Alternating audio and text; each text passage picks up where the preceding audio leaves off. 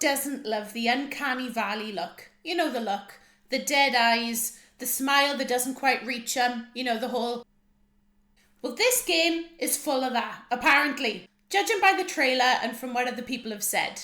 So what I've gathered is it's a murder mystery, and I seem to be a nosy maid. Who wouldn't love the idea of that? So welcome to This Bed We Made. This game takes account of all your actions, including the ones you decide not to take. Interesting? These choices will determine your fate and the fates of others around you. Proceed with caution. I will proceed with caution. I will be very, very cautious. Service to police, post 22, Montreal.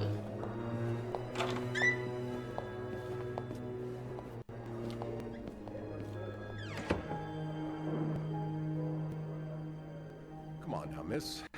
Let's keep moving.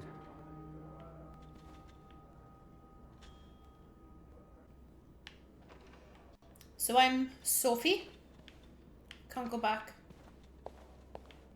Hey, fellers. Where are you taking me, sir?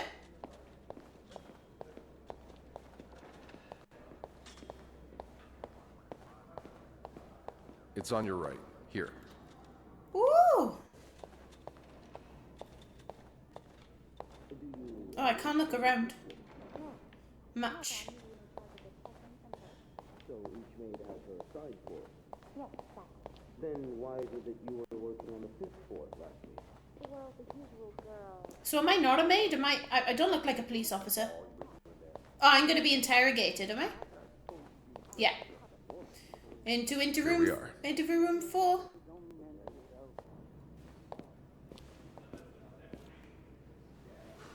Good luck. Good luck. Am I going to need it? She's all yours, sir. Sophie Roy, I'm Detective Maurice Tremblay. Let's see. 21 years old, working at the Clownton for over a year. Husband? I'm sorry? Are you married? No, not yet. I live with my mother. She's sick, so I have to take care of her. No father? No. It's always just been me and my mom. All right, Miss Roy. I need you to tell me everything that happened, starting with this morning. Oh, par la fontaine, les filles s'en vont et s'y promènent au bras des garçons. Tu les entraînes au cœur des buissons où elles étrennent l'amour en saison. Tu les enchaînes dans un tourbillon de vrai poème, car dans les frissons naissent toujours les plus belles chansons d'amour. Au clair de la fontaine, j'ai vu dans tes yeux mille couleurs. Quand la claire fontaine s'amusait au jeu de nos deux cœurs. Vacuuming's done. Now just a bit of tidying up and I can go on break. Okie dokie. These are cute. I'm guessing you've seen better days. But you're obviously still important to someone. Yeah. Woo! He's a bit Raggedy Ann, isn't he? Woohoo! Put him back. Can I pick him all up? Oh, they're all... Ooh, he's quite creepy. Look at his eye. Oh. Okay. Oh, he must be the most loved. Oh, someone spilled something on him. Way! Okay. That's enough of that nonsense. Are you away? Nice.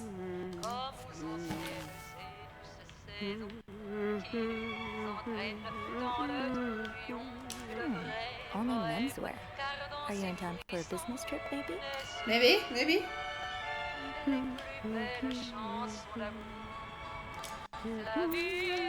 That's a lot of money to owe. Just what did you get yourself involved in? You know me, you know my family. You've had a seat at our bar since the day we opened in 49. You're more than a friend to us, you're practically family. And while friends are polite to each other, family deserves more. Family deserves honesty. As such, I want to be as direct as possible in letting you know that you're down to your last chance. The $8,380 you owe us, plus 25% interest, is now 8 months overdue. My patience is worn thin. This isn't like one of your unpaid bar tabs. You came to us for help, and help always comes at a price. We've opened our pockets to you time and time again, and all you've done is taken advantage of our goodwill and generosity. We'll come over in person to make our collection tomorrow. I'll be bringing along the boys, so we can all sit down and have a little chat. But just so you know, they aren't too good with words. Woo! Anything on the back? No. Okay. So is this guy a loan shark? Acknowledgement of debt. January 16th, 58. Initial loan. January 2nd, 57. Can't see the names, can you? No. Well, let's see. Yeah. Okay. Illegible and illegible. Initial amount 1,500. Amount over. Oh my god! 3,500. On the date of the initial loan, the lender agreed to lend an amount of money to the sum of $1,500 to the borrower for an enduring period of 12 months calculated from date of the initial loan. The borrower was to be obliged to pay interest at the rate of 150% per annum. The total sum of said interest to be paid together with the capital sum of the granted loan by the loan period's end. With the loan period reaching its conclusion on July the 2nd, 1957, the borrower was expected to have repaid the full amount owed. The failure to do so will prompt further action. And that's never good, is it? Refer to page 3 for further details on the place and time of repayment. Refer to section C for the expected rates of all overdue payments as they relate to the time that has passed since the end of the loan period. Yeah, this guy must be well, I don't know, is he a loan shark if he's doing everything, like, by the book? I don't know. Do loan sharks have, like, bill of sale? I don't know. I wouldn't know. I don't know any. Oh, I need to do this. Do I? Right trigger and left stick. Oh, okay. Ooh! A bed's not complete without its pillow. That is very true. Without its pillow. Alright, I'm trying to do it. A bed's not complete without its pillow. Where is the pillow? I don't know what I meant to do. I don't get it. A bed's not complete without its pillow. So you keep telling me, Sophie, what the fuck are we doing here? A bed's not complete without its pillow. Oh, I need to get the pillow. Make a descent. Okay, I get it. Fair enough. I'm just being stupid. Clean that. Ooh, I'm doing proper maid work. Interesting. Left stick. Ooh. Good enough. Is that an ashtray? Yeah. That's gonna absolutely stink up this room. Holy Bible.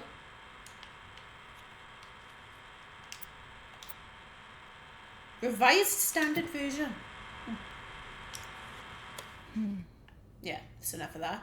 No need to bother reception right now. Why not? Just what they're there for. Hello, it's me, it's Sophie.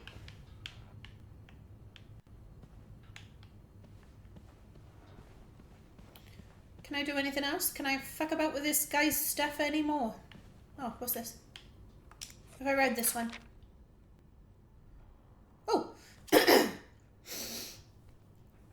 Dear Mr. and Mrs. Mapleson, regretful as we are to have to resort to these lines of communication, our client and your neighbour, the owner of 88 32nd Street, has been ultimately evasive of our many attempts to reach out and collect our due debts. Debts? Specifically, an amount owed to us to the sum of $1,904.75. He's given us little recourse but to contact him through those in close physical proximity to him in the hopes that they can deliver a message on our behalf.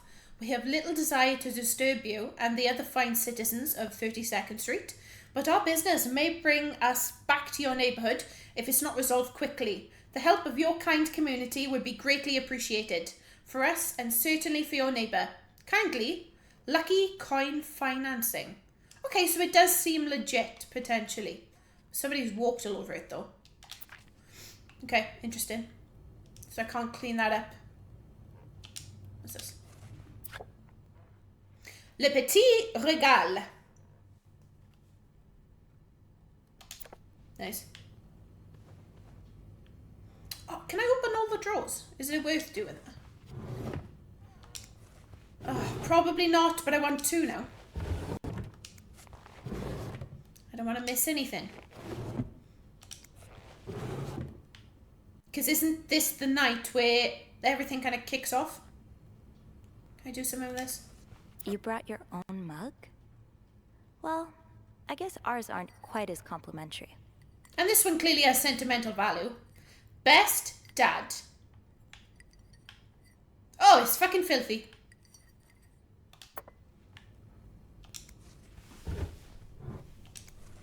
Oh, I opened these already. I'm gonna check again, because you never know. That was a completely waste of time.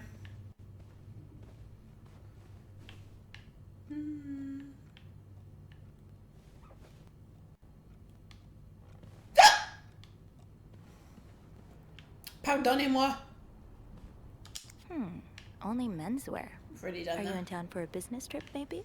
Can I close these curtains, maybe? No. Nope. No, I cannot. Can't do anything with those. I think we're good. Do I need to do anything in the bathroom, though? Let's check. If you left shit stains in the toilet... Oh. That was nice and easy. Why have they covered the mirror?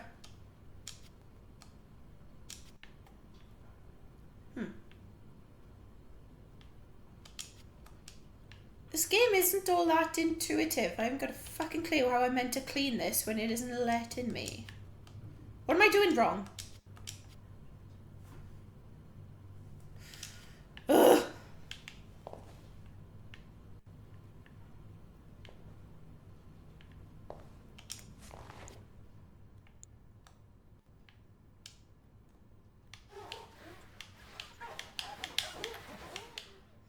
Okay. This bath is filthy. Has he just emptied his ashtray out in here? And the floor? It is new. Voila. Très bien. Let's Okay. see what Beth wanted to talk about. Is that you giving me a hint that I've done everything I possibly can have done? It's bugging me that I can't... I want to clean the mirror. Alright then. Anything in here?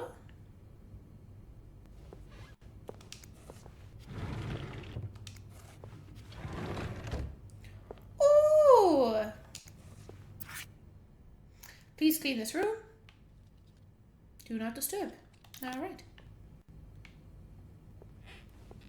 I don't think I've ever used a do not disturb when I've gone on holiday. Please clean the room. Right, I can't do anything else.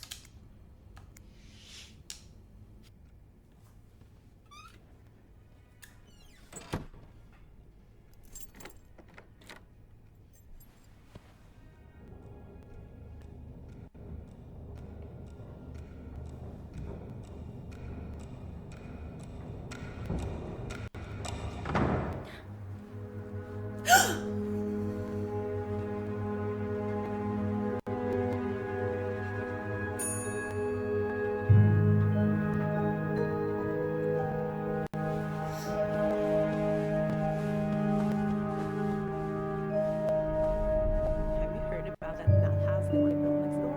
Yeah, creeps me out. Imagine all the weirdos who start hanging around the hotel.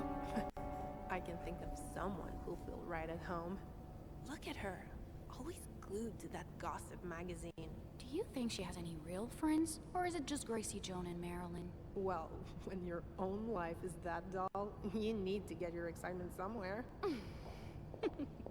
Oh, did you see Rebecca come in this morning? She was wearing the same clothes. Bitches! Don't you think you're overreacting? This is exactly the kind of behavior Linda warned me about. She's doing everything she can to break us apart. Sophie speaking. Hey, it's Beth. Do you think you could come up real quick? Sure. I'll be right there. You're right, you shouldn't. Now I realize I was blind. I was so in love with you that I couldn't see. What?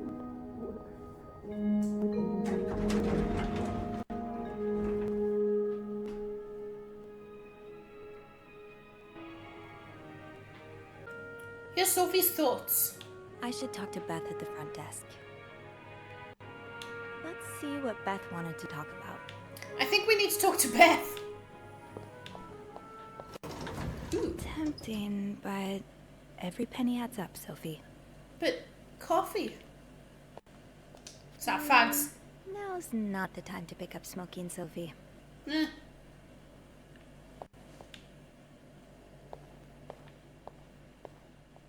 Oh, shock. Leaving luggage in the lobby? Are you trying to get Bernard to kill you? Oh, shock. Leaving luggage in the lobby? Are you trying to get Bernard to kill you? Fuck's sake, Jacques. Ooh la la. This leak really needs to be fixed. I hope the weather doesn't make it worse. Call a plumber, girl.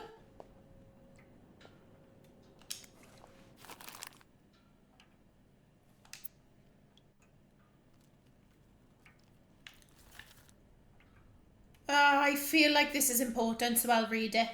The Montrealer. 31 pages, Montreal, Monday, February 17th, 1958, 10 cents. 19 arrested in deviate raid.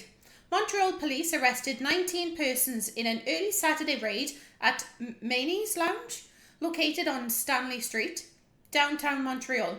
The establishment, owned by Emmanuel Laliberté, is a known hangout for sex deviates. A Montreal City employee, a court official, and 2 teachers were among those seized, according to official reports. Lieutenant Sylvain Guibault says he plans to send letters to schools employing the arrested teachers. School principals, parents, and fellow teachers should prevent such people from being in close contact with youngsters. He said, pardon me. It is everyone's responsibility to protect our children. Lieutenant Guibault also promised an investigation would be opened on La Liberté, who already has a criminal record to his name. Okay, continued on page 3. Major snowstorm paralyzes city. Paralysed by this winter's 5th and most important snowstorm. 15 inches of snow expected till the end of the day. Last major storm back in January had covered the city with 12 inches of snow. Storm started yesterday with 6 inches falling during the day, 6 more during the night. Violent winds created blah blah blah blah blah. Okay, delayed trains. Shop owners against new mental hospital. This has been mentioned a couple of times. A group of downtown Montreal businessmen and shop owners met with Mayor Sarto Fournier last week to air their grievances concerning the city's recent decision to allow construction of a new mental hospital on Dorchester Boulevard. William Weston, manager of Weston's department store, says he and his group will fight tooth and nail to prevent the hospital's construction. Will our customers feel safe to come downtown for their shopping needs, knowing there are lunatics next door? He said. Another bloody Valentine. Valentine's Day concluded in horror last Friday with the murder of an Outremont resident. A worried neighbour called the authorities at 11:15 in the evening. No, 11:15 p.m. after hearing loud shouts from next door. When police arrived, they found the lifeless body of a 34-year-old man. Authorities have refused to identify the victim or provide any details about the circumstances of his death. No suspect has been apprehended yet, but Detective Lieutenant Maurice Tremblay asked anyone with information to come forward as soon as possible. Okie dokie. Does your personal hygiene worry you? Are those worries bothering your husband? Do you smell like a baked kipper? Stop worrying and save your marriage with lease oil.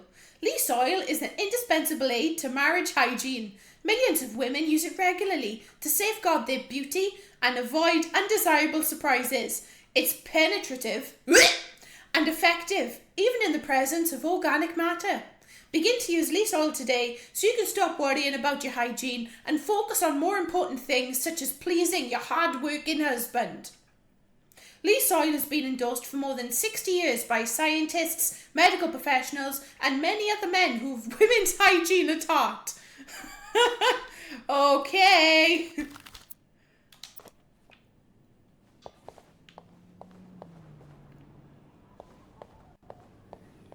Poor Nicole. No one should be stuck cleaning up the reception hall after a ball, even if they did draw the short straw. I should talk to Beth at the front desk. Yeah, you have mentioned that a few times. Chess! Oh no, I didn't mean to. Fuck's sake. Hey, Beth. Yo, Beth. Comment tu t'appelles? Hey there. So, who's sleeping? Sleep what? You were whispering just now on the phone, so I thought maybe Eugene or Bobby were napping in the break room again. Oh, yeah, no. It's Jacques and Wendy. They were, in the middle of something. Ugh, it's so awkward when they start making out like no one's watching. Get a room. We literally work in a hotel. See what I mean about the uncanny valley? Like, what they're saying doesn't even match the lips. They weren't kissing. I tried to ignore them. You said you needed to see me. Do I gossip? People are gossiping about me gossiping, so I'm just gonna say this. You said you needed me? Oh, straight to business then. Sorry, it's just a busy day. I get it. It's been non-stop for me this morning too. Wanna guess why I summoned you here? Do tell, Beth. Did you see a mouse? Did you see a mouse again? You make it sound like that would be no big deal. It would. Wouldn't it? Well, what if it was a rat? Didn't you tell me you were raised on a farm? Those little creatures shouldn't scare you. Ugh, that doesn't make them any less disgusting. So, is there one or not? No rodent is involved, thank God. A nice gentleman decided it was time to redesign the lobby and helped us by knocking over that vase on his way out of the hotel. That's it? I would do it myself, but the last time I tried to leave the front desk, Bernard emerged from his lair to scold me about procedures and whatnot. Well, we can't have the beauty of the Clarington Hotel take absence from her throne, can we? Oh, the people would riot. Bernard especially. Bernard's hardly the people. Anyway, I have to get back to work. There's a mop in the supply closet next to Bernard's office, I think. Thanks. I'll see you around. See ya, Beth, you creepy bitch.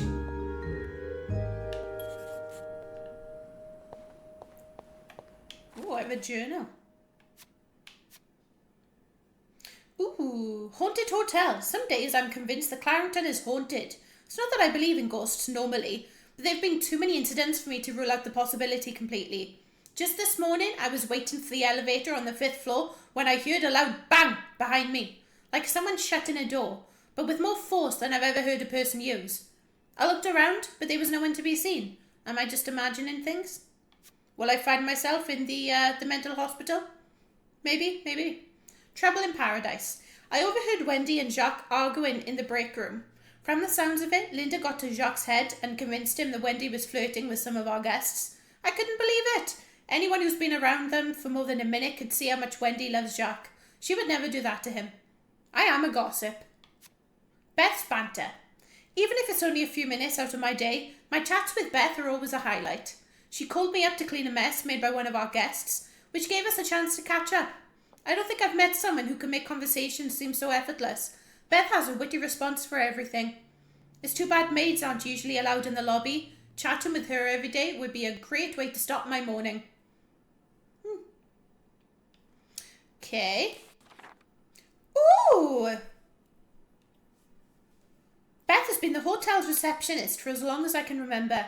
In fact, hers was the first face that welcomed me when I took my first step inside the Clarington. She knows this place like the back of her hand. Beth can be fiery, which doesn't win her much love from Bernard, but most guests adore her for her magnetic personality, and that's something Bernard can plainly see. We don't get the chance to chat as often as I'd like, but when we do, it's always a blast. I only wish I had even half of her wit so I could entertain her as much as she entertained me. Bernard. Bernard is the Clarendon's manager, the big boss. He spends most of his days locked in his office and doesn't like the maids roaming around outside of their posts, so our paths don't cross often. Lately, he's been hell-bent on getting the hotel back in shape, whatever that means. And there have been a lot of changes around here as a result. He's enforcing employee rules more strictly than ever and dropping God knows how much money on renovations. The stress is practically radiating off of him. Linda. Linda is the Clarendon's governess, Bernard's second in command, and it's easy to see why. She rules over the maids with an iron fist, always ready to enforce Bernard's latest rules to the letter. Most of them hate her for this, but my feelings are a bit more mixed. For whatever reason, she seems to have a soft spot for me. The same cannot be said for Wendy, unfortunately. It's like she's made it her life's mission to break up Wendy and Jacques' relationship, and I'm worried that her latest efforts may have succeeded. That's sad. Wendy. Wendy is a waitress at the hotel's restaurant. She and her best friend Yvette were hired together, and they used to be inseparable until 3 or 4 months ago. It's no coincidence that this was around the time Wendy started dating Jacques, the bellboy, to whom she's now happily engaged. What, 3 or 4 months in? I suppose back then things moved a lot quicker. No sex before marriage and all that. Wink wonk. That is, depending on who you ask. Linda seems to think that Wendy is the Clarendon's resident flirt. Sure, she's popular with guests and collects the most tips by far, but I've always chalked that up to the same thing that has drawn me to her. That warm smile that just radiates kindness. Linda's not convinced though, and seems to have taken it upon herself to expose Wendy for who she really is. Right. Jealous much? Jacques. Jacques is one of the Clarendon's bellboys. I don't know much about him. He's even more shy than I am, barely looking up at guests when carrying their luggage. People like us just need someone to bring us out of our shelves, and apparently... Did I say shelves? Bring me out of my shelf! Apparently for Jacques, that person is Wendy. He's like a completely different person around her. He lights up, laughs, even cracks jokes. I was so happy that he found Wendy, and even happier when he proposed.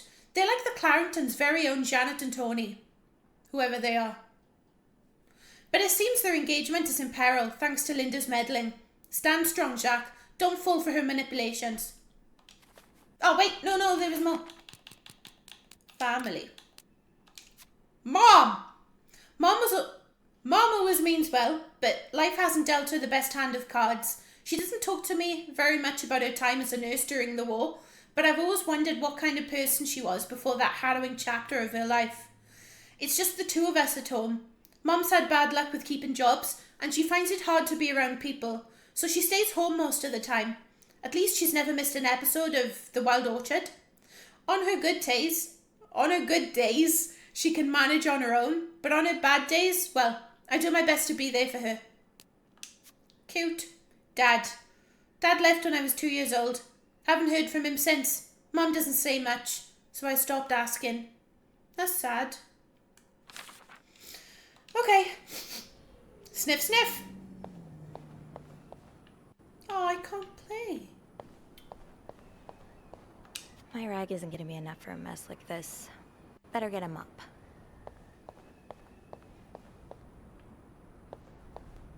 Someone left their hat behind.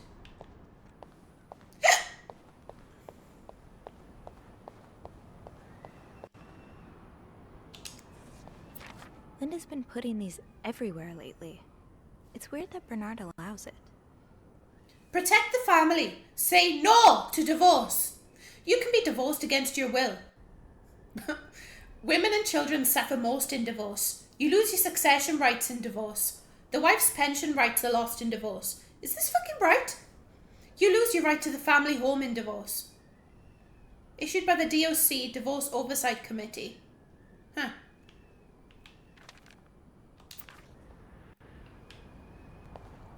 Do-do-do-do-do-do-do-do. Looks like we can't play. Virtuoso, Sophie is not. Chocolate mousse cake. Maybe Bobby wouldn't mind sneaking me a slice. Ugh, no. Bernard would have both our heads. What did I get? What? Wait, Bobby. Bobby is the head chef in the Clarendon's kitchen. He takes care of all the restaurant orders and the meals ordered through room service. I love walking by the kitchen doors any chance I get, just to enjoy the smells of whatever Bobby's cooking up.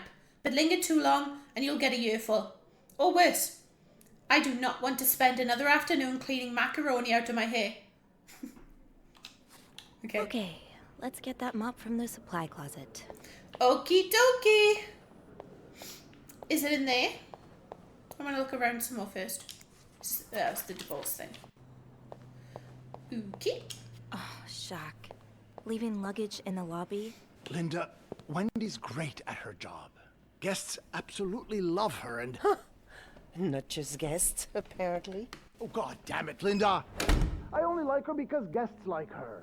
Making sure guests are happy is my job, after all. You don't seem to care whether I'm happy. Listen, if Wendy wasn't doing her job, that'd be another story, but I can't just fire her without good reason. What if she stirred up trouble among the staff? Would that be a good reason? Curiosity killed the cat. Oh, Andrew, hi. I'm sorry, I was just... Spying on our manager? No, I heard something, and I... Hey. It's okay, I'm just pulling your leg. I'm sorry I scared you. I'm not used to having people around me while I work. Yeah, you're always working alone up there, aren't you? I actually think it's the first time I've seen you down in the lobby. Don't tell me you've been sent to clean up after the Valentine's Day ball. Were you here Friday night to see the whole thing? Yeah. They had someone in charge of the event, but she ended up crying alone in the stairwell, so I had to take over. What happened? Did it really go so wrong? It certainly didn't go wrong for the people enjoying the party, but for those sober around them, that's another story. Good God. I'm glad I didn't have to be there. I don't know how you do it. And I don't know how you handle cleaning up after other people all day. You must see plenty of weird stuff, right? Yeah. What's the weirdest thing you found in a guest room? Massive dildo. It's a bit gross. Oh. I hope it's got nothing to do with bodily functions. God. I hope so too. A few weeks ago, I walked into a room and found the trash can filled with cucumbers. Definitely dildos. Whole cucumbers. And some of them were carved and... pickled. I threw the whole trash can out that day. Don't tell Bernard. I won't. Oh. I better go help Beth. It's hell here with the snowstorm. It's okay. I need to... Yeah, alright. Take care. You too. As if it wasn't enough, I need to deal with endless letters of advice and Raymond, what does he want? he wants me to lower room prices. Make sure the hotel stays accessible to everyone. Andrew is the concierge and receptionist for the Clarendon. He's intelligent, professional, kind, and well-mannered, which easily makes him Bernard's favourite, but he knows how to have fun when no one's looking. Whenever I see him, he's either dashing off on his latest errand or burying himself in a book, so we haven't had a lot of chances to socialise at length. When we do, though, it always feels easy, like talking to someone perfectly attuned to your wavelength. Maybe I should ask him for some book recommendations. It would be nice to have more reasons to talk to him. I like Andrew, he does seem nice. I hope he isn't a murderer. Something in return? Right, came from there. Let's not open that right now. Oh, hang on. Yeah. I feel like he's been avoiding my calls.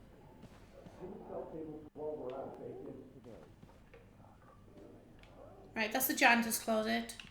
Oh, I want to go in all these rooms. I kind of want to bust in on these two and see what's going on. Now's probably not a good time to disturb Bernard. Okay then. Bobby made it very clear he doesn't like anyone walking into his kitchen stairs. Exercise. You've taken away my choice. Yeah. Elevator wins this time. Alright, game. I see what you're saying. You're saying, do your fucking work. Clean up.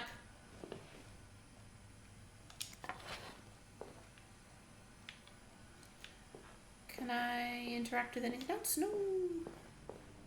Can I run? No. I'm really sorry about that.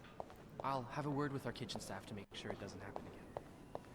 Is someone chopsing Andrew? Or he's on the phone, Well, is he? That sounds a bit excessive, don't you think? Of course, of course. We're all grateful that your employer chose the Clarington for his stay, but... All right, yes. I'll speak to my manager and see what we can do. Was there anything else I... Yes?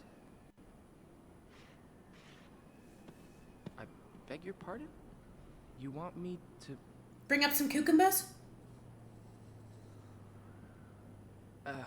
All right. Yes, right away. Can Was I there talk to anything him? else I... Well... Right, it's just repeating now. Okay, Sophie. Time to clean up that mess. Out with the mop.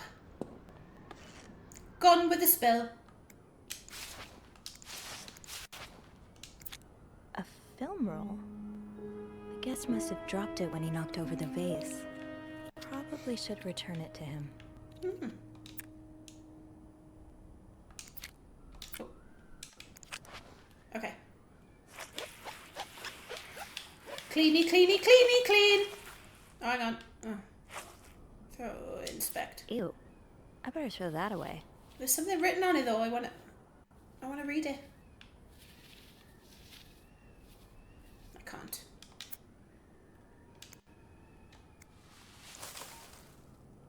Cleany, cleany, cleany, clean. Now I just put the leaves back in the vase, and it'll be like nothing ever happened. Okie dokie. We done? Maybe Beth remembers who knocked over the vase.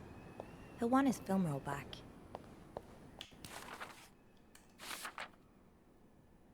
While cleaning up the mess in the lobby, I found a roll of film on the ground. I'm guessing whoever knocked over the vase must have dropped it. With Beth's help, maybe I can figure out who it belongs to and return it to their room. We usually keep lost items at the front desk, but bringing it back myself would only take a few minutes out of my day. It might put me a few steps closer to Employee of the Month. Woohoo! I understand, Mr. Ramsey. I wish I could make the snowstorm disappear. I really do, but sadly that's not within my power. Beth, who knocked over that vase? Mr. Spade. Mr. Spade? Well, I can check with the airport and let you know when flights resume. Until then... Yes, I know. You've said that already. But... no, that's very unlikely. Well, you're welcome to speak to my manager if you'd like. I'm sure he'll be... So, which room are you staying in, Mr. Spade? Ooh, okay. Well, for that you'd have to talk to my manager. Spade. Would you like to contact him? Oh, this is like LA Noir. Room 505. Great. That's on my floor. I can return that film roll without going out of my way. Cool. So first I suggest I should go to the 5th floor to return Mr. Spade's film roll. Alright? Then you I felt bad bugging Beth while she was in the middle of an important phone call, but like always, she came through. The logbook says Mr. Spade's in room 505. I was just in the middle of taking care of the 5th floor before my break.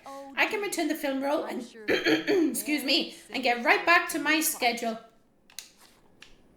Where's the lift? Making fun of you, sir. Oh, back this No, I way. never dare. No, I'm dead serious. If anyone can make the snowstorm end, it's him. Do I need to? Yeah. Hello? Sir? Cleany, cleany, cleany, cleany, clean. Squeaky clean.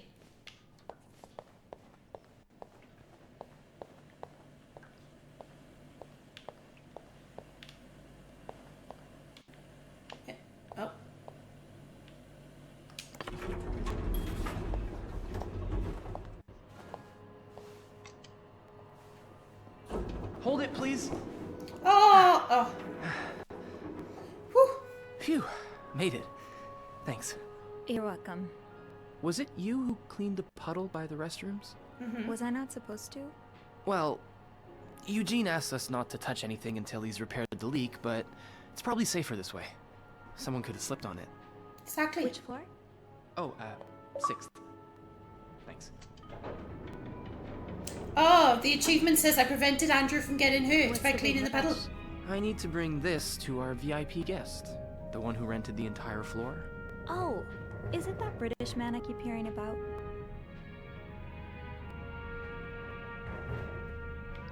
Why does he need snow? Why does he need a bucket full of snow? No idea. I don't even ask anymore. It's just the latest in a long series of strange requests. What do you reckon he'll do with it? Take Snow a bath, cones. maybe? Sometimes I wonder if he's just pulling an elaborate prank on me. Can't you tell me who he is? I've never actually met him. I always talk to his assistant. Only Bernard knows his identity. I do have a suspicion, though. Oh?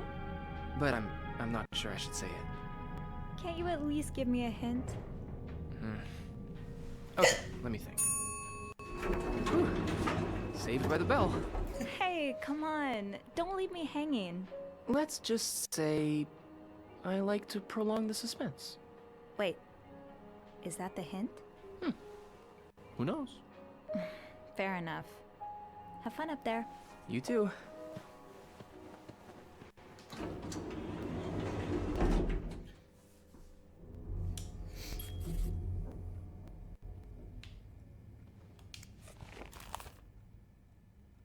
We've read that.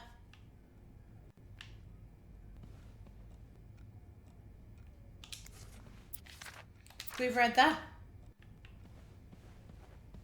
I don't want to just assume I've read everything. Oh shit, was it 5:05? Oh, door's open.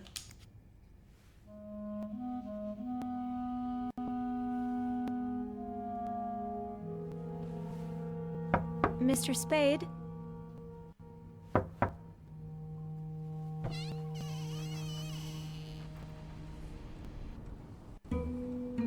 Mr. Spade?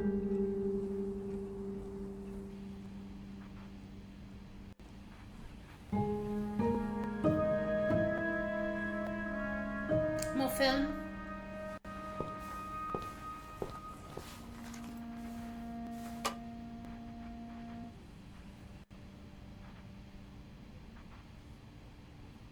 Oh, he's got a dark room. It's quite creepy now.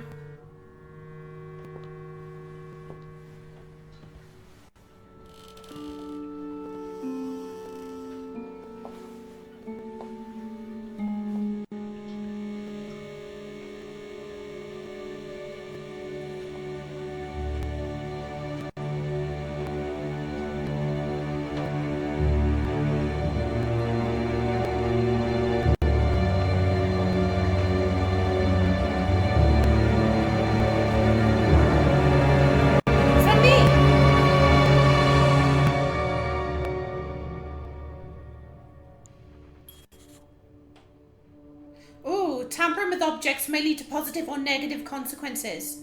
Fuck! I'm not gonna throw anything away. Why would I do that? That would be a negative consequence. Okay, so somebody snapped pictures of, well, Mr. Spade has snapped pictures of me being a bit of a dodgy maid, a very cheeky maid, stealing people's perfume. Oh, I don't know what this one is of. What is this?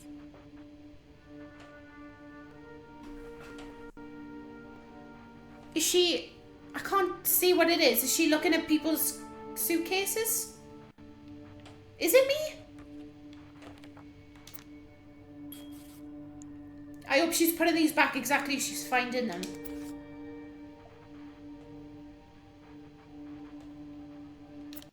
Is she gonna say anything else? Doesn't look good, does it?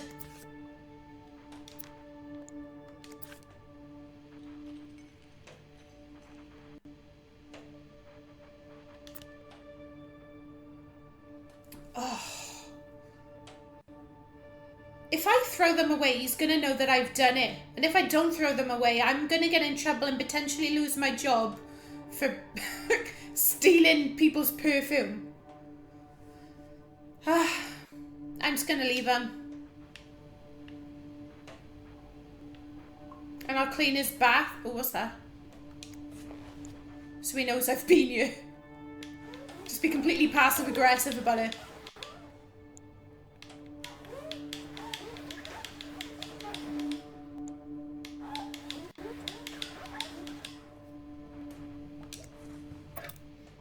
Yeah, that's just for putting the pictures in and out of the developing fluid, isn't it?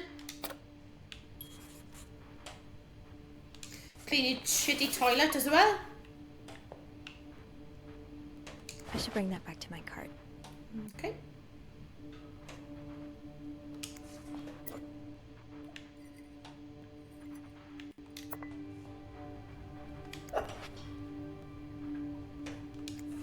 Looks like prescription drugs. But what are they for exactly? Myron Laboratories. Milton. Meprobamate?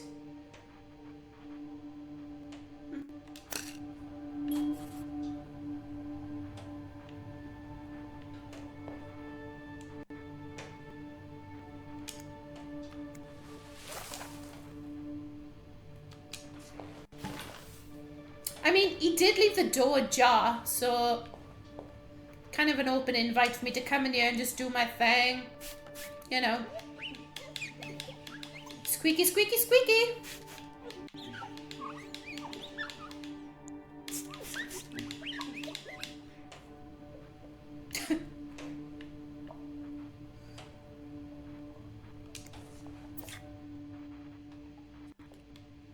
Why to smile at a sensible price?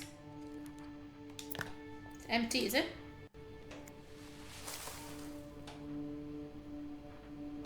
Oh, should I have left that there?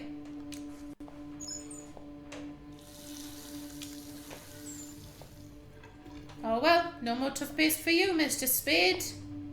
You creepy bastard.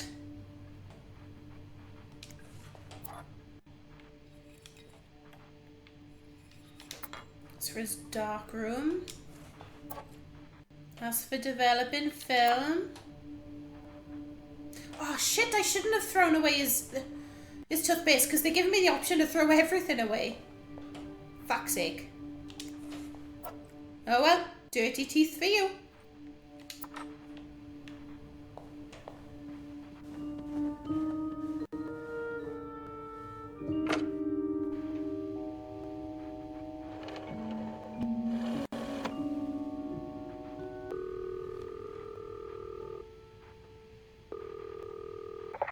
Clarington Hotel reception desk, Beth speaking. What can I do for you on this very fine day? Ooh, I like Andrew more. Beth, it's Sophie. Can I speak to Andrew, please? Yeah. Hold on. Andrew?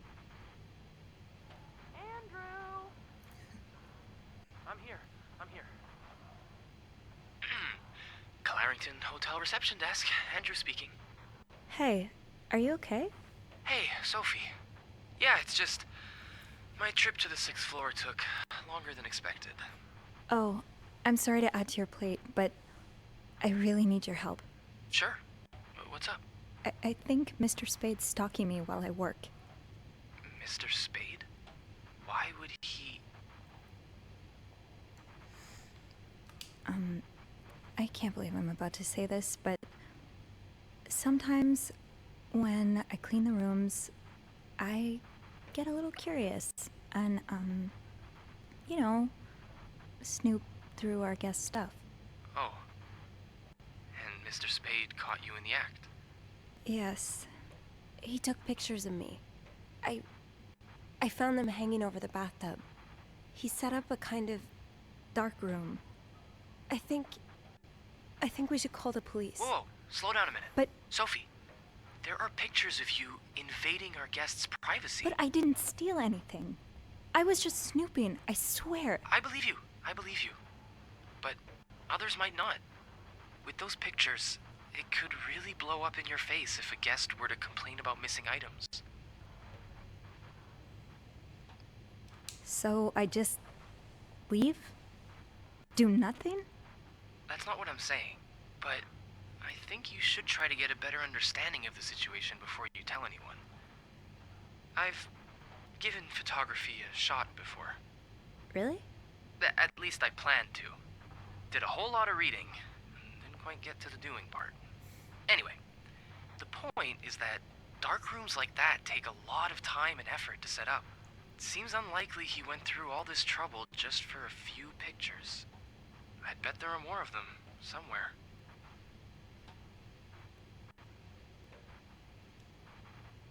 Well, I didn't look through the entire room, but there is a safe here. That would certainly be a good place to store pictures. Do you have the safe combination then? I'm pretty sure it's locked. Maybe I can... Give me a sec.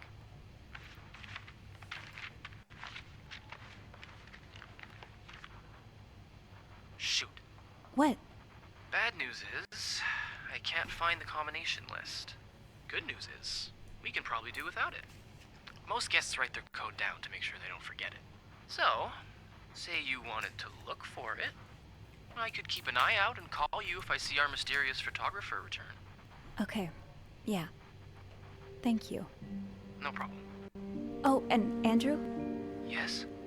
Please keep this between us. Of course. Don't worry about that. He's so nice, I just want to give him a cutch. It isn't necessarily that this photographer's doing anything dodgy. He might have some sort of work in mind where he's capturing people doing kind of dodgy things. I don't know, it might just be for artistic purposes.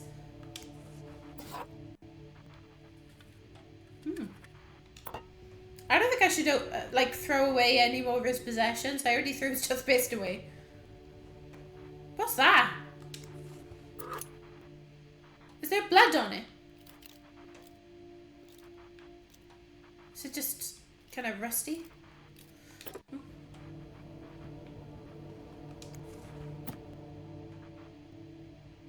French to English, English to French dictionary. Okay.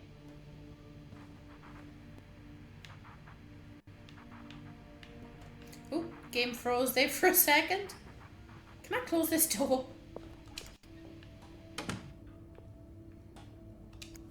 Did you intend for me to discover your little dark room? Or did this just fall down? He better not be here.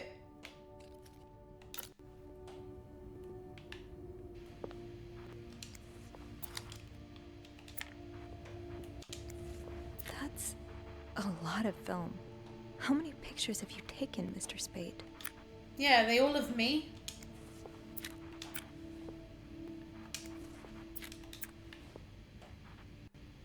No combination, no entry. I'd forget my own head if I didn't write everything down. I guess we have that in common.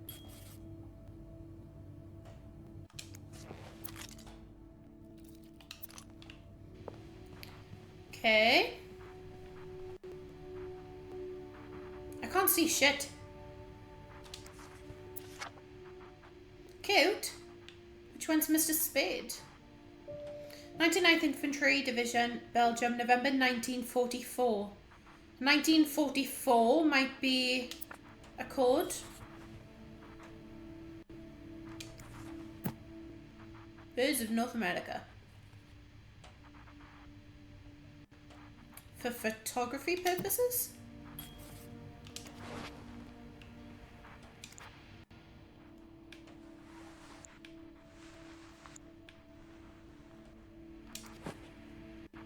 Okay. One See the more pillow? pillow, then you're good.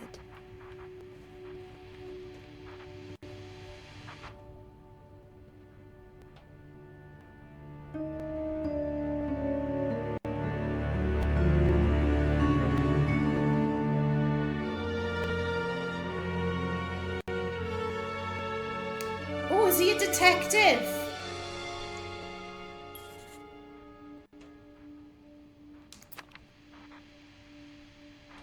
Enter selection mode.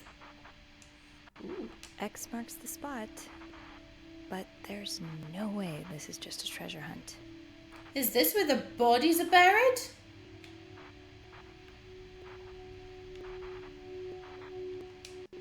Okay.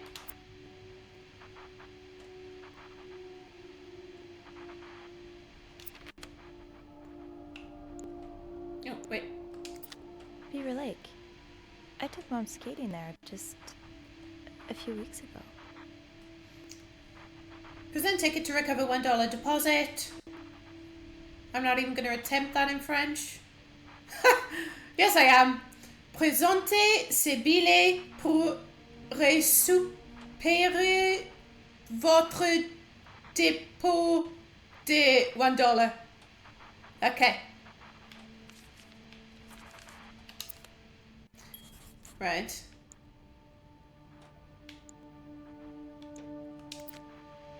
Special occasion, wedding, funeral. Yeah, this guy certainly seems like a detective. Either that or he's a bad guy. I think he's a detective. I just visited the oratory for the first time in years. This has to be a coincidence, right? He's investigating me.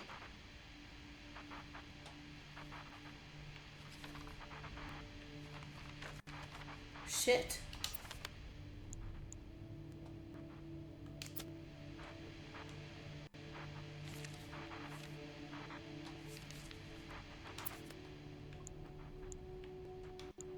Can I not look at the other newspaper clipping?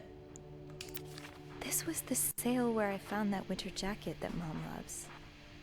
Were you there too? I'd say so. Westerns.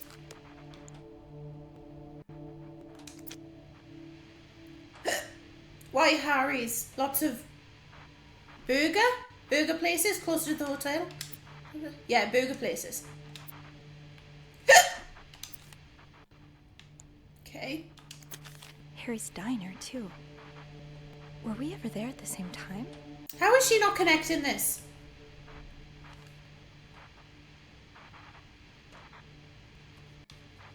Hi.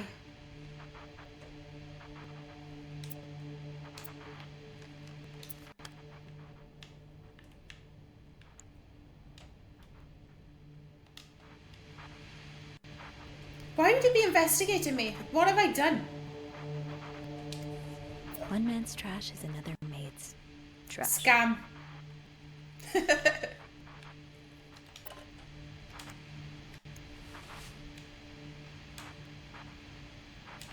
Oh.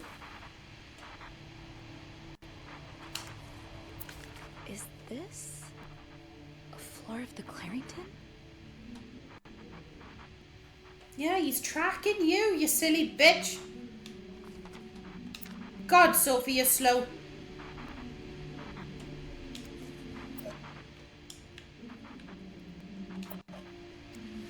I hope you aren't eating those beans. They're empty. Something tells me you won't be missing this.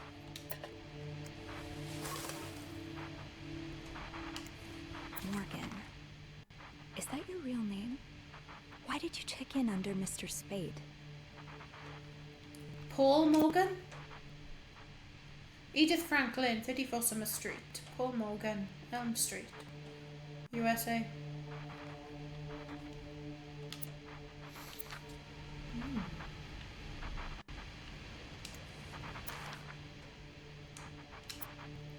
Dear Mr. Morgan, you have to stop writing to this address. Lindsay died 2 years ago. I do not know what happened between the two of you, but please let us grieve in peace. Thank you, Lindsay's mother.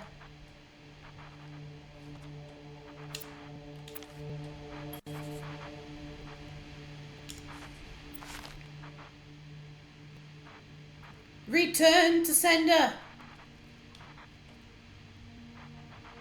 So he's writing to this Lindsay a lot. And the parents have just sent everything back. Does he feel guilty? Or is he just trying to get something off his chest because he still has feelings for her? What are we looking at here?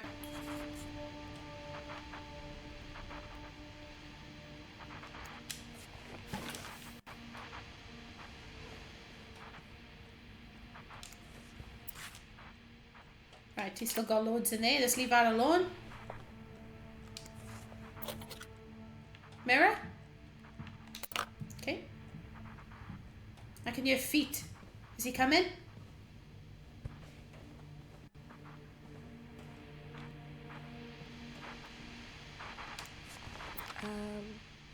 Request to move to 507. Why did you want to change rooms? Why indeed? February 15th, 1958. Dear Mrs. Spade, the present letter is to confirm the reception of your transfer request to room 507. Regrettably, the room in question is currently occupied by an extended stay guest. We are therefore unable to grant your request. Thank you for understanding. Please contact us should you have any other request. Yours sincerely, Bernard Leduc, Hotel Manager. Oh, Lindsay's address, Infantry Division, year of hospital discharge. Right, okay, so this must be the code. So, address, infantry so that was it 99th? Year of hospital discharge. What? I'll open my clues in a minute. The storm must be getting worse. I hope Mom's not too bored without her TV shows. Creepy. What do we have here? Okay, we'll have that, thank you.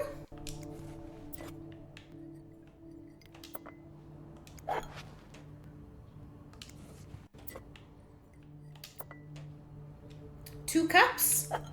Did he have company?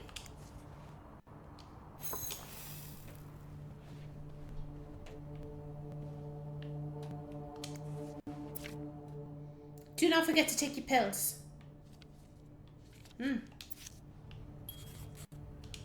One more pillow, then you're good.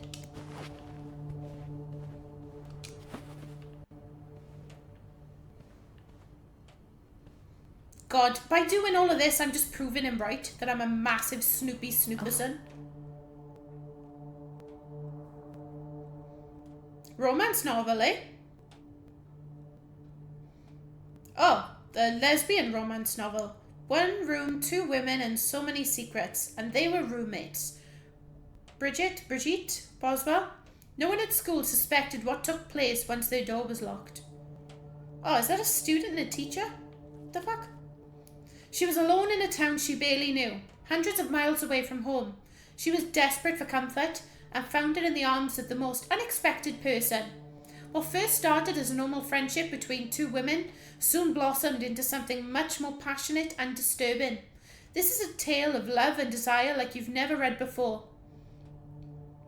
Out of her own experience, the author, working under a pseudonym, tears the curtain from one of the gravest threats to modern social morality, the strange love practices trapping unwary girls today, particularly in our largest cities. Okay, so it's just about being a lesbian. Suppose it was shocking back then. Might have even been illegal? I don't know anything about Canada at that time. Interesting.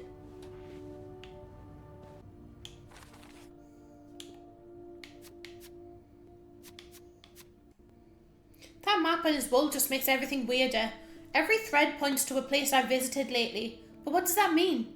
Is this a series of wild coincidences, or am I really being stalked? And if I am, why me of all people?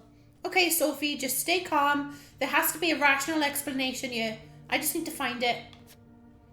Andrew was right. Our guest did write down the safe combination. Or at the very least, a reminder for it. I'm hoping that by looking around 505, I might be able to find some clues to decipher it. Time to play detective.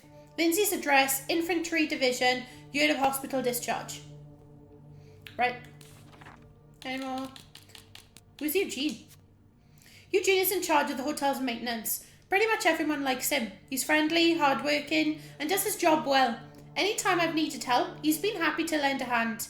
Since the renovation started, though, his usual good mood has lost some of its spark. I can see that Bernard's lofty expectations are weighing on him. I just hope he doesn't burn out. He doesn't deserve that.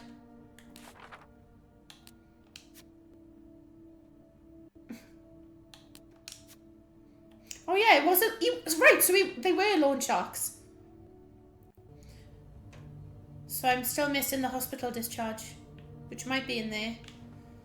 I've looked at all that stuff. Looked at that.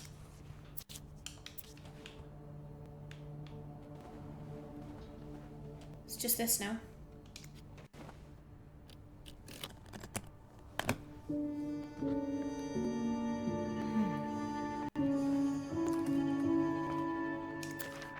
Ah, here we go. Spent 10 years in a psychiatric hospital. And it looks like he left with a long list of diagnoses and prescriptions. Okay, discharge summary. Paul Morgan, McCord Psychiatric Hospital, Syracuse, New York. Right, Paul Morgan, male, date of birth, blah blah blah, date of admission, 1947, 1957. Attending physician, Edward Hurst. Psychiatry. Discharge diagnoses: anxiety, neuroses, character disorder, chronic insomnia, short-term memory loss. Hospital course. Patient initially admitted for nervous breakdown. Patient displayed erratic behavior and mood swings, occasionally aggressive. Patient non-responsive to shock treatment. Neither insulin nor electric. Patient condition improved after new medication. Meprobamate, 400 milligrams daily. Phenobarbital, 50 milligrams as may be required. Nothing on the back. Right, so discharge 23rd of August 57. Okay.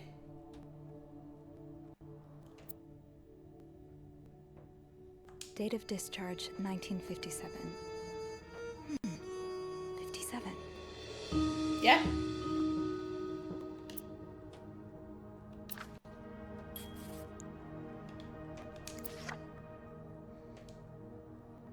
Handsome man. Mole above the right eyebrow. Got it.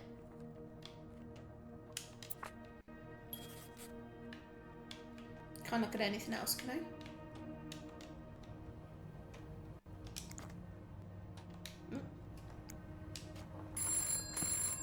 Oh, he's coming back. Ah!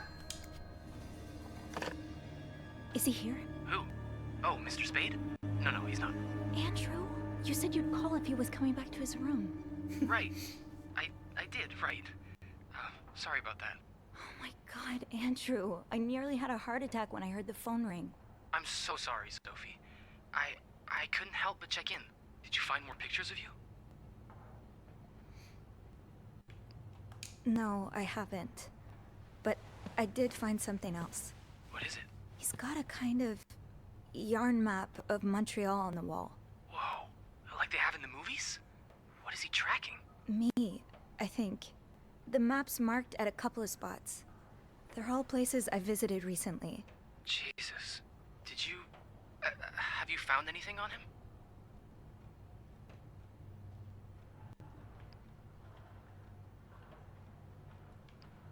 I found some evidence that points to his real name being Paul Morgan. Mr. Spade must be an alias. The Maltese Falcon! The Mal what? I can't believe I didn't notice it earlier. The Maltese Falcon. It's a book centered around a private investigator named Sam Spade. Oh, you don't think Mr. Morgan's a PI too, do you? Well, if he is, he's not exactly being subtle about it.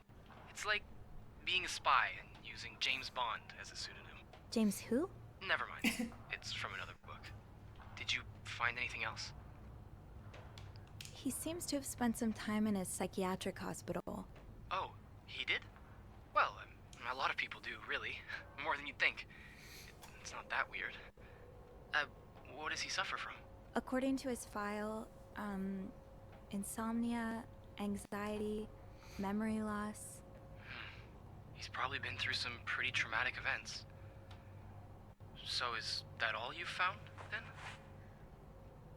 I discovered an army picture taken in Belgium in 1944. I think he was in World War II. That would certainly explain his symptoms. Imagine all the horrors he must have seen. Do you know which division he was in, by any chance? The 99th Infantry, I think. Huh. The battle babies. The Battle Babies? That's a weird nickname. That's because most of the soldiers in the 99th were inexperienced. Still, they fared well against the Germans. Got medals of honor and everything. How do you know so much about World War II? From books, obviously. Of course. Well, I'm glad you know so much about so much stuff. Who knew being a huge nerd would pay off one day? Found anything else on Mr. Morgan? I'll know more once I open the safe. Wait, you figured out the combination already? It took some work, but yes. Wow. You're a resourceful gal, aren't you? I have my moments. Well, I'll leave you to it then. Okay, I'll call you back. Please do. And I won't call again unless Mr. Morgan returns. For real this time. Alright, thanks. He's cute. I really hope he isn't evil. Okay. Oh, I didn't check the drawers.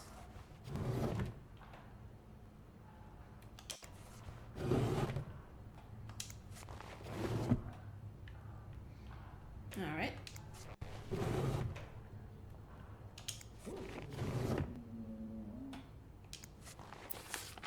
That's rough. How are you supposed to support yourself when no one will give you a job or a place to live? Dear Mr. Morgan, I understand your situation and am sorry that you had to spend so many years in the hospital. However, this does not change the fact that you don't have the qualifications for the job. Even if you did, I could not hire someone in your situation. Other staff members simply would not feel safe around you. That's sad. I would ask you not to contact me anymore. Sincerely, Jeremy Sandberg. Jeremy, you are a bastard. Hey weirdo, stop wasting my time. I'm not hiring you ever. Mr. Morgan, you know I have a lot of respect for what you and others have done for this country, but I am not a charity. If I don't receive the past 3 months' rent before the end of the week, you'll have to vacate the apartment. Thank you. Oh. How the hell is he affording a hotel when he can't afford rent? I suppose a hotel's cheaper, but, well, no, it wouldn't be. Oh well.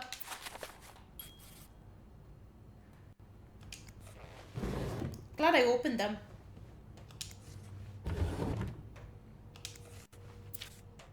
You're pawning off your possessions? What do you need the money for? Rent. And the hotel fees and film.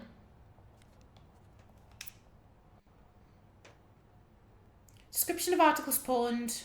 Oh, World War II Victory Medal. That's sad. $15. Date of pawning. February 58. Date of expiry. August 58. Name and address. Clampton Hotel. Oh, so he's put this as his address. This is how he's paying for the hotel then.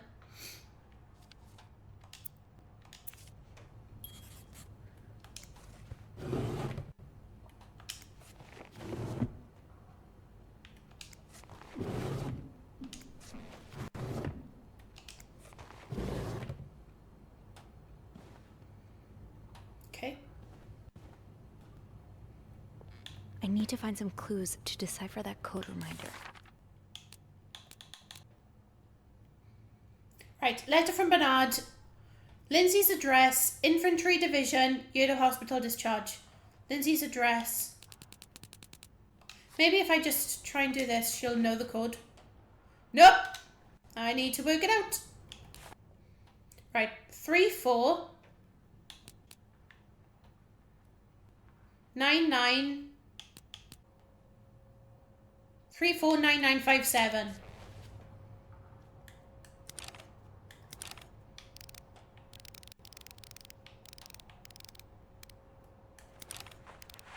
Three, 4, 9, 9.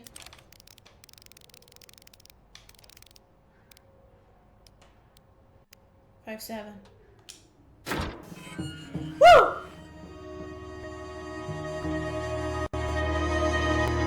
Got a gun.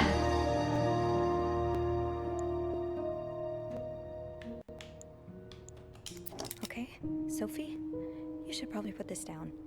Now. Bang!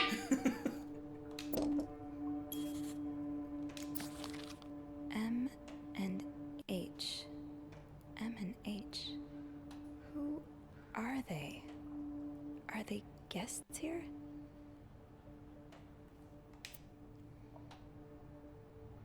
Arrived at the hotel, room not ready yet, have to wait in the lobby.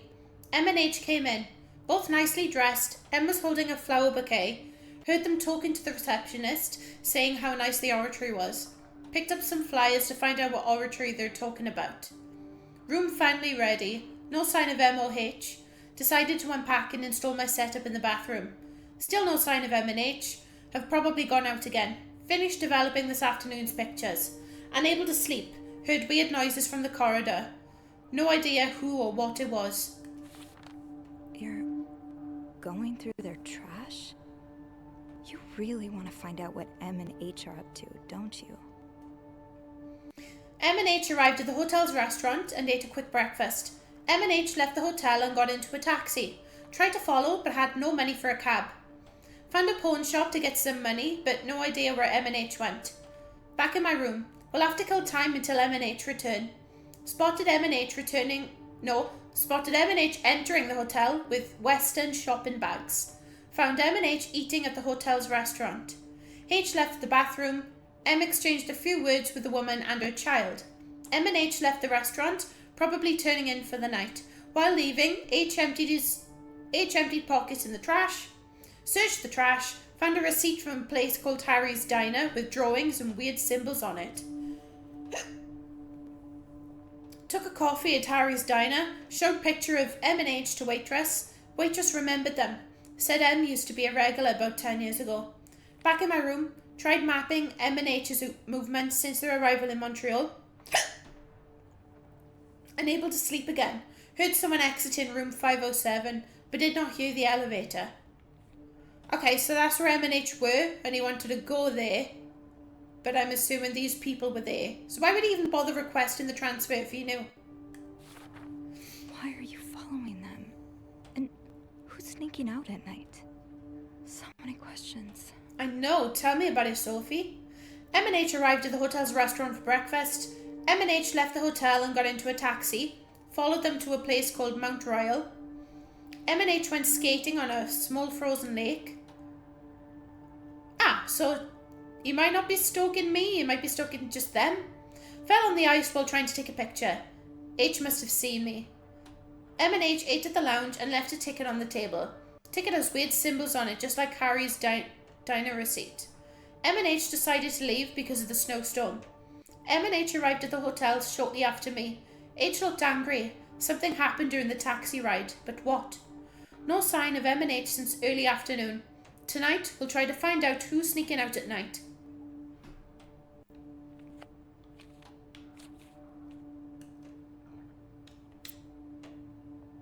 There they are.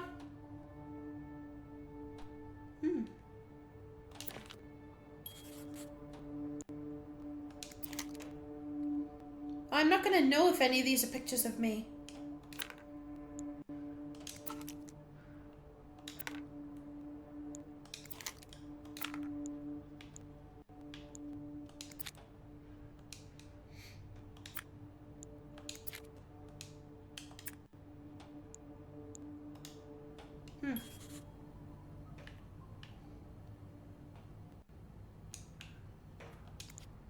Oh, shit.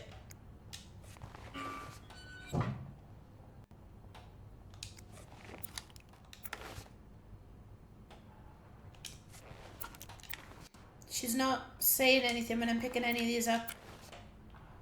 Is that it? Am I done? I've looked at everything, haven't I? Let's call Andrew. Ring a ding ding.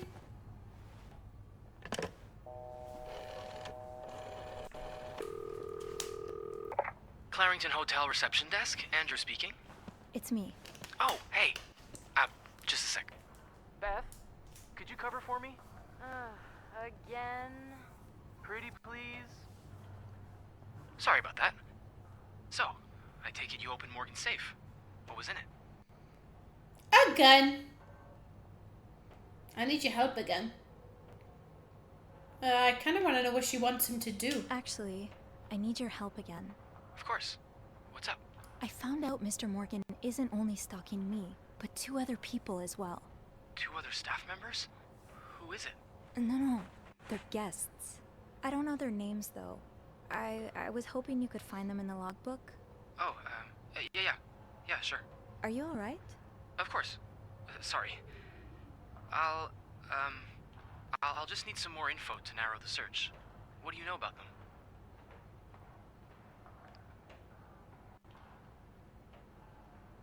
Mr. Morgan refers to them as H and M.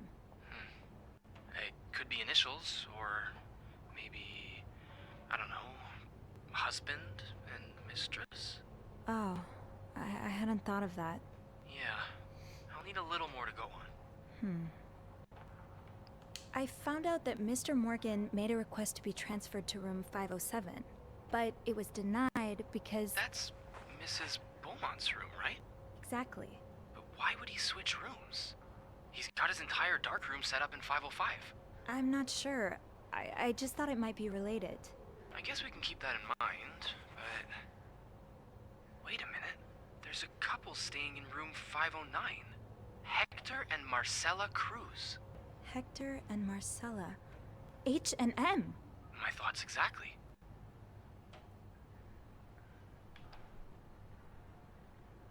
Do you know anything about the Cruzes? Well, I was there when they checked in. Handed them a couple pamphlets on tourist attractions. I remember noticing that Mr. Cruz wears the same cologne as my father, but... That's not much to go on. Yeah, I know. Do you, perhaps, have room 509 on your to-do list? I do, actually. Would it be wrong of me to suggest you do some... Snooping?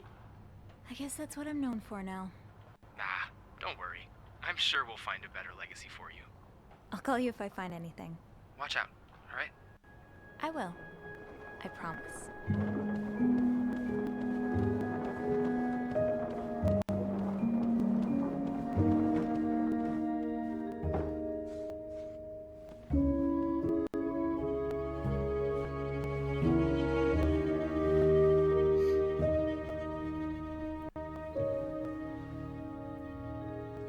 I must have forgotten my keys in the break room again.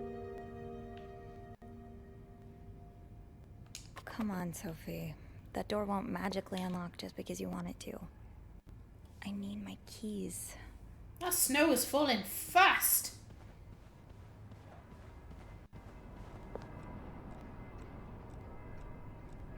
Whew.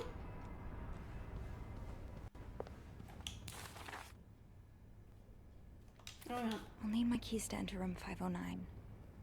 I should probably check the break room.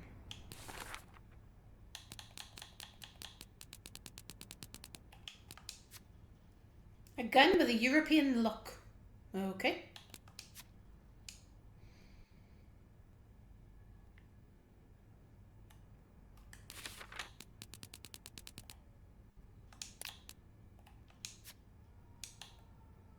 Paul Morgan. Mr. Spade is a guest here at the hotel. Yeah, I haven't read anything about him yet. In his picture, he doesn't have the mole.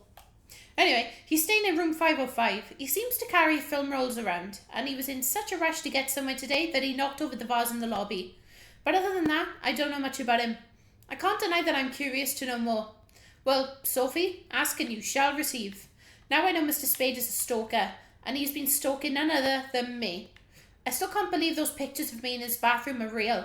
I found out that the name our guest checked in under, Mr. Spade, is actually just an alias. His real name is Paul Morgan. People don't check into hotels under an alias unless they have something to hide, right? He made a request to move to room 507, but I can't imagine why. Other than having 2 beds, it isn't that different. He's been sending lots of letters to a woman named Lindsay. Who is she? Is he in love with her? It seems Lisby? It seems Lindsay has been dead for 2 years. That can't have been easy to learn. If she was someone he was this desperate to reach out to. He suffers from anxiety, insomnia, and memory loss, among other things. His hospital discharge letter also reveals he can be unstable and aggressive. Maybe I should be a little more cautious here, but part of me feels bad for him too.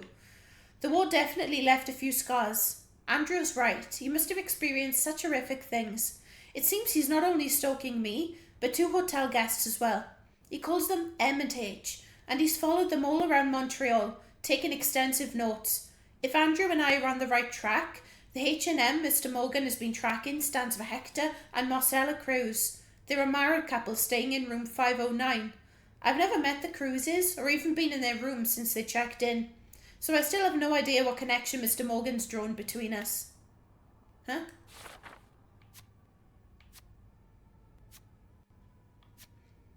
False alarm. The phone ringing may as well have sounded like a gunshot for how much it spooked me. I picked up, expecting reception to tell me that Mr. Spade was on his way back up, but it was just Andrew eager to hear more about what I'd found. I appreciate his investment, but I had to make him promise not to call again, barring a real emergency. This whole thing is far too nerve-wracking. Tell me about it, I couldn't do it. It looks like Mr. Morgan's stalking doesn't end with me. He's also following two of the hotel's guests, M and H. I can't believe I'm saying this, but I'm grateful he only took pictures of me. He has extensive notes on M and H's comings and goings, like he's tracking their every move. I need to find out who they are and what we have in common. Maybe that will tell me why I'm caught up in all this. Hopefully Andrew can help, or at least tell me the plot of a book similar enough to this to let me know if the heroine makes it out alive. All signs point to 509. Thank goodness for Andrew. After putting our heads together, we were able to figure out who the mysterious H&M are. Two guests, Hector and Marcella Cruz, a married couple staying on the same floor as Mr. Spade in room 509. I bet a quick look around their room will reveal something, but I'll need my keys, which I left downstairs, probably in the break room. Classic Sophie. Classic me. Oh, where's my cart?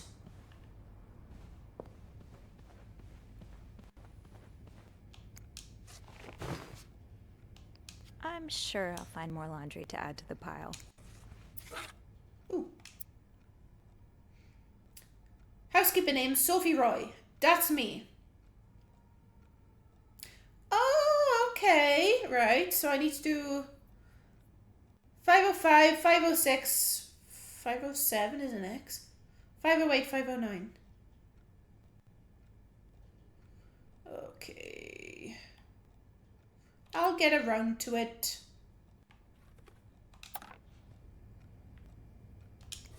Does carrying this everywhere really make us better maids? Bernard seems to think so. Ooh. First rule, be invisible. Guests do not want to be disturbed.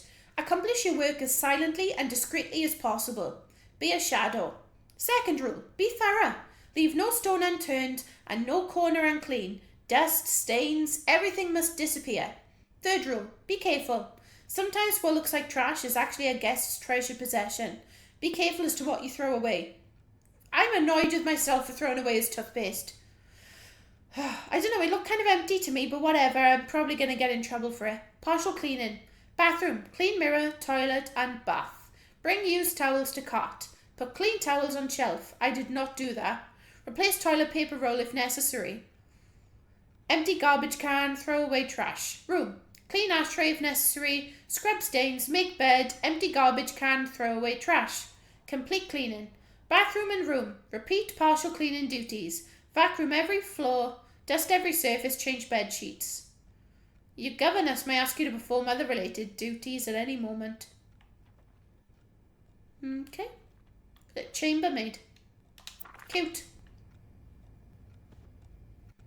I haven't checked anybody's toilet paper. Or replaced any towels. There are no clean towels on this fucking cart. Oh.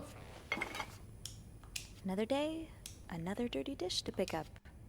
Another day, another dirty dish to pick up. I do have other cups though, don't I? Oh shit, should I be putting this key back? Oh well. A yo-yo. Petit Pots Sugar Frosted Pops. That's a tongue twister for you. Petit Pops Sugar Frosted Pops. I can't say it.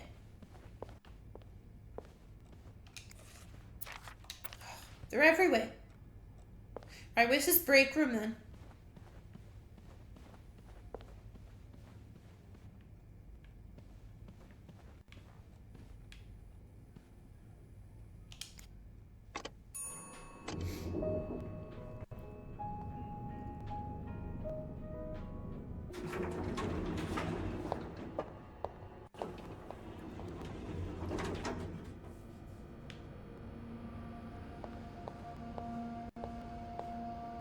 It's your job to report when others don't do theirs.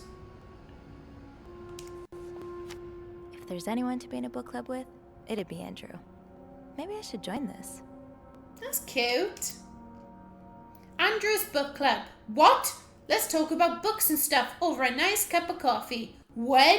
Thursday, 7 p.m. Why? Why not? Where? The Corner Cafe. For more details, please contact Andrew. I will. Can I, Ooh.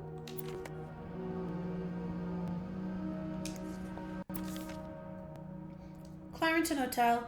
Do not forget to tell guests to avoid blocking corridors with their luggage. This is an accident waiting to happen. Okay. Oh, Carol seems sweet. If I wasn't so bad around new people, maybe we could be friends. Hi everyone, my name is Carol and I've just started as the new maid. This is my first job and I'm really grateful to be given a chance to work in such a nice hotel. I can't wait to meet all of you. Welcome to the team. I hope you will enjoy it here. Nice to meet you. You have the same name as my aunt. Welcome, Carol. Nobody cares about your Aunt Reb. Poor Reb.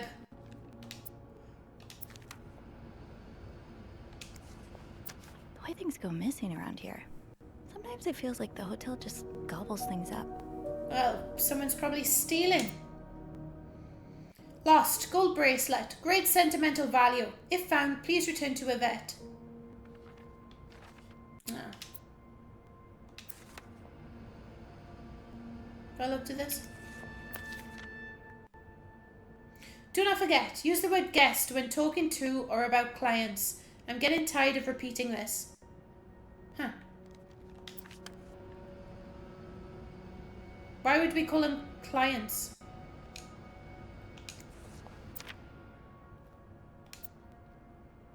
To all employees, as you're probably aware, Valentine's Day is upon us, and we are almost completely booked for the weekend. I know this is the time for colds, but I will not accept anyone missing a work shift in the next few days. I want the rooms cleaner than ever. I also wish to remind you of our continued partnership with Weston's department store. Take every opportunity you have to suggest the store for our guests' shopping needs. Thanks to this partnership, special prizes from Weston's will once again be awarded to our best employee at the end of the month. Thank you, Bernard Leduc, Hotel Manager.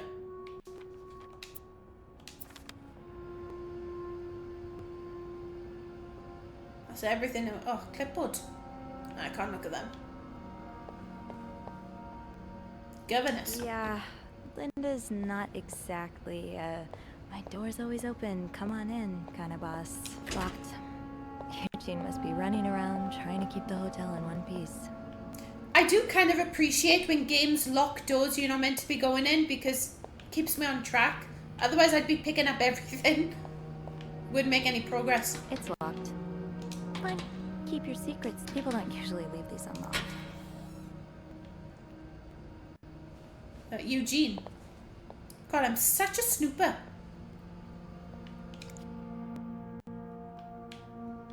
I don't like that they give me the option to throw everything away. Eugene, half the washing machines are out of order. Because of this, I won't be able to finish our current load-in time, and Beth will be forced to offer guests an apology discount. Please fix the machines before Bernard kills me. Rebecca. Clangton Hotel, same-day laundry service, room for 405. Klein. One pair of pants.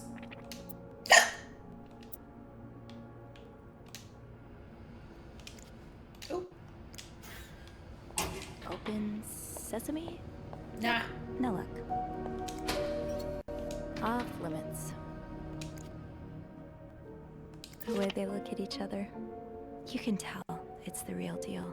Cuties. Can't look at anything else.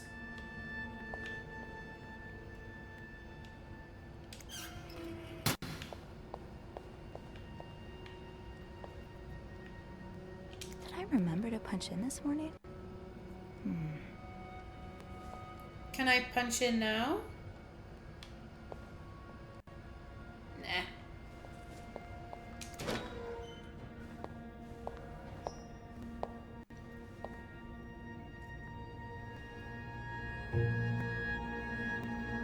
Who's watching me?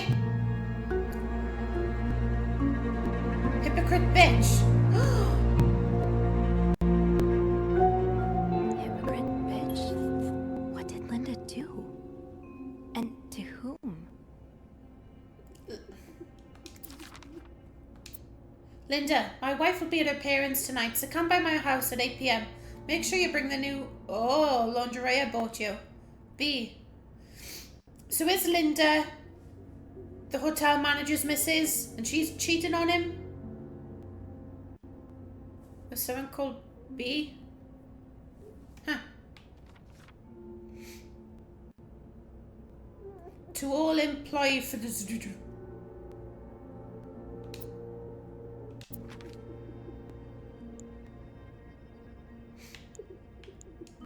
Yeah, let's not leave it. It's kind of nice and... It's not nice. And she's crying in there.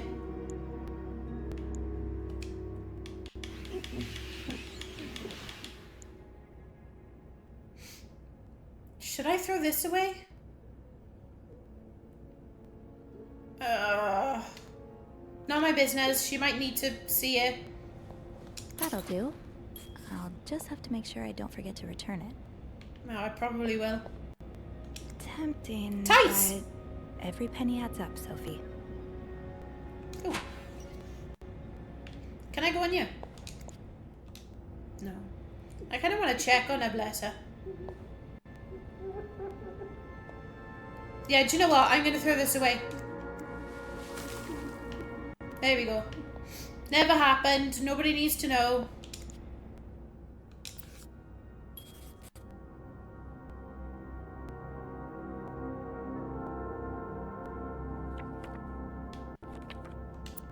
Okay.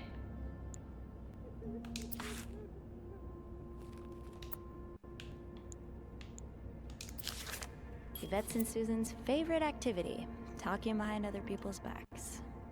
Are these the bitches that were gossiping about me? So now we have to provide soap to the guests? This is getting ridiculous. What's next? A hairdryer in every room? Speaking of hair, ever seen Rebecca's new haircut? I didn't think she could look even uglier. Smoke break at 3:45? S.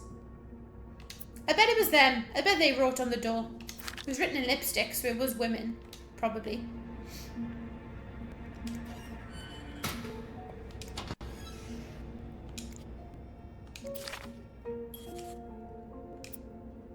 I can't believe Miss Perfect got the Employee of the Month reward again. I'm sure she won't even use the mixer she won.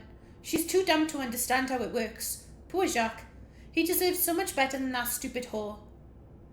Whoa. And did you see the look on Sophie's face when Bernard first showed the mixer? You'd swear that weirdo had never seen one in her life. Anyway, join me at 11:15 for a smoke break.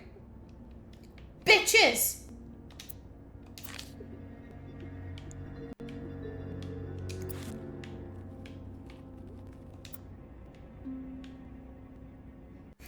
Should I throw their fags away?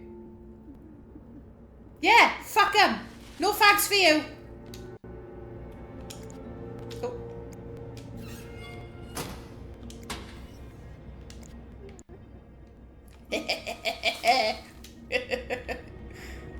Woo!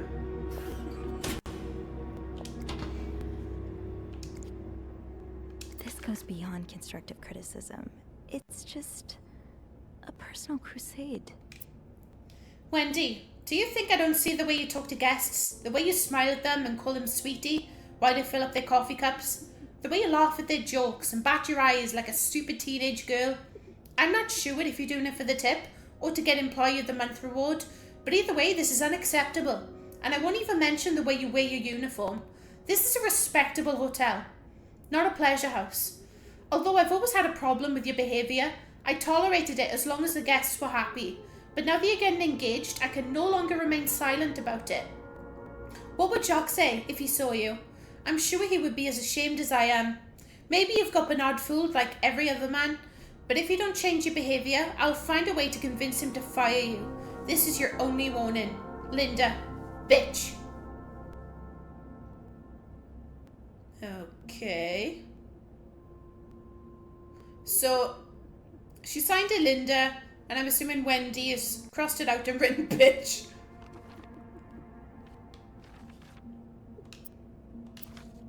Okay.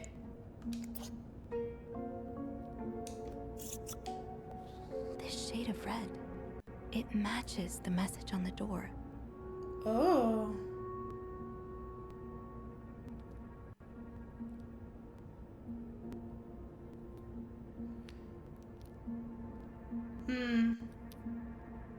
Okay, so it looks like... Is this Wendy? Wendy did it?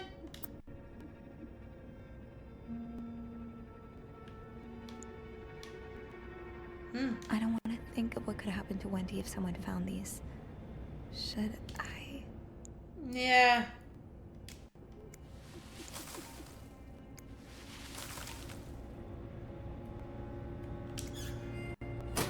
Hang on.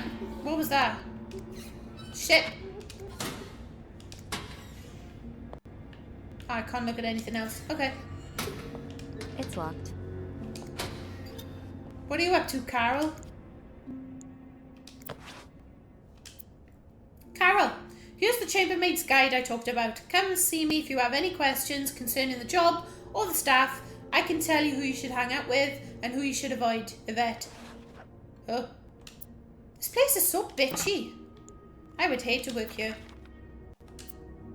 Carol, I hope you're having a great first week here. Valentine's Day is always a very busy time, but do not worry, it should calm down soon. Yesterday I saw you watch while we were playing cards at lunch. You're welcome to join us today if you wish. Nicole. Aw, cute.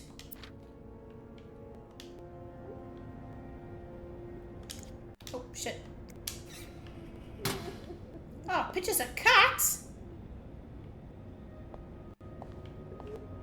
Off limits.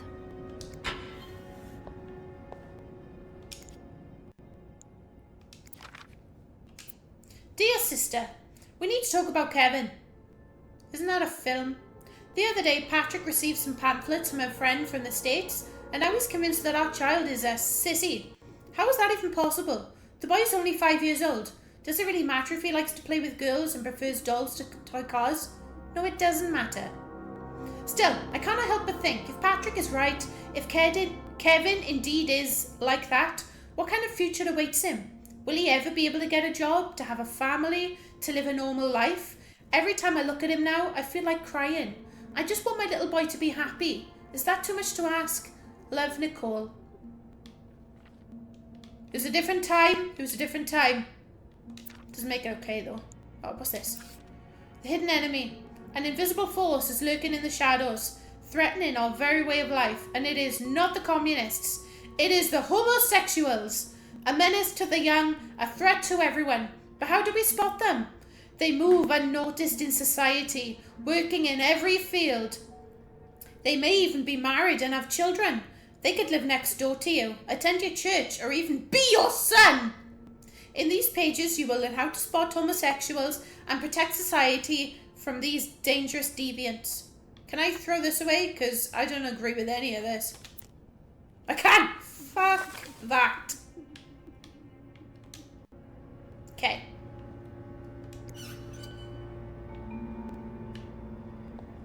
It's I'm locked. such a meddler. Fine. Keep your secrets, locker. Me! Haven't gotten any tips so far today. Saving up for Paris, are we? Who is this? Ariadne's Legacy. That's the name of the boat, was it? Being recognized for doing a good job. That feeling never gets old. Sophie, I've noticed a real improvement in the quality of your work lately. I've heard a few guests saying how clean their rooms are after you go through them. Who knows, maybe you'll manage to steal the Employee of the Month reward from Wendy. Linda.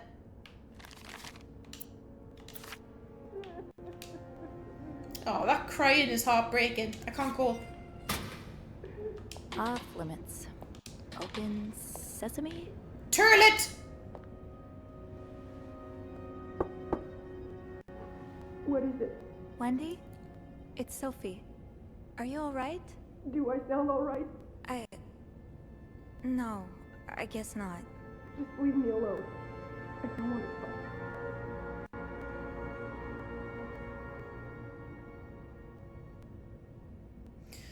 Oh, what do I do? Do I say that I could hear them, or... I'm gonna try and meddle. I'm gonna try and help.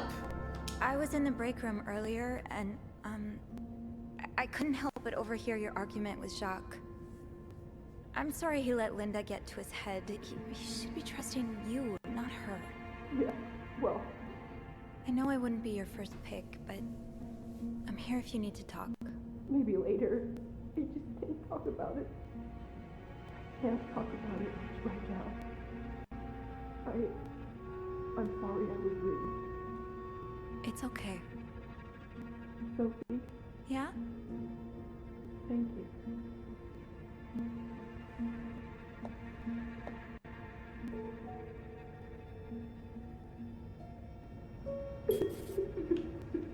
Ah, I did good thing.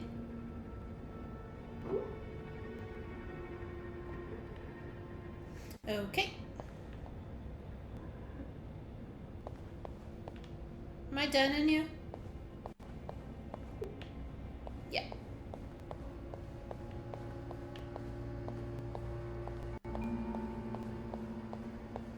I should be able to open 509 now.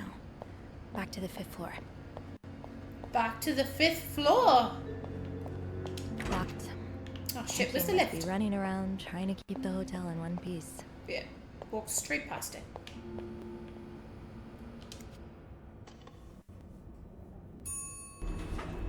Hey, Sophie. Oh, hey, Andrew. On break already? No, not yet. I have to deliver something to our VIP guest. Again? Yeah, the requests just keep on coming. What about you? Aren't you supposed to be in 509? I'm heading up now. I just had to grab Linda's master key before I could continue our investigation. Ah, gotcha. What a day, huh? Tending to an eccentric VIP guest, discovering, well, what you discovered in 505. Pretty exciting as far as a workday at the Clarington goes. Yeah, that's definitely one way to put it. That's not all, though. While I was looking for my keys, I found some graffiti on Linda's door. No way. What is it? The words, hypocrite bitch, in red lipstick. And, I found a red lipstick inside Wendy's locker, so putting 2 and 2 together... Well, Wendy would have the most obvious motive. You'd have to be living under a rock to miss how Linda's been treating her lately. I thought Linda was the one crying, so that's why I cleaned the lipstick, but it turns out it was Wendy, and Linda is making Wendy's life hard, so now I kind of wish I left the lipstick there, because now she's not even going to see it. It's not going to, I don't know, maybe shake her to her core and make her a bit nicer. So I think I fucked up there.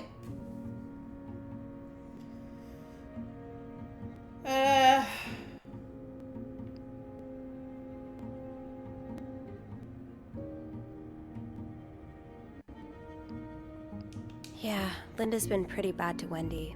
I'm not surprised she snapped. Remember her birthday? Bobby slipped her a slice of cake from the kitchen, and along came Linda to confiscate it, telling Wendy she was doing her a favor. I don't know how Wendy managed to keep her cool. If it had been me, I probably would have burst into tears. Yeah, interpersonal conflict makes for a good read, but in real life it can be a bit much to deal with. You've always been good at staying above it, though. You get along with everyone. Oh, I can flirt! Woohoo! I don't think I get along with everyone, but some people are worth getting friendlier with. Battle slashes! Oh, thanks. I'm glad not everyone around here thinks I'm a complete bore. Wait till Beth hears this. Well, it was nice to chat. Don't let me keep you, though. I have to head to maintenance anyway. Maybe Eugene can help me find the product our guest of honor is looking for. Yeah, we've both got a lot on our plates today. I'll be ready and waiting for your updates on H&M. Take care. You too.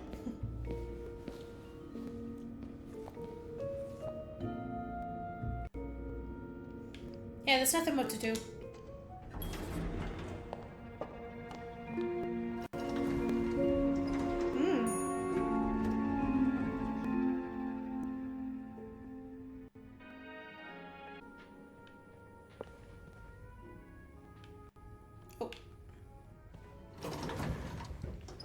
509.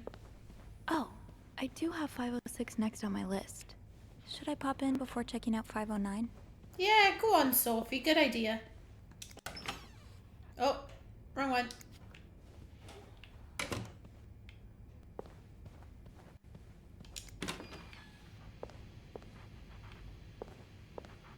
Oh boy, someone's been living it up.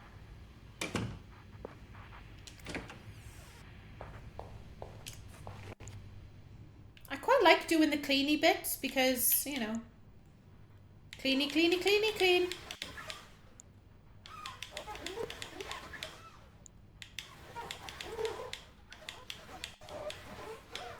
Spotless. What's the story behind this? Slipped in some mud or shit. I'll put it back. Oh my god. Who does that? Absolute animals. Sorry for the mess. Great.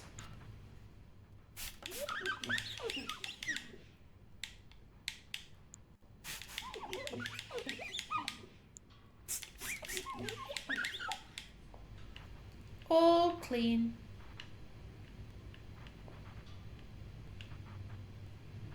Okay.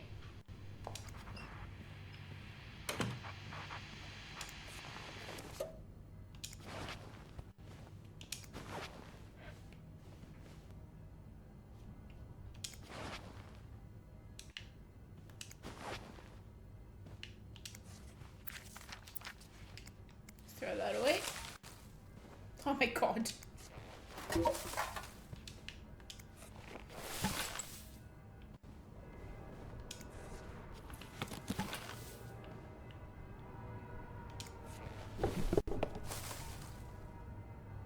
The fuck were they doing?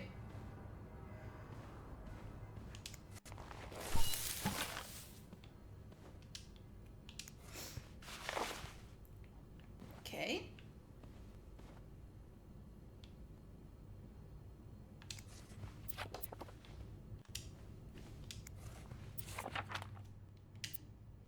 Did he really just scold us for talking? These Montreal cab drivers, I swear. I know, I thought he'd appreciate us trying to make conversation.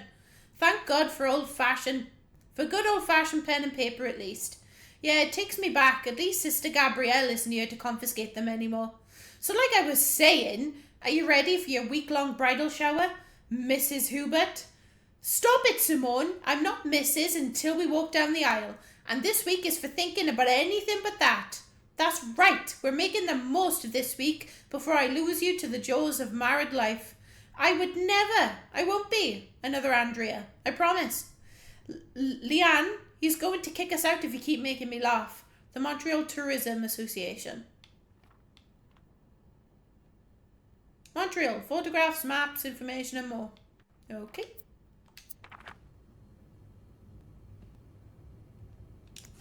Another fan of The Gossiper. I never did finish that article from this morning. That feels like so long ago now.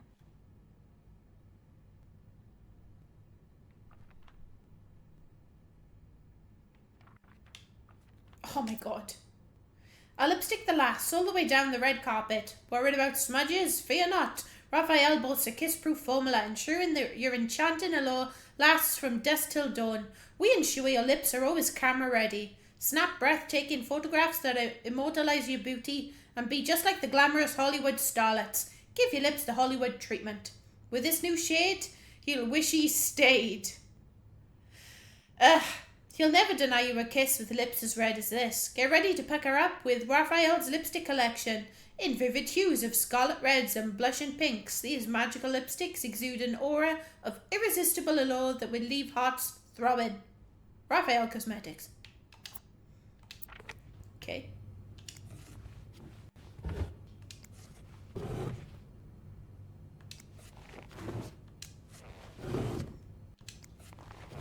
Sometimes there are things in these drawers, so I'm gonna check.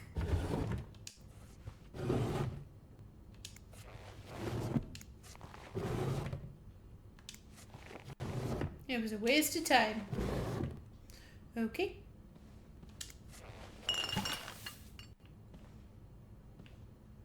Alright.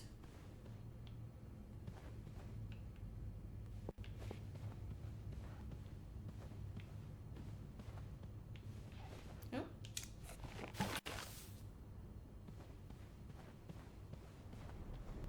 Nothing outside. What's this switch? Oh.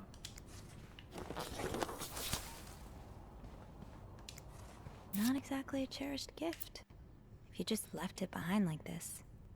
And I'm not going home without a prize. Dear my beloved Leanne, much as I would have loved to spend this Valentine's Day with the woman who's about to come by Mrs. Hubert, I'll happily make do with a lifetime of Valentine's Days awaiting us. Enjoy your week in Montreal. I'll be eagerly awaiting your return and the start of our new life together. Love, Gregory. P.S. Don't let Simone rope you into anything crazy. Tell her I need my bride back in one piece. This Valentine's Day, I'm on the hunt. And I'm not going home without a prize. Okay. Huh. Should I be throwing that away or are they coming back? I'm going to leave it there because it might be important. Is this another Bible? Yep. Nothing in there. Okay. This picture's, yeah. Nice.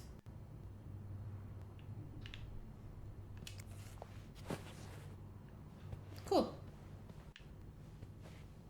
Is that everything? Cool. The writing on the door. While retrieving my keys from the basement, I found the words hypocrite bitch written in red lipstick on Linda's door. There's a recipe for drama if I've ever seen one. I wonder who's behind it. Well, we know. Wendy. Thank goodness Linda keeps a master key in the locker room, in case any of us ever misplaces her on set. I can now unlock room 509. Hopefully I'll find some answers in there. Weeping Wendy. Wendy's not doing so well. She's holed herself up in the bathroom, sobbing her heart out. I tried to comfort her and offered her a listening ear, if ever she needs it. I don't know how much it'd help, but at least she knows she's not alone. Andrew and I agree that the graffiti left on Linda's door, hypocrite bitch, was most likely Wendy's doing. I hate to say it, but Linda's given her enough cause after all. Yeah. Getting into 509 will be no problem with the master key. Let's get to the bottom of all this. Oh, more colleagues. Yvette. Yvette is one of the Clarendon's maids. She and Wendy used to be best friends, but now she's just awful to her. She and Susan have teamed up to ensure that no one at the hotel goes ungossiped about. Rebecca. Rebecca works in the Clarendon's laundry room. It's a tough job to do on your own, but she manages to get it done. She's a little withdrawn, which makes her an easy target for some of the other maids, but from what I can tell, she's sweet. I don't know how much I should buy into this, but there is word among the other maids that there's something going on between her and Bobby. I can't say I would have imagined that pair. Susan. She got a beard? Susan's another maid who works here. She's a notorious gossip and loves to make fun of others behind their back. She and Yvette share that charming habit.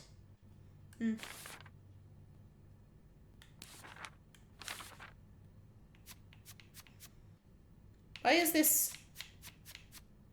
Oh. Andrew's mystery guest. I bumped into Andrew again in the elevator. From the sounds of it, the VIP guest on the 6th floor has been busy with all kinds of strange requests. I tried to press him for more information, but all he gave me was this cryptic hint. I like to prolong the suspense. I'm dying to know who it is. Andrew clearly knows how to keep a secret. So is it like a thriller writer? Crime thriller or something?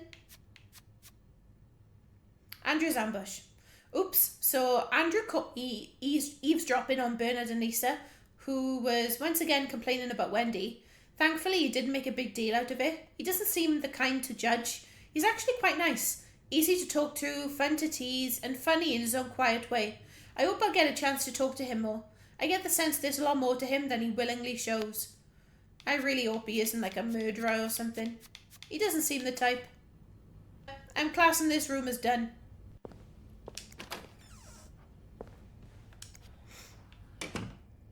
509 is the one I need, isn't it?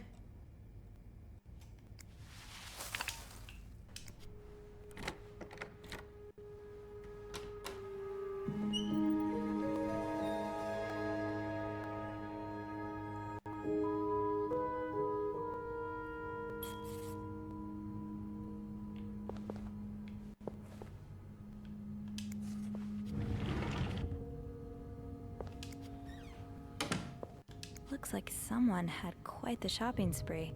Mm-hmm. Looks like someone had quite the shopping spree.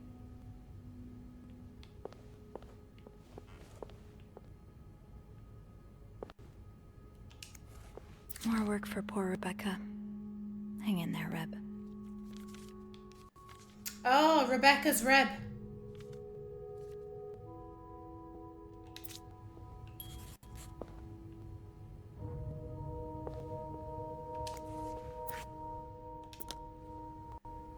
No combination, no entry.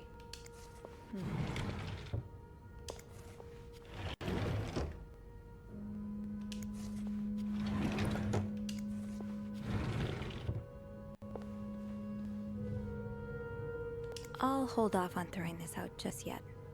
The food's practically untouched.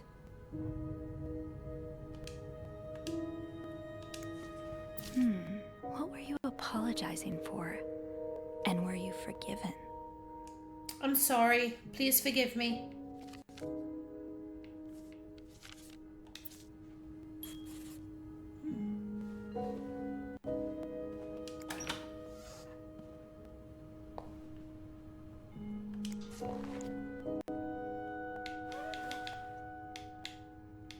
Oh, they've left a ring.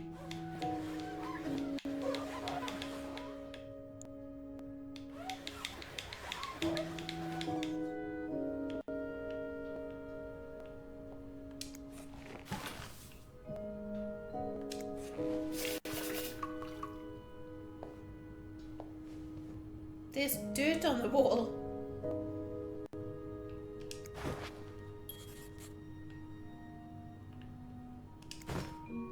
Oh, I left the clean towels on my cart. Do I need to get more?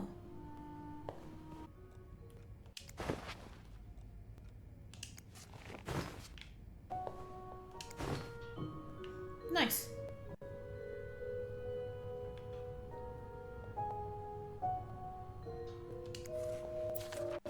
These are lovely. I wish you'd had more confidence in yourself. I still love you as much as I did on the day I met you. I will always remember the first time I saw you in that beautiful blue-red dress on the... It seems like only yesterday when I first... 10 years ago I promised I would always love you, and today I pledge again what I pledged 10 years ago. Everything changed the day you came into my life. I hope it will change again when a new member enters our fam. I hope we can soon expand our family with her. You know how important family is to me. Minus the hiccup.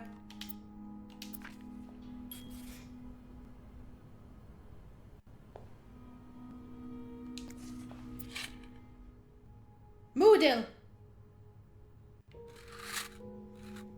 Each Moodle tablet contains 4 active ingredients: acetophenetidine, aspirin, cinnamedrin, and caffeine.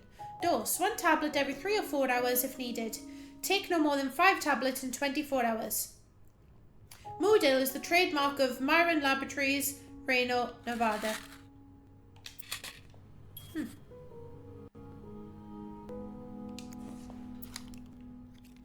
Yes, the toothbrush. What the fuck is this? I've been spitting ink on this.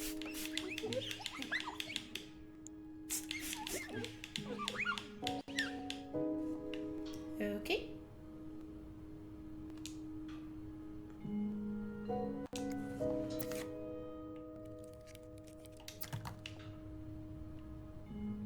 I'm really annoyed with myself for throwing that guy's toothpaste away.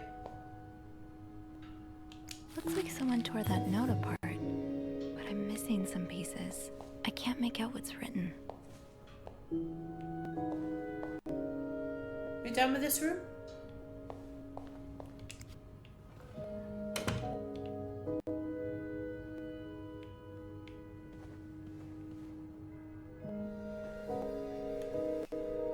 Sleeping on the couch.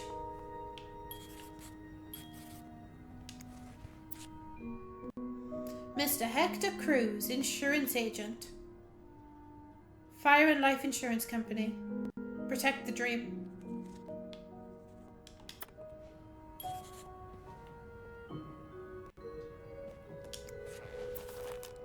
We've read that. That's the menu.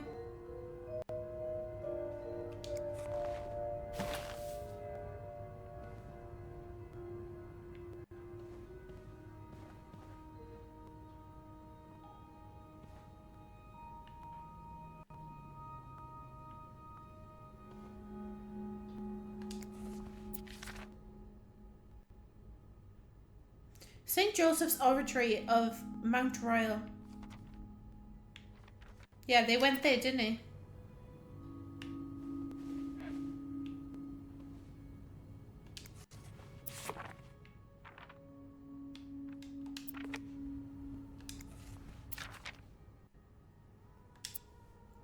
Expenses, Montreal vacation. Taxi, hotel restaurant, tramway, Chez Florence restaurant, flowers, church donation, tramway, room service.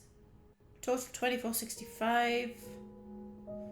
Okay, hotel restaurant, taxi, Harris Diner, tramway, Western's department store, hotel restaurant, total $62.65. Hotel restaurant, taxi, Beaver Lounge. Okay.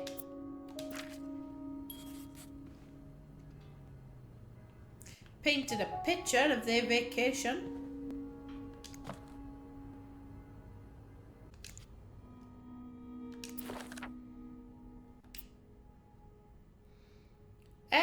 SW, meeting with John. SW, 10 a.m, 9 a.m, A-cut, bank appointment, February 2nd, notary appointment, departure, Montreal arrival, Clarendon Hotel, wedding anniversary, don't forget vows, attempt number 12. Oh no, someone's trying to woo the other. Rose petals on bed, return trip.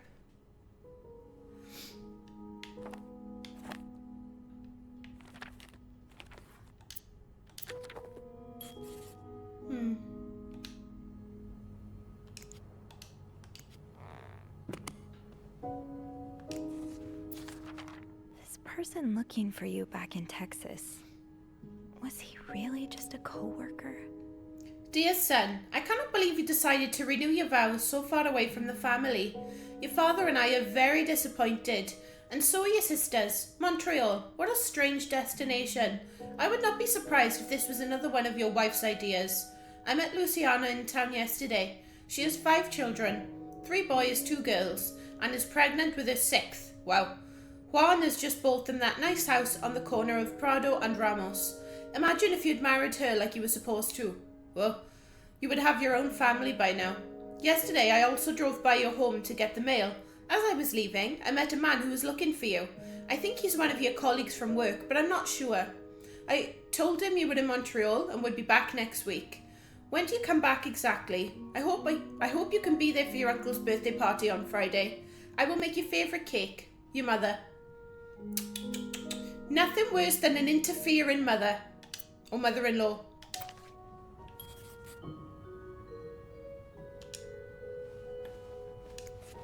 Wow, you look like a couple out of a magazine. Oh wow, he's handsome, she's pretty. What a couple. Valentine's Day, 1948. That's when they got married. Oh, okay. So they're renewing their vows this Valentine's Day gone, are they? Cute.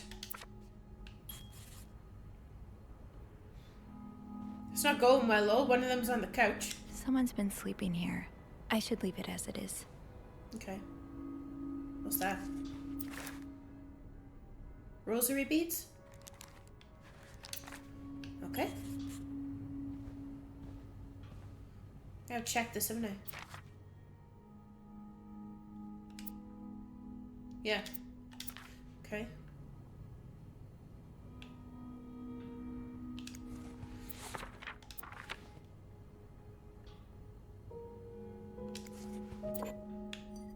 Dirty. We'll take that.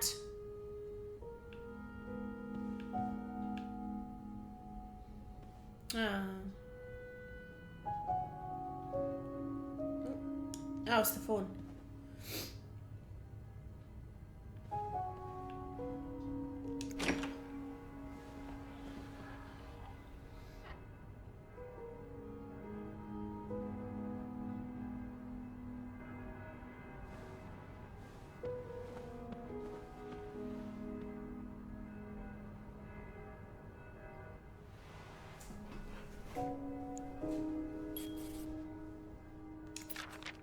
Mrs. Cruz got her personal information stolen.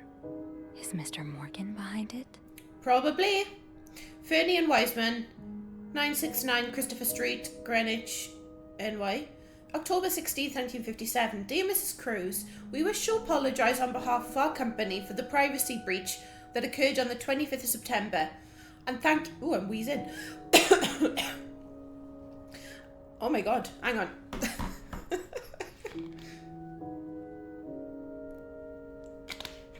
I'm like a squeaky toy. Okay, that's better. On the 25th of September, and thank you for calling it to our attention. We're currently investigating the breach and trying to understand how this individual was able to obtain your personal information. Rest assured that we'll put measures in place to make sure the situation does not repeat itself. Your privacy is, and always will be, one of our top priorities. Sincerely, Harold Fernie and John Wiseman. Or Wiseman.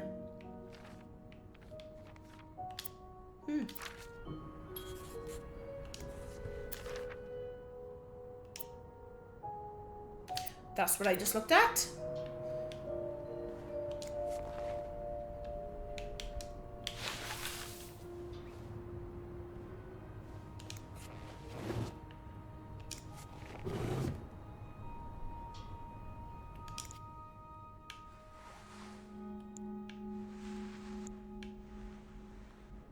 Wonderful. And the other pillow I can't get because it's in that room, isn't it?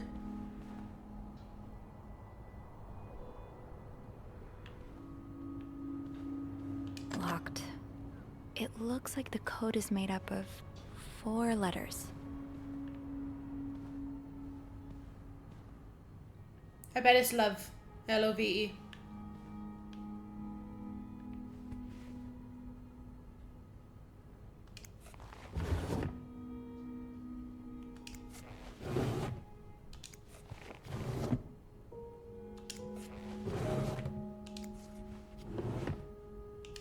Nothing there.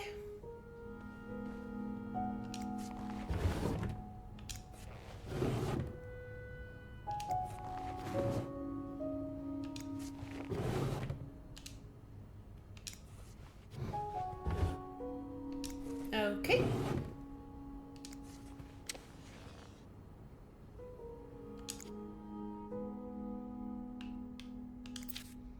Am I reading this right? The account's been emptied. That's never good, is it? That usually means someone's leaving or someone's planning on knocking the other one off.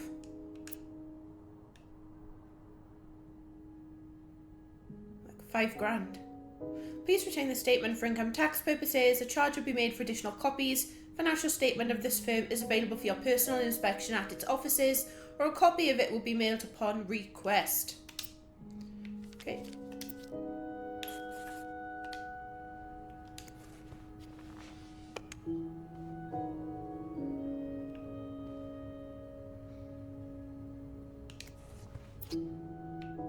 What's that? Oh, it looks like a... Shit, what they call like a cryptex? Like some Da Vinci Code shit. Oh! Oh, it's lipstick. Really striking. Chloe.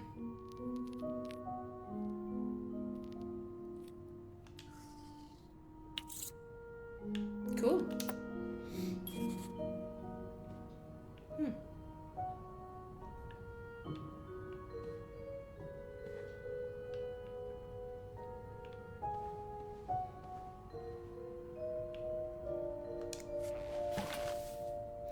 another piece of the paper. And one in there. Oh, is it Andrew?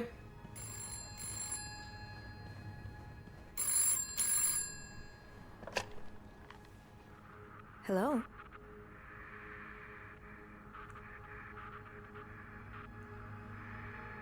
Hello?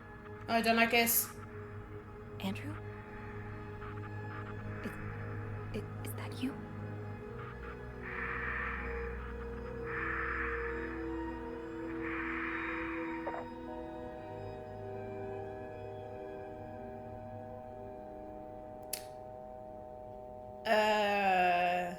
Call reception?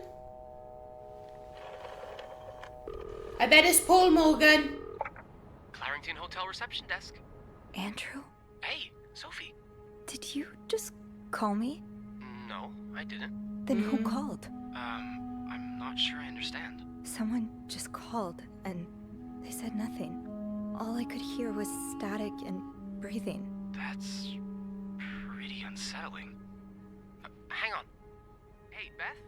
You got a minute? No. Give me a second, Sophie. Okay, so Beth tells me she just patched a call through to 509. Did she recognize the caller's voice? Oh, do you think maybe it was Mr. Morgan? Yeah. Let me check.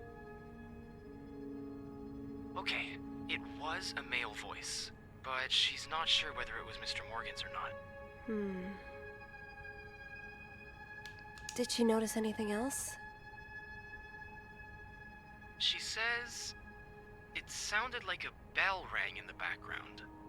Like an elevator bell. So she assumed whoever was calling was one of our guests. You didn't see Mr. Morgan come back to the hotel, did you? No. I get why you're on edge, but I don't see any way he could know you're in 509. I haven't spoken to anyone about this. He's watching me though. I know you didn't. Can you ask Beth not to patch any calls here for a while? Yeah, sure thing. Thanks. I haven't had time to check all of 509 yet, so I better get back to it. Wait a second. I just remembered something about this morning. I can't believe I didn't think about it before. What is it? A few minutes after Mr. Morgan knocked over that vase in the lobby, I saw Mrs. Cruz rush out of the hotel, all alone. Really? Do you know what time it was exactly? I think it was a minute or two after 10. What? I remember hearing a loud noise on the 5th floor right around that time. Like a door slamming really hard. Or a gun? It was her? Maybe. Did you notice anything weird about her? I don't know. She passed by the front desk so fast I barely had time to see her. Although... Yeah? I've always seen the Cruzes as a pair. I suppose it is a bit odd that she left without her husband. Maybe she was sneaking out. Or maybe she was following Mr. Morgan. Yeah. What if Mrs. Cruz wanted to kill her husband, so she's taken all this money out so she can get the cash, and hired Paul Morgan as a hitman? He needs the money. He's stalking them, watching their movements, waiting for the perfect time. The big bang could be the gun. He does have one. Ooh, it's all coming together. Maybe. I don't know. Hopefully I can make sense of all of this. I'm sure you can. Give me a call as soon as you found something, okay? Okay. Thanks for the info. Oh.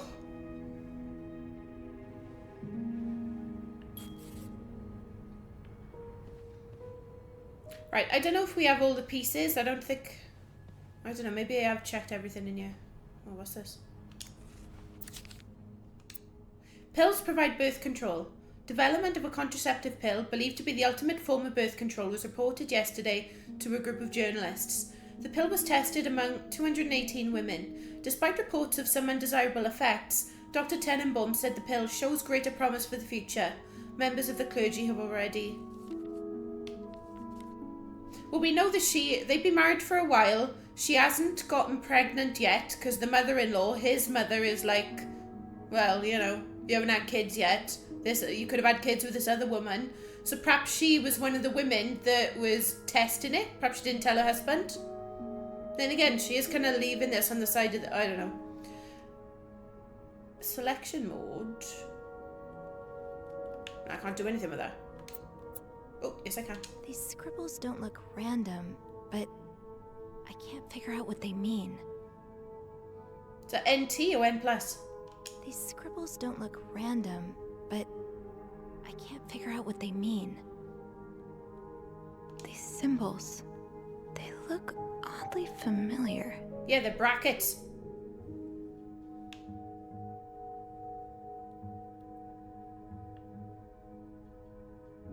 Huh.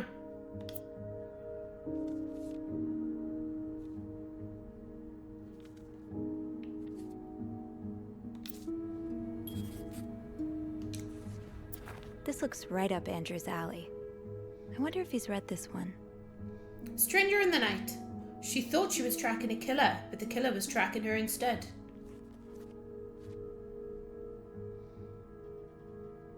Gloria Gray is an aspiring writer who works in a diner by day and writes crime fiction at night. When a series of murders occur across the city, she decides to pursue the killer in the hope of turning her story into a best-selling novel. She meets Hugh, a mysterious young man who offers his help in finding the murderer. Soon Gloria starts to wonder if he is the killer. Ooh. Are these significant, do you think? Or are they just there to kind of throw us off? Oh, it's a clue apparently, alright. What's this? I can't look at it.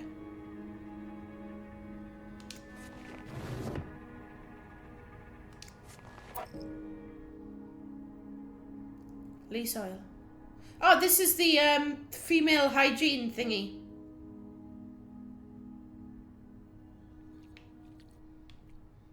Cleans, deodorizes, disinfects. For feminine hygiene. Warning, keep out of reach of children.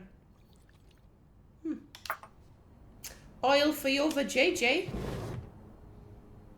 Yeah, so this is her side of the bed then. Which makes sense that she's put that there.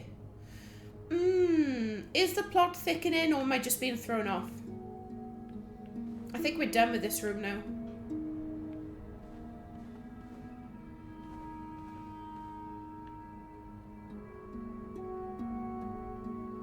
I don't think there are any notes to find, so this, Can I put the whole thing together now? Oh, more characters. Hector Cruz. Hector Cruz, or to use Mr. Morgan's shorthand, H, the other Cruz and the husband of Marcella. They splurged on a suite, but I know not to assume that's the sign of a happy marriage, especially when someone's made up a couch bed in the living room. The tension in their room is palpable. Hector works in insurance back in Texas. He must have taken some time off for this trip to Montreal. Hector's mother is definitely the pushy type, judging by a letter she sent. Yeah, we know that. It seems like the Cruzes are in town so they can renew their vows. And from the looks of it, Hector's mother really wants them to hurry up and give her grandchildren. I'm suddenly grateful that Mum was never so pushy with me. She also mentions that someone's been looking for Hector. Maybe I'm just being a hammer looking for a nail, but could that have anything to do with Mr. Morgan and his stalking? I'm thinking yes. Marcella Cruz. One half of a couple staying in one of our suites. There are more than a few hints in their room that this isn't exactly the second honeymoon of her dreams. She's clearly caught up in something. Marcella has a letter from Fernie and Wiseman containing an apology of some kind of security breach. I don't know exactly what that means. I don't know what that means exactly, but it can't be anything good. My mind immediately went to Mr. Morgan. Has his stalking really gone so far? Marcella has a bank account in her own name. According to the statement tucked away in her jewellery box, the last transaction she made was a withdrawal of the entirety of her savings. Yeah. Does Mr. Cruz know about this account? How did she make this much money? What plans does she have that involve $5,000 in cash? Did she withdraw the money willingly? So many questions. Or she could have just taken the money out to pay Paul Morgan for being a hitman.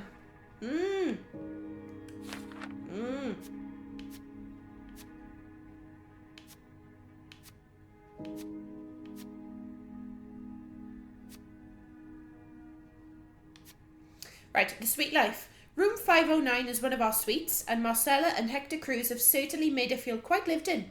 There's a lot to look through, so I better get started. The answers I'm looking for might not be readily apparent, but when in doubt, clean. I'm sure something will come up. Sorry? For what? Somebody left a note on the table apologising for something. One of the cruises clearly wronged the other, or thinks they did. But I don't know anything more than that. I'm sorry, please forgive me. 5 little words can only say so much. A secret message. Lo and behold, a little bit of cleaning up later, and I stumbled upon something curious. A message of some kind, torn up and discarded. If this first piece was discarded so carelessly, then I might have a chance of finding the others. Sleeping solo. One half of the cruises seems to have made their own sleeping arrangements on the room's couch. Whether that was voluntary or at the demands of the other is unclear. I'm on the case. The cruises have some kind of suitcase on their bed, but not the kind I usually see. It's smaller, perfectly square, and can only be opened with a 4-letter code. Hundreds of possibilities, and I don't even know where to start. Cruise? No, that's too simple, I'm sure. A letter is sticking out of the case, addressed to Mrs. Cruz, and signed by a Fernie and Wiseman. Apparently she suffered a breach of privacy recently. Emptying the coffers. There's a bank statement tucked away in Mrs. Cruz's jewellery box. From the looks of it, she withdrew every last cent to her name, and they were a lot of cents, enough to add up to around 5 grand. Why make such a big withdrawal? It's odd enough that the bank statement is in her name too. With married couples, I've only ever seen bank accounts in the husband's name. Maybe things are just different in Texas. Hello? The phone rang while I was tidying up room 509.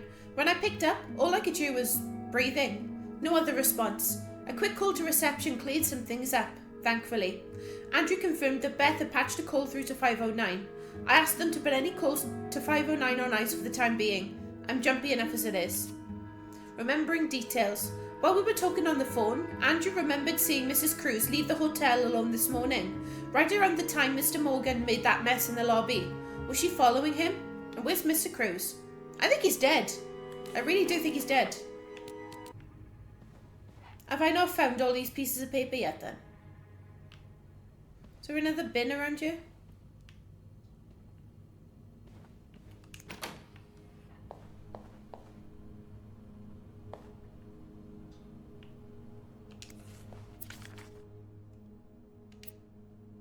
Yeah, I've already looked at that. Ah, he was trying to...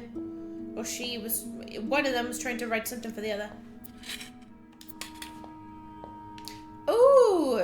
These might be the birth control. I don't know.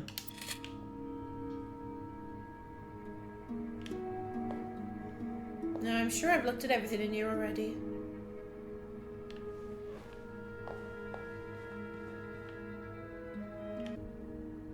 I'm missing a scrap of paper. I just don't know where it is.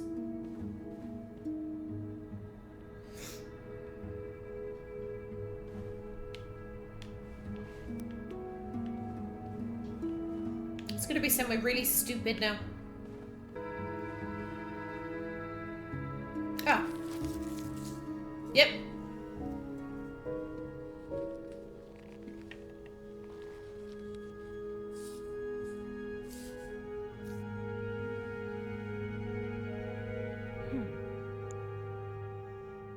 Ooh, puzzle. Oh. Okay.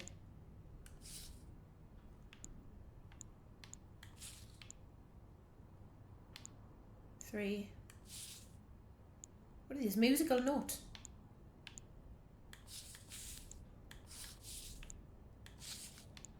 Okay. Ah. Right. Let's do corners.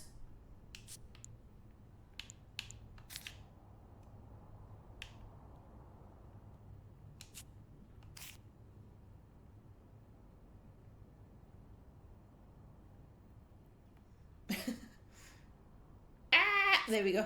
All right. Stick you up there for a minute.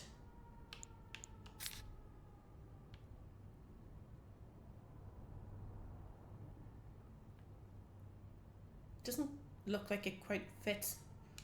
Put that there a minute. Ah. That's because this goes up here.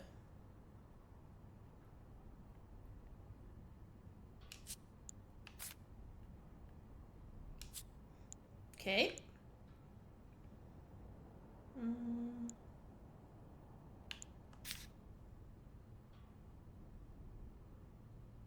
Nope.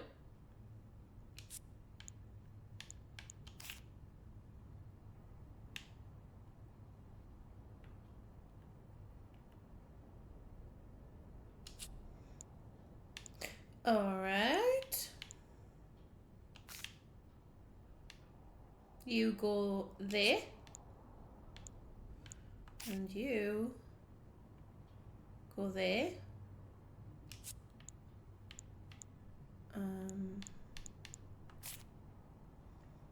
You go there.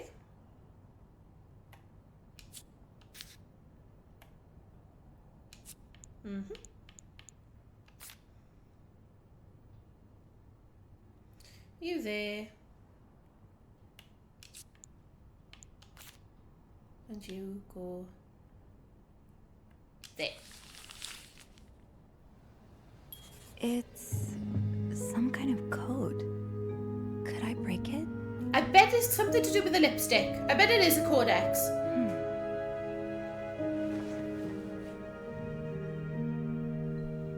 Why's she getting up? Oh. Snoop around to find missing symbols. Ah, well. Lipstick.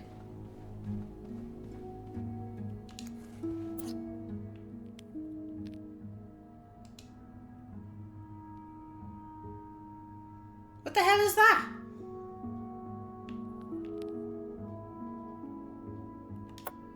Oh, wait, what did I say? Mother of pearl. Mother of pearl made in... I don't know, somewhere. Made somewhere.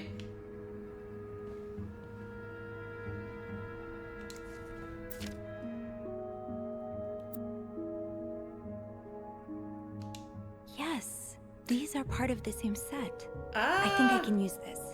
I see. So that bracket is B, that is C, and then G is N, and P is, I don't know, either a T or plus. I'm not going to remember that though, so I hope I can look at this again.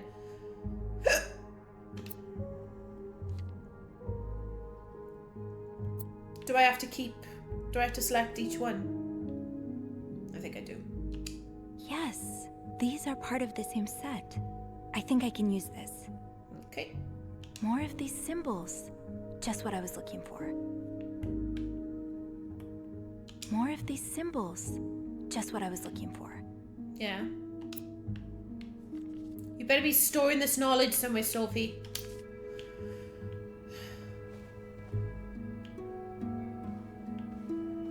Is that enough? Do I need to find more? Because I wasn't keeping an eye for others before. Oh, I see! Okay. Right, okay. Hang on then.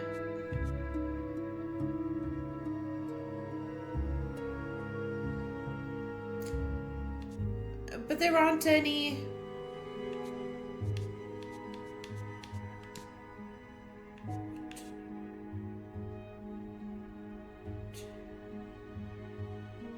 Hang on. Oh my god, this is so hard. Right. Let's just keep looking for a minute.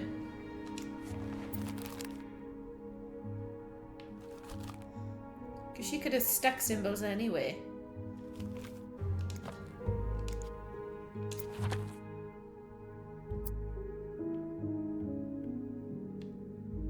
SW. Looks like you had a few appointments with him, Mr. Cruz. Or her. SW.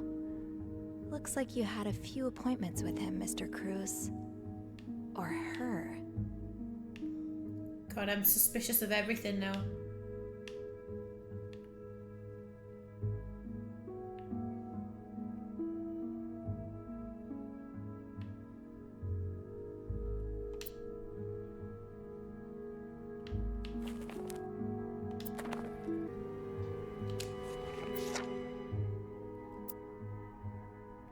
These pearls, they look absolutely gorgeous on you. Though, I bet you could make anything look good. She's so nosy. I'm running out of things to study.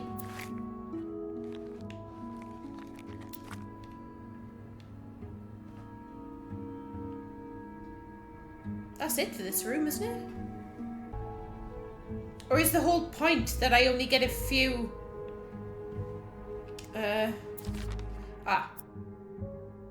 Oh, these symbols match some of the ones on the torn message. Okay. Oh, these symbols match some of the ones on the torn message. That's one of the symbols. Okay.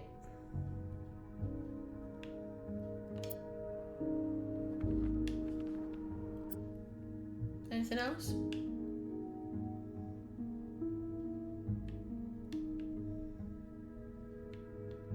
Fernie and Wiseman. Have I seen this logo somewhere? Maybe? Were they in someone else's room?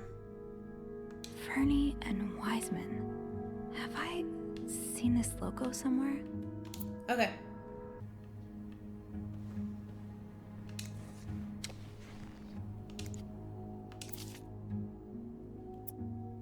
You don't see someone withdraw $5,000 every day. Just what could have made you empty out your entire bank account? Aha! I'll have to remember these. I hope not.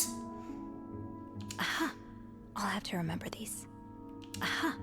I'll have to remember these. You're going to be taking all these into account. So the account's in your name and the statement's tucked away in your jewelry box. That's awfully secretive, Mrs. Cruz. Indeed it is. Indeed it is.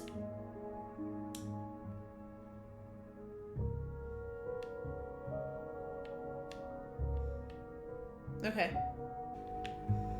Right, I'm pretty sure that's everything now. Let's go take a look.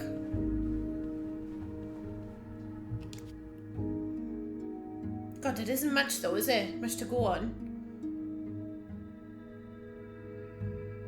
Right, okay, so equals is S.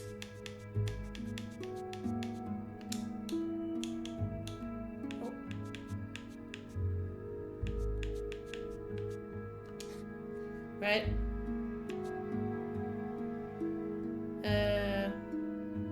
Squiggly line is a T.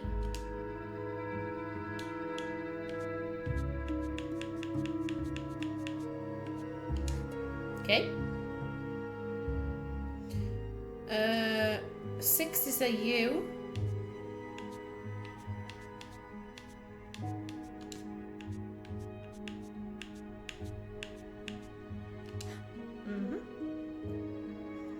W is an 8. No, 8 is a W.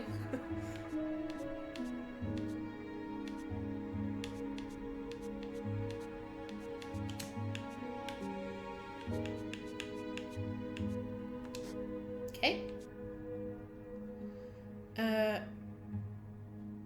No, hang on.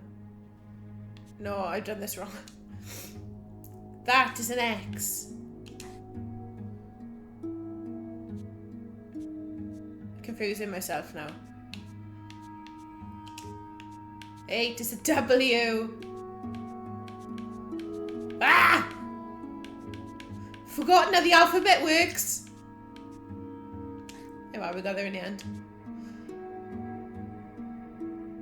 Right. 6 is a U.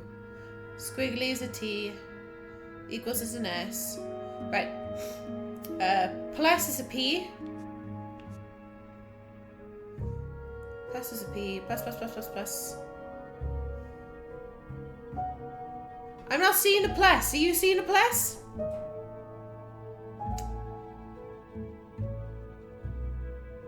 Or is it meant to be a T?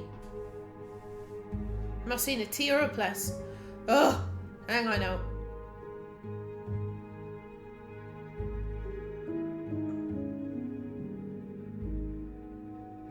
Oh, perhaps that's just to like eliminate that letter entirely. Okay, right. So 5 is an O.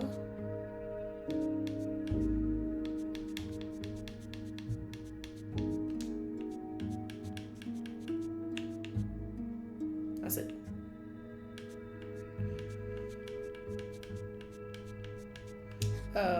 Okay.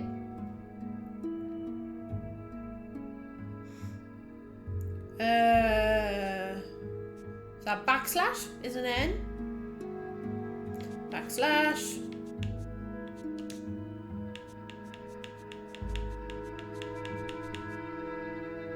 N. Okay. Close bracket is a C. I can't see one of those.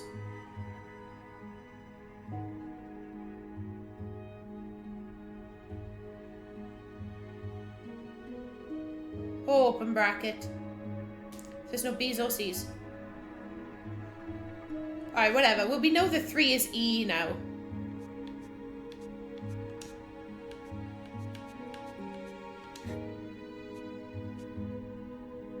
Notes. We know that's probably a H.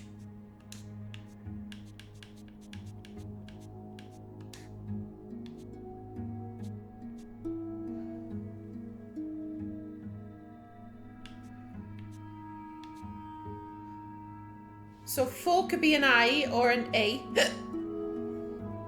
I will. Yeah.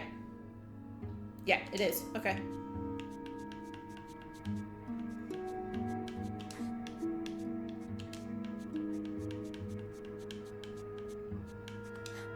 I will something notes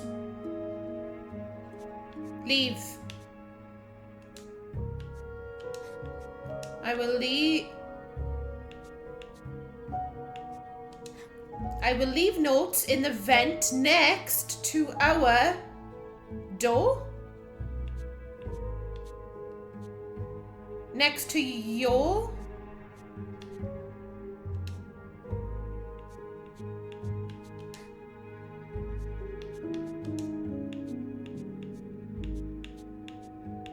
room.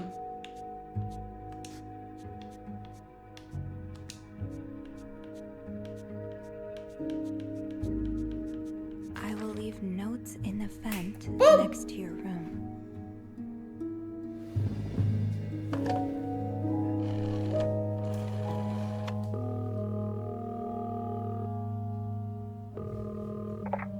Clarington Hotel reception desk. Andrew speaking. Hey, Andrew. It's me. Sophie, did you uncover anything in 509? I did. I found a message written in strange symbols. A kind of secret code. What? Awesome. Did you crack it? It says, I will leave notes in the vent next to your room. In the vent? What an odd thing to do. Yeah. And whoever the message was intended for went through a lot of trouble to hide it. It was torn in 12 pieces and scattered in 3 different trash cans. So the Cruzes are keeping secrets from each other. Do you think maybe one of them's having an affair?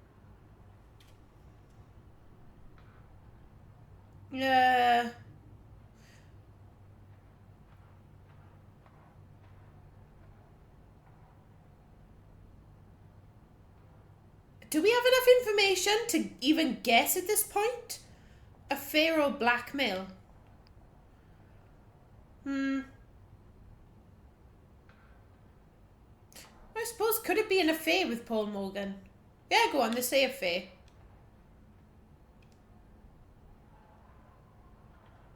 But then the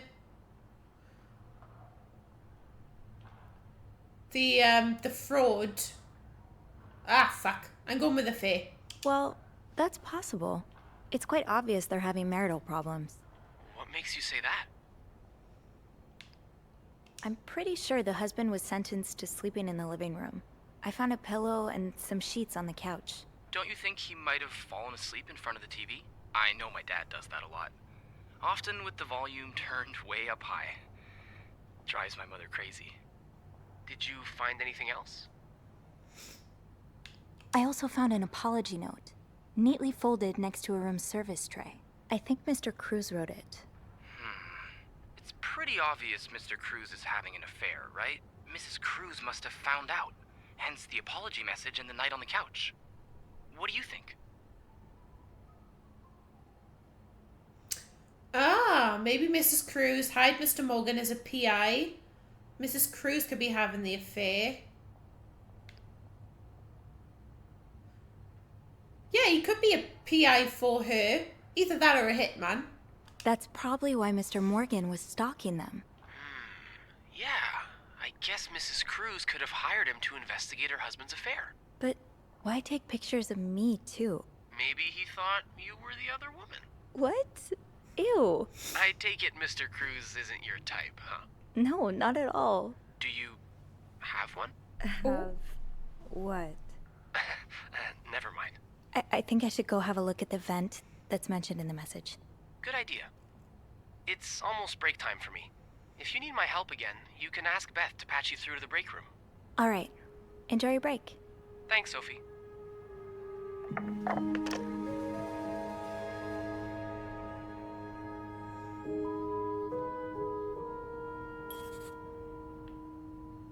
I will leave notes in the vent next to your room. But which vent? The message said next to your room. So it has to be a vent in the corridor. All right.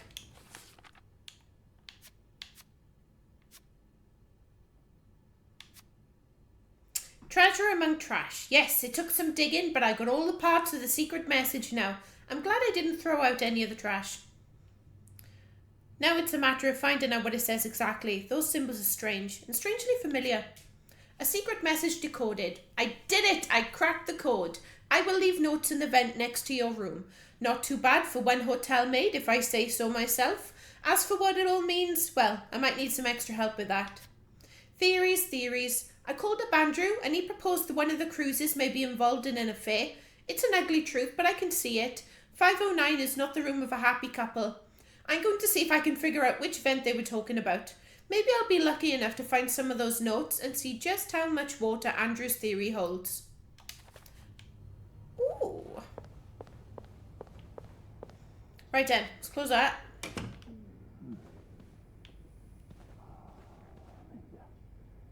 I've been waiting for this all Ew.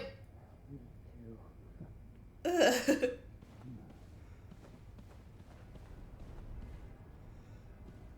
Oh, vent.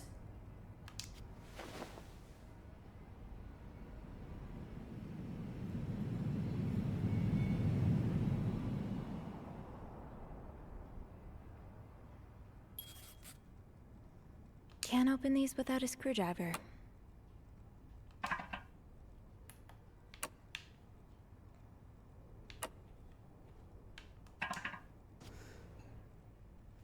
Ah. Okay, so I need to get a screwdriver. I might be able to find a screwdriver in the janitor's closet. Okay, got it. Oh, magpies chasing each other. What a treat.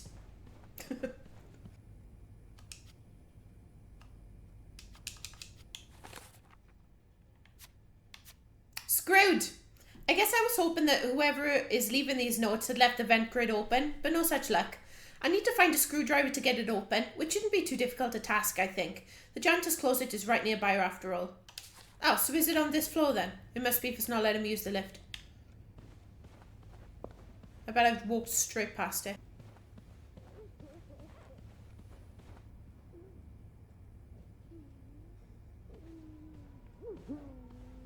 Okay, someone is crying. Oh, it was right there. Right there. Oh, more puzzles. Let me get comfy.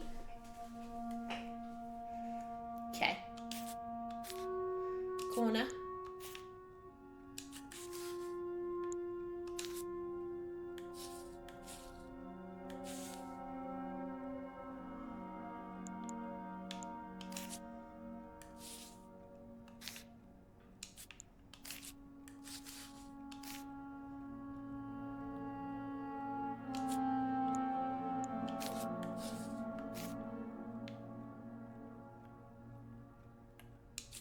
Okay.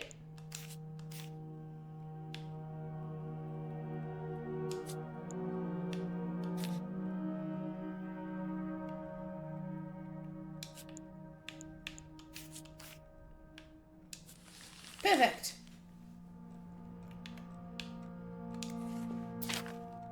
Highest priority, huh? means Eugene's probably working in Bernard's office right now. Eugene, Bernard tells me there's a cold draft coming from his window and is turning his office into a freezer. Fixing this should be your highest priority today, Linda. Why was that ripped up? Huh.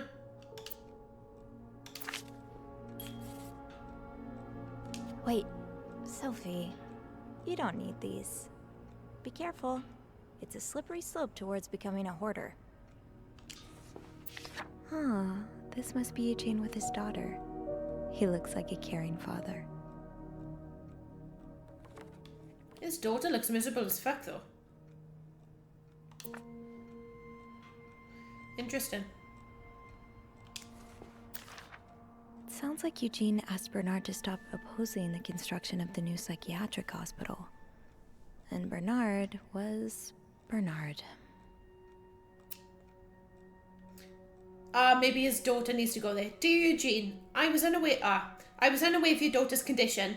I can only imagine how difficult this must be for you and your wife, but do not worry. You only have to look at my brother to see how rotten apples grow even in the best of families. As for your request, I'm afraid I'm unable to grant it. Mr. Weston is both a good friend of mine and a benefactor of the Clarrington, so it would be inappropriate for me to oppose him. Also, considering his great influence in this city, I have no doubt he'll manage to prevent the hospital's construction no matter what. Thank you for your understanding, Bernard Leduc. Well, now I feel guilty for saying his daughter looks miserable as fuck, because she's obviously struggling with her mental health or something.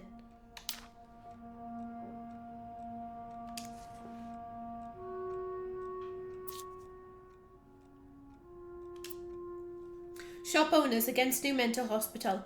A group of downtown Montreal businessmen and shop owners met with Mayor Sarto Fournier last week to air their grievances concerning the city's recent decision to allow construction of a new mental hospital on Dorchester Boulevard. William Weston, manager of Weston's department store, says he and his group will fight tooth and nail to prevent the hospital's construction. While our customers feel safe to come downtown for their shopping needs, knowing there are lunatics next door, he said. I think I've already read this. The hospital would be the first of its kind in Montreal, as patients would be free to come and go as they please. Dr. David Blunt, the young psychiatrist behind the initiative, believes that allowing patients to maintain a connection with the outside world will facilitate their full return to society once their treatment is over. Ah, that's quite nice though.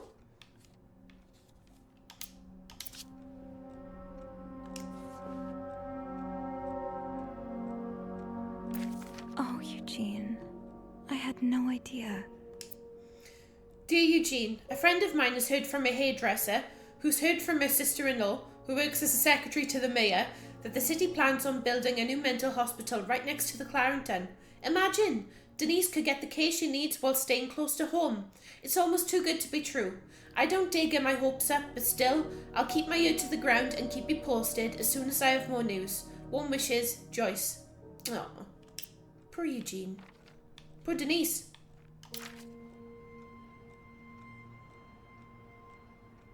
W and J. I've never seen two people more suited for each other. I hope they work things out. They need to. Oh, Jacques and Wendy. Eugene's a pro at fixing the fuse box whenever there's a power outage. Okay.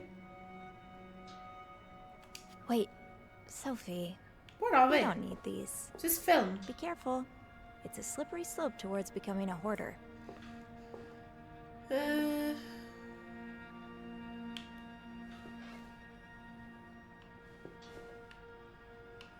I just want to see what I can interact with. Right, where's the screw? Oh, toolbox. Hang on. Right. Shoot, no screwdriver. What's life without a little challenge? Difficult. Difficult is what it is.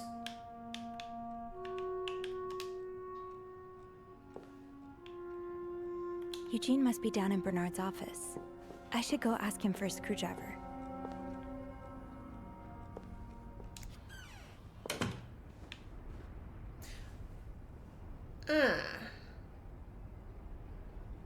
Is Eugene working with Mrs. Cruz, maybe?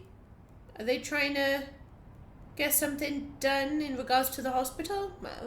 I don't know why she'd have a part in it, but there's still lots more to learn. Anyway, how do we go from hearing sex noises to crying in one of these rooms? Should I be checking on someone? Hello?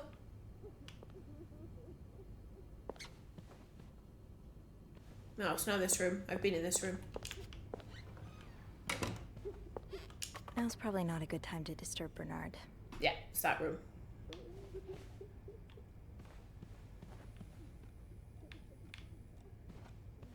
Oh, let's put some stuff in here. I'm sure I'll find more laundry to add to the pile. I got a cup. I got all the towels now. I don't need toilet paper, do I? Nah. Another day, another dirty dish to pick up.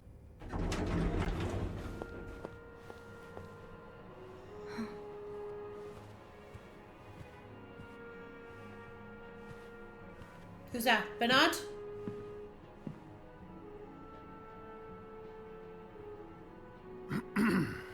Yep. It's, Miss Belivet, isn't it? What? Oh, Roy.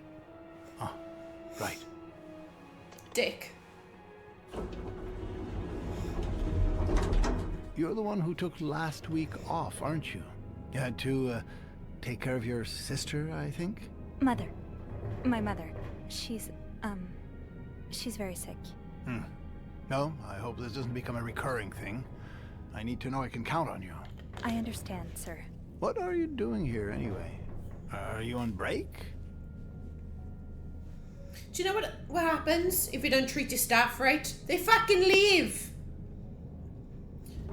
The mask's icon indicates a lie. Lies may get you out of a tough spot, but be careful not to get caught in a lie. What are you doing here? You want a break? No, so tell the truth. No, I'm just getting a screwdriver. A screwdriver? What for? Loose vent. Well, that sounds like a job for Eugene, doesn't it? Yes, you're right. Then leave the repairs to him. Okay, I will.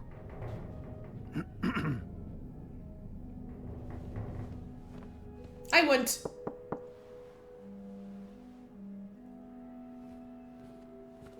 What's going on? Oh, Andrew. Oh, sorry. Seems I've made a habit of sneaking up on you today. Spying on Bernard again? No, I'm looking for a screwdriver. For the vent. Linda asked Eugene to fix Bernard's window. Ah, gotcha. Eugene? What? Maybe you should go have a look. You know what? I'll stand guard by the elevator and, holler if Bernard approaches. Okay, thanks. I'll be quick.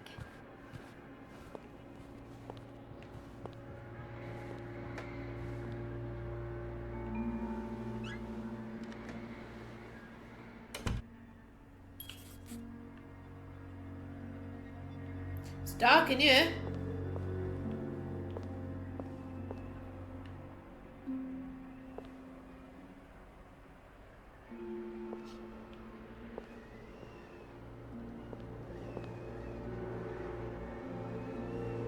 Okay.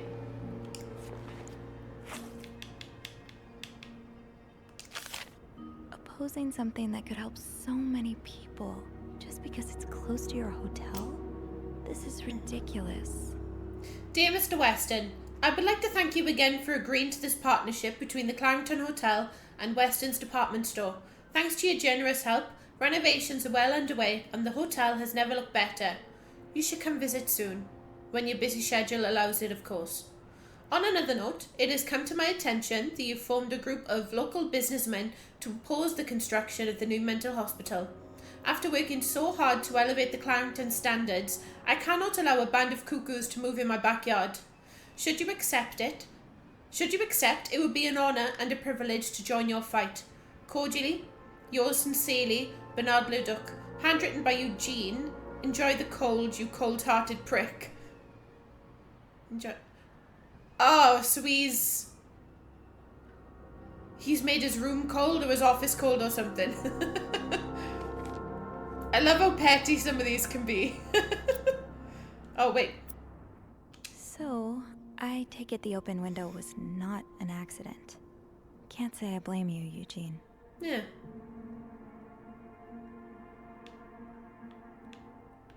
So, I take it the open window was not an accident. Can't say I blame you, Eugene. Okay.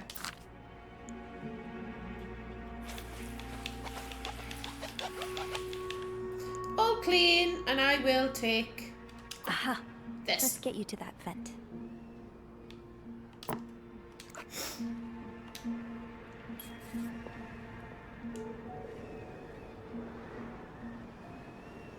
I'll leave that open, and I will... Oh, and to clean again. Yeah, let's throw that away to protect Eugene. Okay, what else can I look at? Oh, shit. Oh, you can't do anything with it. Top drawer. Nothing there. Can't fuck about with the plant. Ooh. Mr. Leduc, my employer has made the following requests. To avoid unwanted attention, his identity should remain secret to both guests and staff. The temperature in room 602 should be kept at exactly 22 degrees. His dog should be fed the very best roast beef. Dogs are eating better than I fucking am. His room should be cleaned every day at 11:30 a.m. on the dot. Eggs should be banned from his room service orders. No one should disturb him between the hours of 4 and 5. More requests should follow once my employee takes possession of his room. Thank you. I do think he's a writer.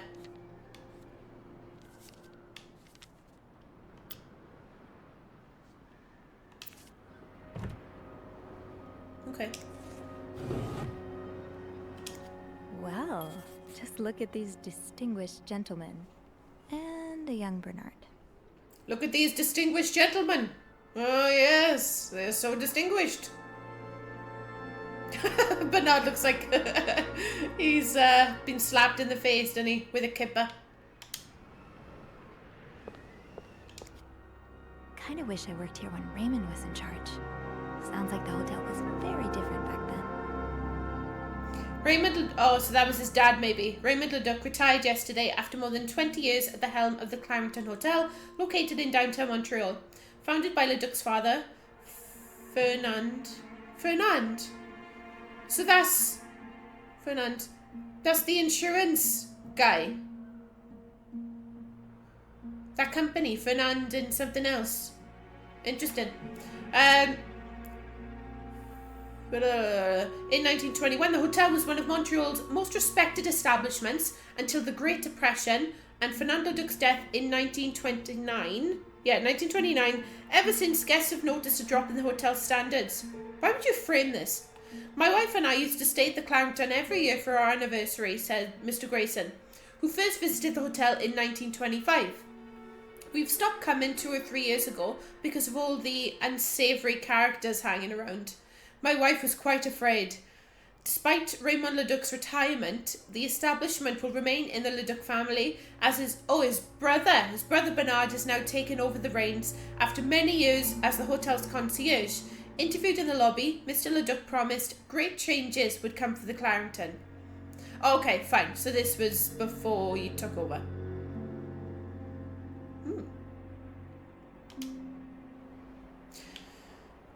Ooh! Can't do anything here? Nah. Right, desk time.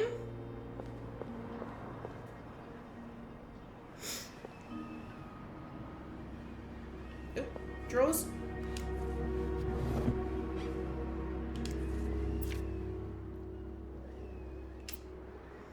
Check on room 602. Ask Eugene to fix radiator. Call Weston's office. Apologise to Mr. and Mrs. Drake for Valentine's Ball mishap. What happened? Speak with contractor about cost overruns. Call Weston's office. Again. Decide winner for Employee of the Month reward.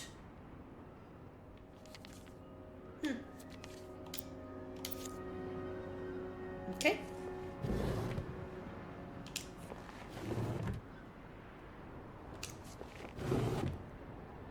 Nada.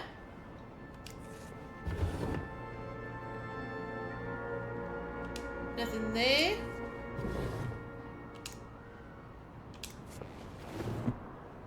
Ew. Is this Linda's? It's only a bra. Could be way worse.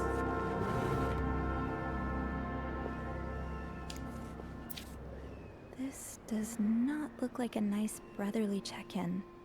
I had no idea things were this bad between Bernard and Raymond. Dear brother, I thank you for your invaluable input, but need I remind you the terms of our agreement? I did my part. I got you out of jail and have ensured that news of your deviant ways would not leak.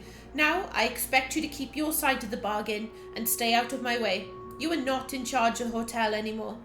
I have worked relentlessly the last 2 years to rejoin the Clarendon to its former glory. A great challenge considering the poor state you left it in. I'm glad Father never got to see how you so shamelessly destroyed his great legacy. As for me, I will be dead too before I listen to a single word of advice from you. You ask I lower our prices, but I can tell you I plan on doing just the opposite. My guests will only be la creme de la creme. Your deviant friends can find themselves another place for their sinful debaucheries. Enjoy your retirement. Wow.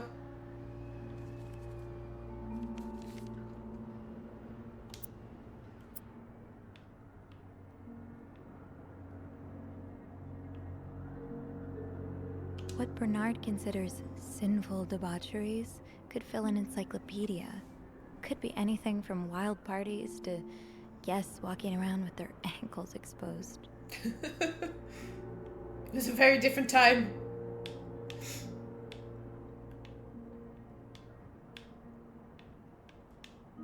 That it?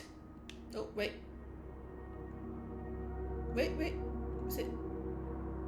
Oh, Bernard. So close to doing something altruistic, but here you are holding it over your brother.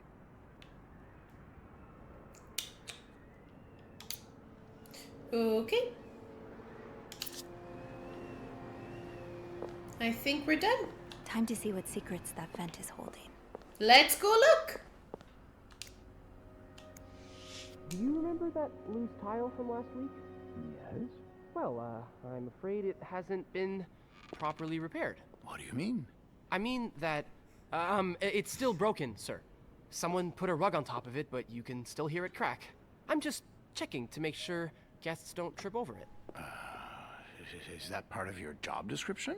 No, it isn't, sir. Well, then I suggest you stop worrying about Miss Belivet. What were you doing in my office? You still can't get my name right. I was simply closing the door. Someone left it ajar. Huh. Must have been Eugene.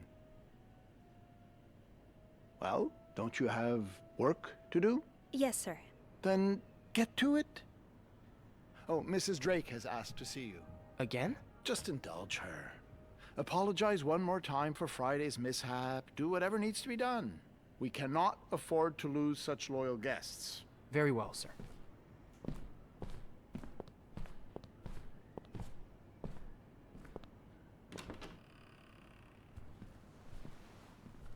Andrew's a legend, covering for me. I think my heart stopped beating there for a moment. Yeah, me too. But at least I found what I was looking for. Perfect. Now, I should probably get to it before you-know-who comes out of his office again. Keep me posted. Will do!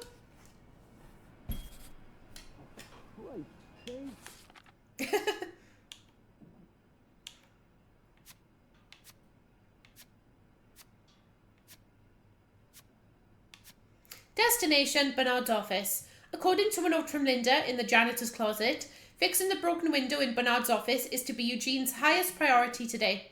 Since he's not around, he must be dealing with that. He knows better than to ignore a direct order from Linda. Time to head into the lair of the beast, I suppose. Longest elevator ride ever. On my way down to look for a screwdriver in Bernard's office, I ran into the big boss himself in the elevator. When he asked what I was doing, I told him the truth, or part of it anyway, that I needed a screwdriver. He gave me some flack for undertaking a task that should be Eugene's, but other than that, I don't think he suspected anything. Phew! Thank goodness he and I went in separate directions when we got to the ground floor. Now to see if I can find that screwdriver. The lair of the beast. Andrew offered to keep a lookout while I poke around Bernard's office looking for the screwdriver. I have the rare opportunity to do a bit of snooping on my boss. What fascinating things would Bernard keep behind closed doors? But I have to be careful, still. Especially with Andrew on the other side of the door. I don't want to jeopardise him either. Cold, cold heart. Enjoy the cold, you cold-hearted prick. Something tells me the open window was not an accident. I think Eugene left it open on purpose as a way to get back to Bernard for being, well, Bernard. Got what I came for. Looks like my hunch was correct. Eugene was here to fix the window, and, lucky for me, he left his screwdriver behind. I get the feeling he won't be needing it anytime soon. Getting the vent open should be easy enough now. That was close. I should have known it wouldn't be as simple as walking out unnoticed. Bernard was waiting on the other side of the door once I'd finished up in his office. I'm really glad my job keeps me from interacting with him too often. I don't know how many more times I can handle hearing him call me Miss Billivet. I managed to evade his suspicion, screwdriver in hand, even if it meant bending the truth a little. All in all, I'd say that went as smoothly as it could have. Yeah, same. Raymond. Raymond Leduc is Bernard's brother. Before Bernard ran the Clarendon, the hotel was in Raymond's hands. From everything I've heard, Raymond's style of running a hotel was as different from Bernard's as day is tonight. Chalk and cheese. Apparently, in Raymond's time, the Clarendon could actually be fun. Andrew told me about one New Year's Eve when the power had gone out throughout the entire hotel and everyone was in a panic. Raymond gathered all the night staff and all the remaining guests into the ballroom, lit hundreds of candles, cracked open a crate of vintage wine, and threw an impromptu party in the dark. That sounds so fun. Staff and clientele were side by side, singing and laughing and celebrating late into the morning, surrounded by candlelight. Raymond oversaw the whole thing, pouring wine and serving sandwiches of the finest lunch meats and cheeses found in the Clarendon's kitchen. It sounds like something from a different reality altogether. I thought my family was complex, but the Leducs are on another level. Bernard allegedly kept Raymond out of jail and kept any word of his deviant ways from spreading. And for that he expects his brother to butt out of anything to do with managing the Clarendon. Poor Raymond. It sounds like he was in a tough spot and Bernard found a way to exploit that. Oh.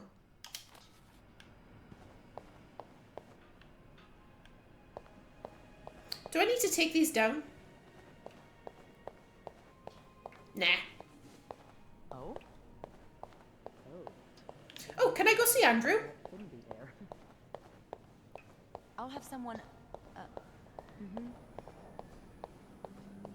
Nah, she's busy. No, and we Andrew's don't not offer here. that service, unfortunately. Yes, it would be nice if we did, but we don't. What service are they asking for? Prostitution.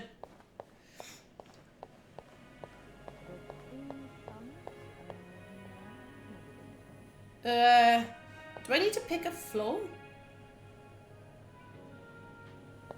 I'll be able to open the vent upstairs now. Yeah, well, how am I meant to get up?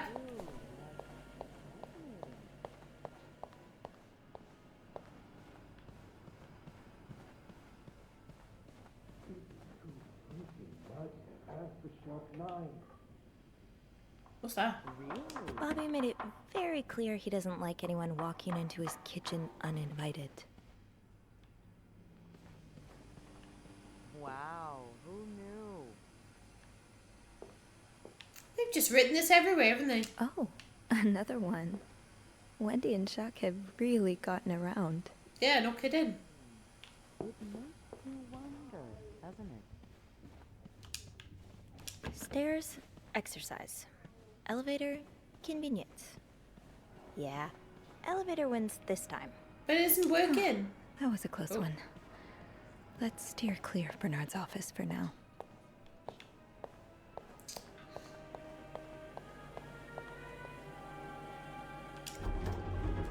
Oh, the door was already open, as if. Whatever.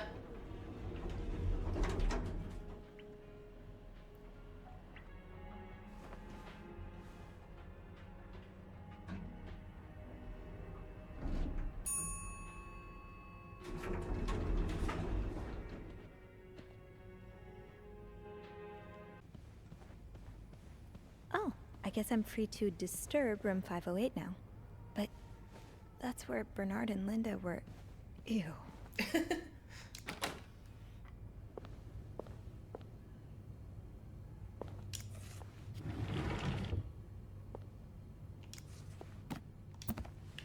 I don't know why I keep picking up the Bibles. They're never going to tell me anything, are they?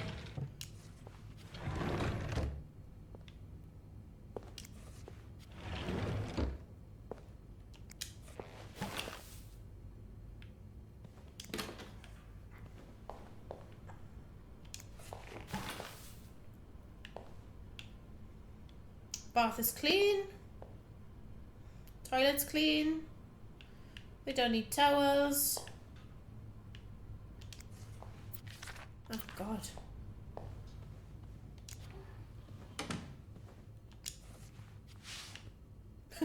Just throw that in the bin.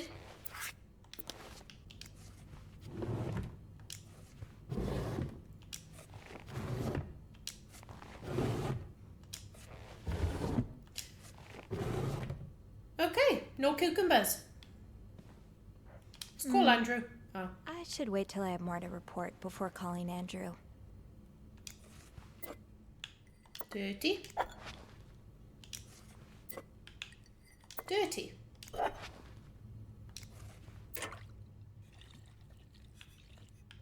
It hasn't been opened, so should I leave that there?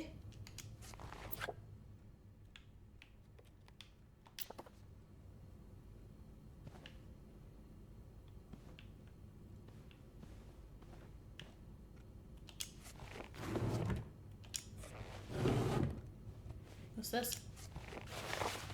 Okay. Load of tissues.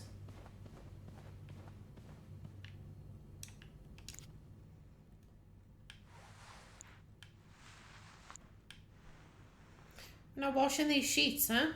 We're just putting them back where they were. Okay.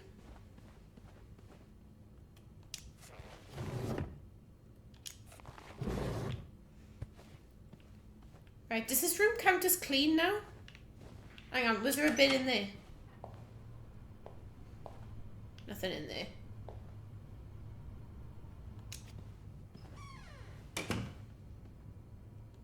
Actually, you know what? We're gonna throw this away. Okay, the vent.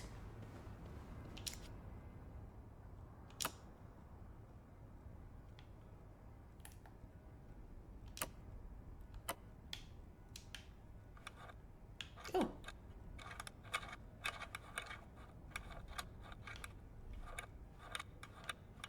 Oh, righty tighty, lefty loosey. Yeah.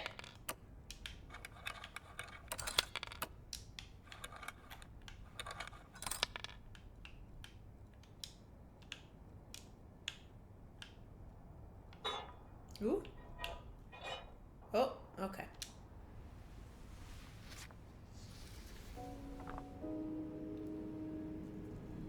More code.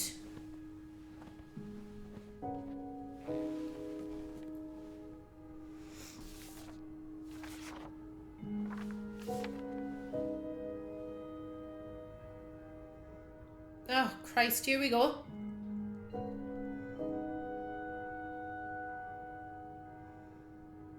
Okay. Right, what's the dash? M.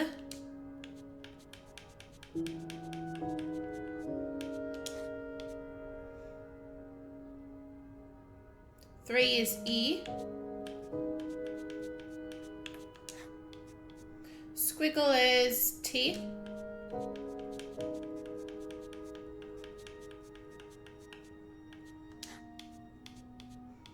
What's 5? O. Meet me tonight.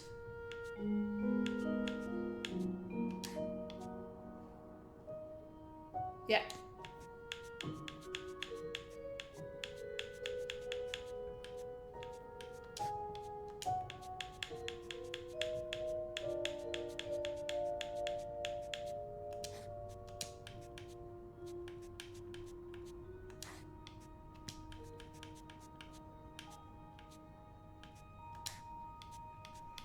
In my room.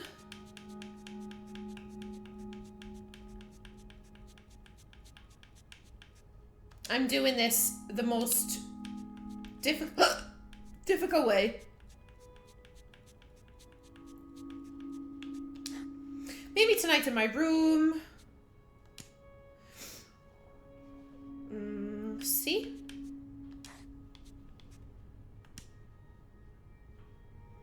Two is A.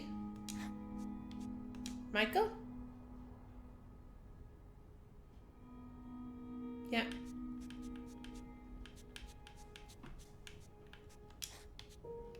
Will?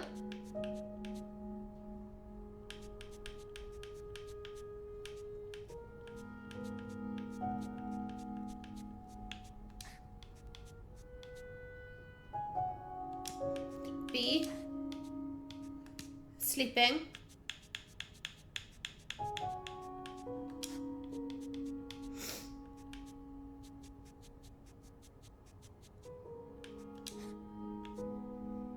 We need to discuss our plan. Meet me tonight in my room. Michael will be sleeping. We need to discuss our plan. Who's Michael?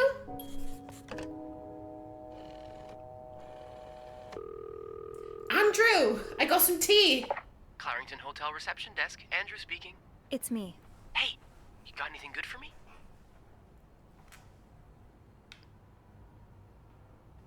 Actually, that's why I'm calling. Would you mind looking up another guest for me? Oh, so there's one more character to the cast. Yeah. Someone named Michael? I'll just check the logbook.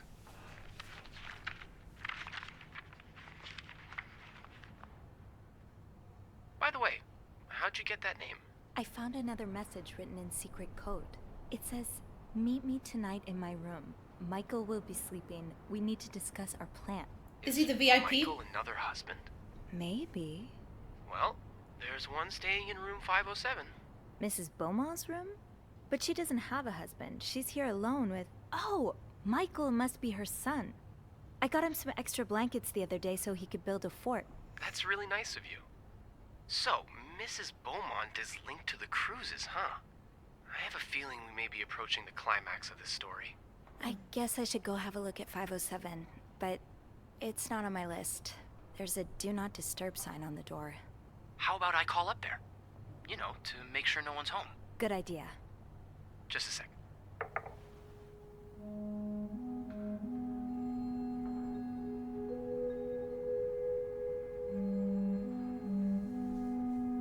Andrew is such a good partner in crime.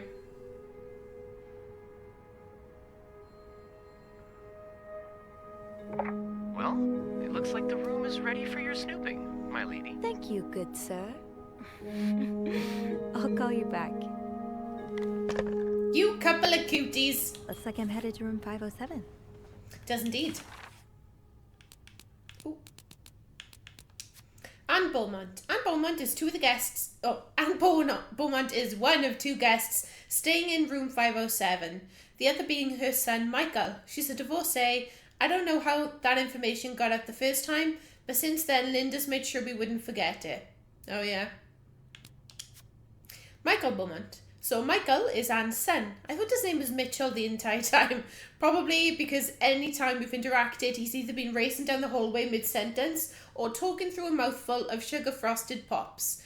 No wonder I didn't recognise the name at first. I think Michael might be around 8 or 9. He's a sweet little boy and he's grown on a lot of the mates here. Since we've been seeing him around... Oh my god, I can't speak today. Since we've been seeing him for around a month now. I think a lot of us would be sad to see him go. His mom asked me for extra blankets once so that he could build a blanket fort. So fun. I'm glad he's been enjoying his stay at the Clarrington. Staying at hotels when you're a kid must be such an adventure. Yeah. Codes upon codes. Just as that encoded letter promised, there was indeed a note left in the vent, written, once again, in code. I'm confident I'll be able to decipher this one too. I'm becoming quite the expert. Another secret message. Meet me tonight in my room. Michael will be sleeping. We need to discuss our plan. That's another code broken and another lead to follow. I asked Andrew to find Michael in the logbook. And just as I'd hoped, there was only one staying with us at the moment. Michael Beaumont, the son of Anne Beaumont, in 507. Okay, to 507 we go. This is so naughty. Pickled cucumbers everywhere.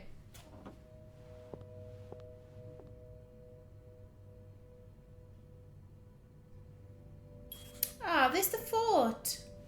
Close that.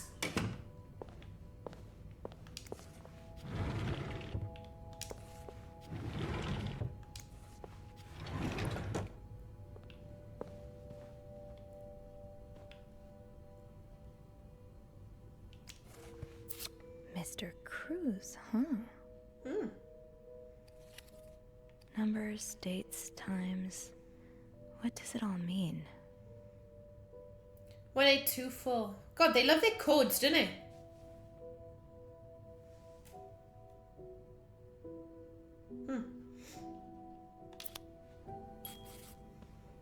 I can't clean in here because they're not meant to know that I've been here.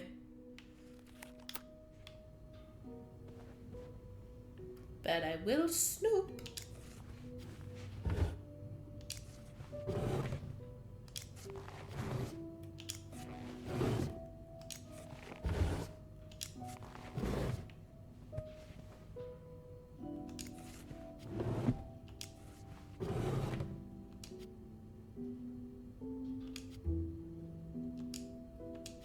Oh, because the furniture's against them. Fair enough. Can I look at the bottle? Cherry brandy. Product of England. Pretty bottle. What mess have you made in here? Oh, this toilet's filthy.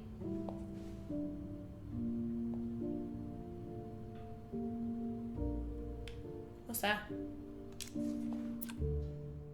Another lipstick.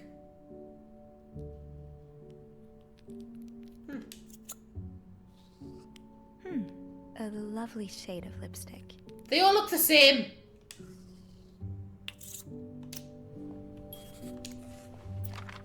He's all but outright threatening you. Oh, I hope you can stay as far away from him as possible. I just met with your damn lawyer. You've got some balls to accuse me of all that. As if you were so irreproachable yourself.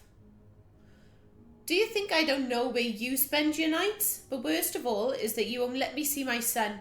You won't even tell me where he is. If you think you have a chance to get custody, you really don't know me well. I won't let you take Michael away from me.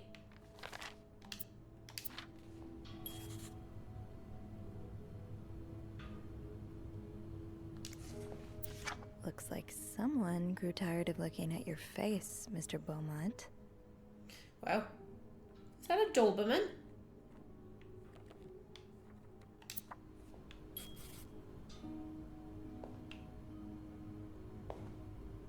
Oh, I really want to clean. What the hell's that?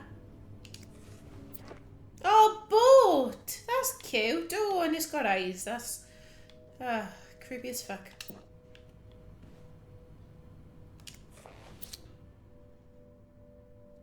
The matchbook. The White Cat. Bar and restaurant. Okay.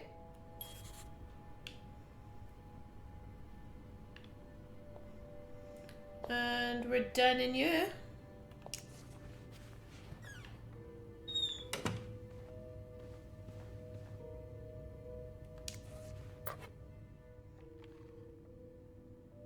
Ah, she's taken that picture out and put it in the bathroom to burn.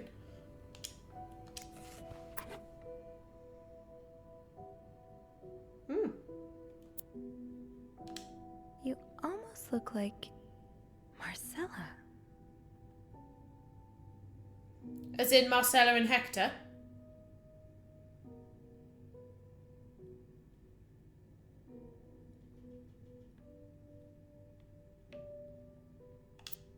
Okay.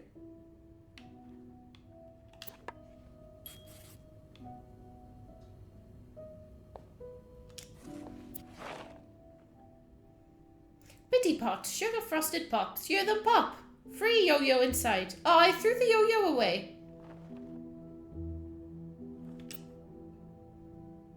To win is simple. All you gotta do is draw Frostbite, our beloved mascot, enjoying a delicious bowl of Pity Pot Sugar Frosted Pops. You can only participate once, so be sure to send your very best drawing. Don't wait, use coupon below and send it in today. Will you be the lucky lad to visit my igloo at Pity Pot's factory? Lad or girl, thank you. Ah, Michael Beaumont, Hotel Carrington, Chambre 507, Quebec, Montreal. Canadian residents only, 2-day stay at the New Horizon Hotel, 10 complimentary sugar frosted pops boxes. Does not include plane or train ticket.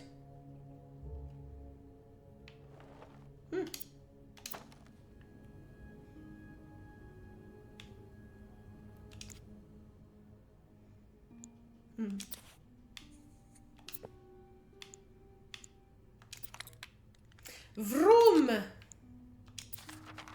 Oh, Michael. Adults can be so confusing. I promise it's not you. Dad, I'm very sorry, but Mom asked me not to tell you the name of our hotel. She allowed me to talk about our room, though. We have 2 little beds, a radio, and even a television. Mom let me build a fort, and the maid brought us extra blankets. She's really nice. The hotel is nice too, but I miss home. I wish Mom and you could be happy, and I wish everything could go back to the way it was before, but Mom says it's impossible. She says she no longer loves you. Do you think she'll ever stop loving me too, Michael?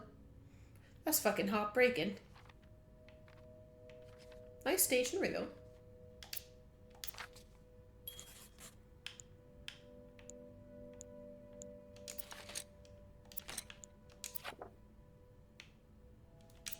So you were eager to set up a meeting, but didn't want anyone noticing.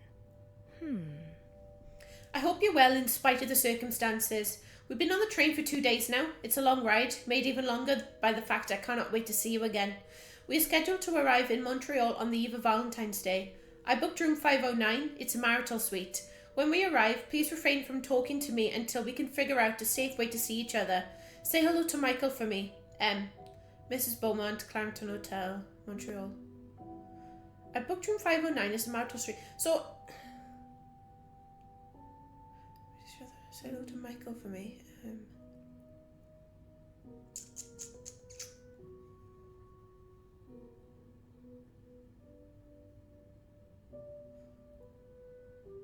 Are the women having an affair? It could be. Mrs. Cruz could be seeing this lady whose name I've already forgotten.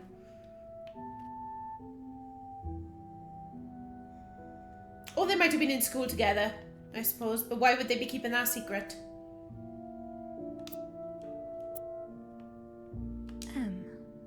Did Marcella send this? Yeah, I think so.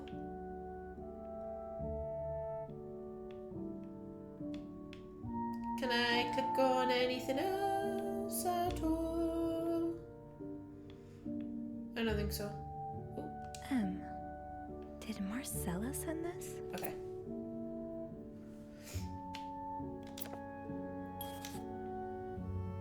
Hang on, have I missed anything else? Nah, it's just pictures. Okay.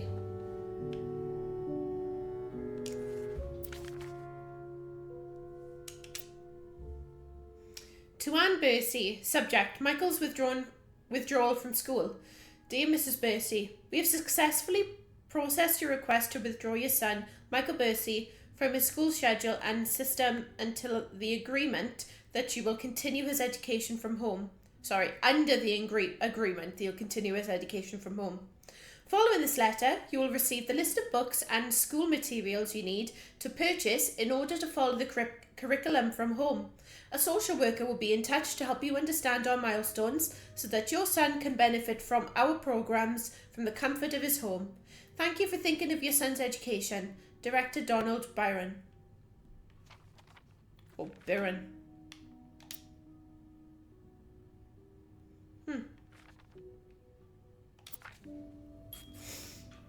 School books? Yeah, grammar book. Okay.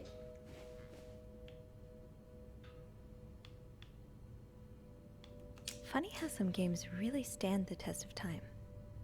I used to play this with Mom all the time. I used to love Snakes and Ladders.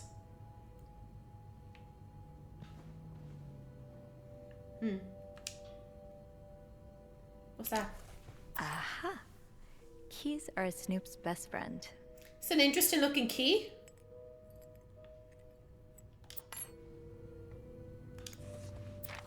Sounds like this is from your school days, but the name of the sender is smudged.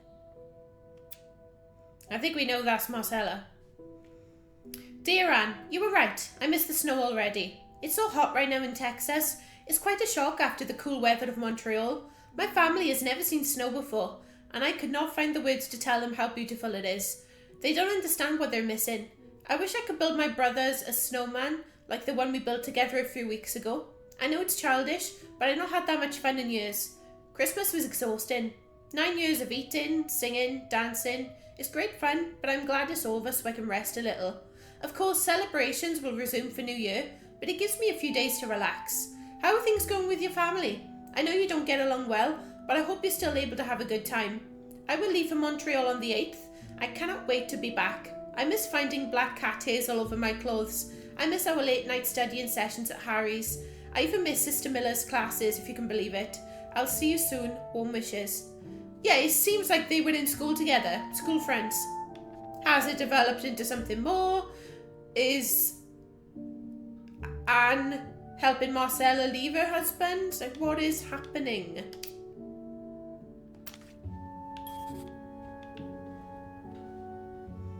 Ooh, snazzy shoes that I can't look at. Bible? Yep. Hang on, let me check these drawers.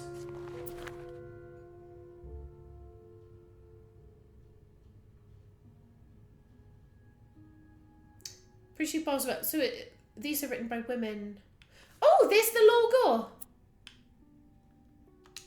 Ah, so Fernie and Wiseman are publishers. Right. Okay. Hang on, can I select anything else? Bridget Boswell. Didn't I see that name somewhere earlier? Wasn't it just on another book? A Confession of a Shocking and Forbidden Love. Adam or Eve. Take your pick, lady. Yeah, but them having this, Anne having this book does suggest that she may be into women, which is perfectly fine. But many people wouldn't agree with it back in these days. Adam or Eve, a heartbreaking decision. Should Rose stay in a marriage that no longer makes her happy, or seek refuge in the arms of the woman who truly understands her?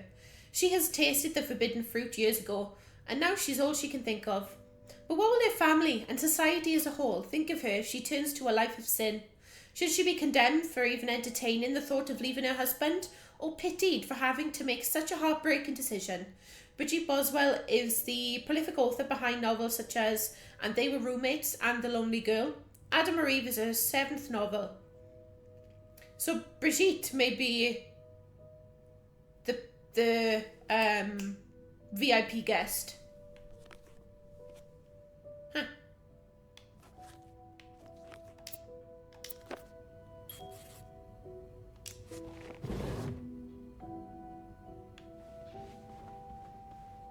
Yeah, that would explain why these women are sneaking around, writing in code. Oh, can I not take the key? Oh, yes I can. What's that?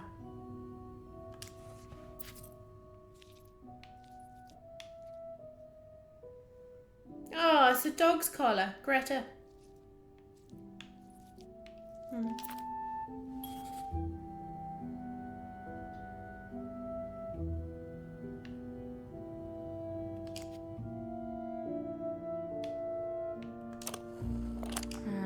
I'll need another key to unlock this. Haven't I seen one just like this somewhere? I don't think so. I think I would have remembered that. I'll find it though.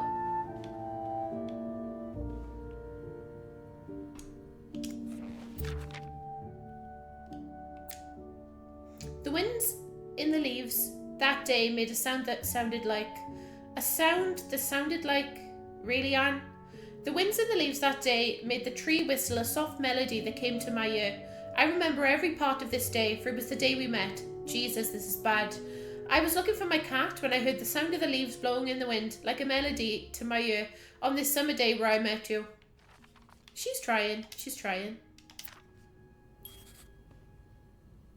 Can't clean. Can't clean.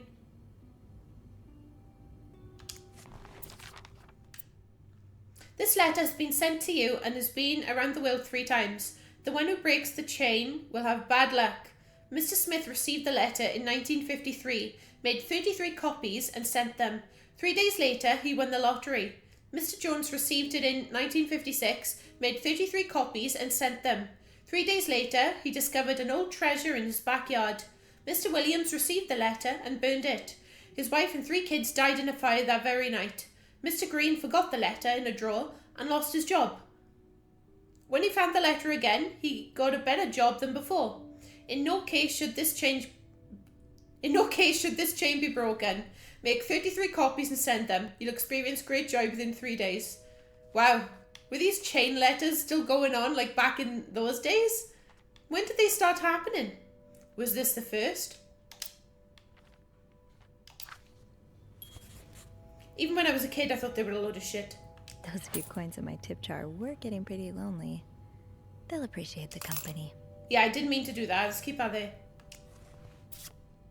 Aw, that's so sweet. I didn't do much, but I'm glad it meant something to you.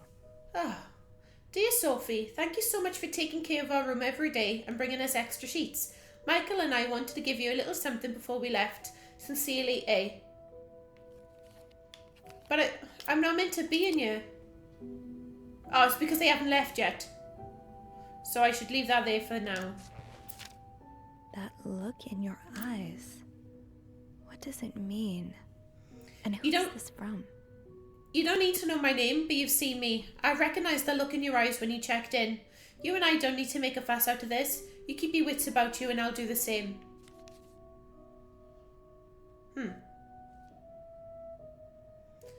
Well, this suggests it's from somebody who works here. Huh.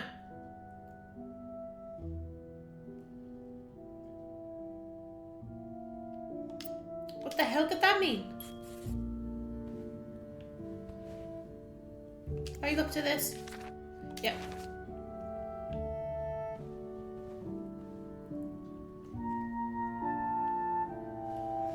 Right, we checked everything in here. Right. I got a sneaky feeling the key may be in the other room. Was it 509? That key looks so familiar. Why do I associate it with room 505? Thank you for the tip. I was trying to find the room. Hang on, so Paul Morgan is linked to Anne? There's a twist.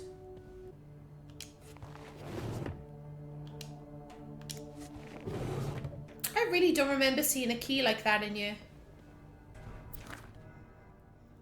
Ah, so he was looking at... He's reading this.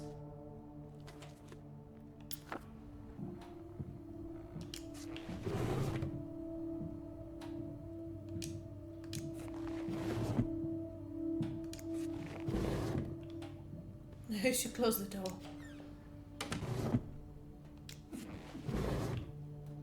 Where's the damn key?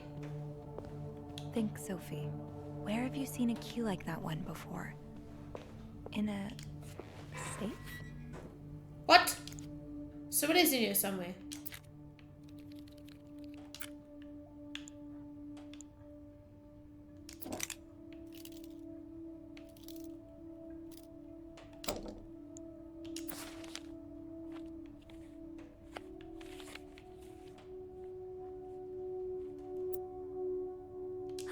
There you are. With Marcella. Oh. God knows where she is.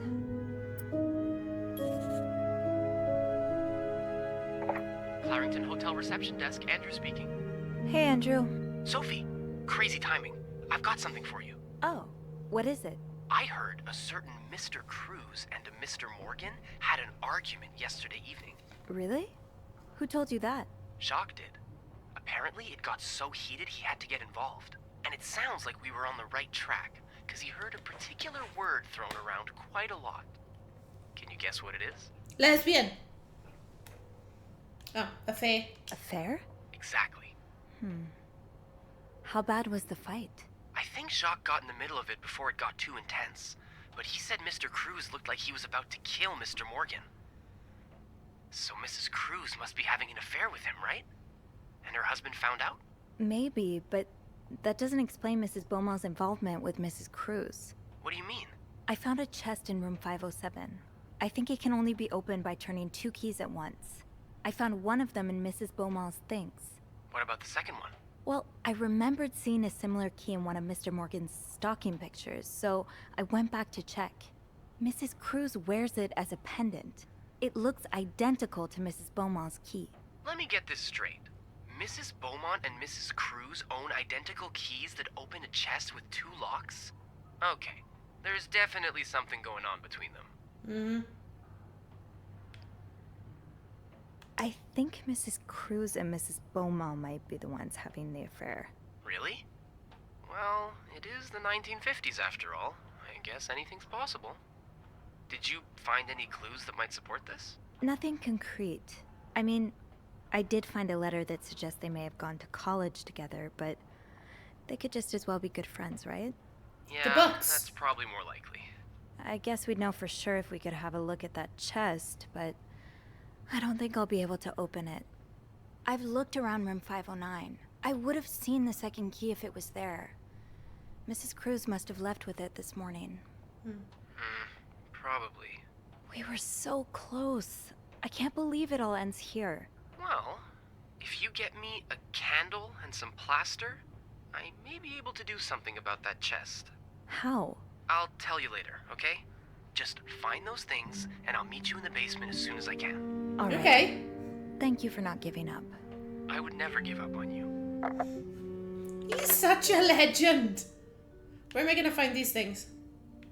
Have I moved anything in here now that I need to correct? Ah, well.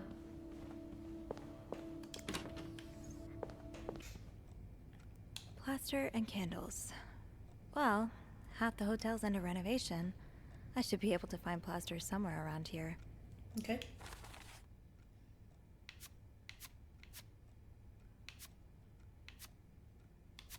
Let the snooping commence. It's a bit of a mess in room 507, but nothing out of the ordinary for mother and child staying for such a long period of time. Where should I start investigating? There's an open suitcase lying on the bed that immediately drew my attention, but there's lots of other things lying around too. A chest full of secrets. There's an ornate wooden chest sitting in the suitcase on Anne's bed. It's so beautiful. It reminds me of Grandma's jewellery box. Excuse me, the one she bought in Quebec City from a street vendor who chiselled all his own ways. Something that beautiful must be holding something of value, right? If I can find a key, I can take a look for myself. 2 keys are better than 1. Keys, keys, keys. I don't think I've ever used so many in one day. Not content to open with 1 key, this fussy chest requires 2, which is a little daunting, but Anne wouldn't have brought the chest without both keys, right? I'll just have to look around. It should be easier now that I know what I'm looking for. It's not designed like your everyday key after all. Out of my reach. I had a feeling that I'd seen that peculiar kind of key before, and my feeling was right, sort of. I have seen it before, in a photograph. It's in that picture of the Cruzes in Mr. Morgan's safe. Marcella had the key around her neck while walking with Hector in the lobby. Chances are she still has the key on her, and she's nowhere to be found for the moment. So, what now? This feels like a dead end.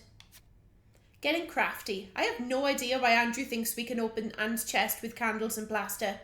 But I was promised an explanation once I made my way to the basement with those 2 items, so I'll just have to put my trust in him. Now, plaster shouldn't be hard to find in a hotel that's undergoing renovations. I walk by bags of the stuff every day. I'll start with that, even see about getting some candles. Then see about getting some candles. Okay. Mr. Beaumont, Anne's husband, for now. Their relationship is not in a good place, to put it lightly. It seems his wife fled with their son and is now trying to divorce him. Mr. Beaumont is clearly hurt, but a wounded, cornered animal can be just as dangerous, if not more. I hope there's nothing behind his threats, but knowing that Anne and Michael have had to hide out in a hotel for a month isn't encouraging. Michael and his father are still in contact, judging by the letter Michael's been working on in his pillow fort. I suppose there's the tiniest bit of relief in knowing that he and his son have a good relationship, but Michael can't possibly have the full picture of his parents' relationship and all of its complexities. It's easy to put a parent on a pedestal without knowing the full extent of who they are. I know I probably need to... Oh, hang on. Great. Hey! This takes care of half of this little scavenger hunt. As for the candles, doesn't Rebecca keep some in her locker downstairs? Okay, downstairs we go.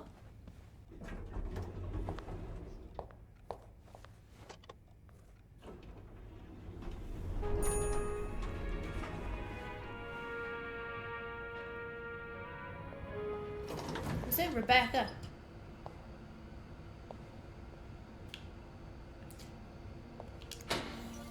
Is this Barbie's?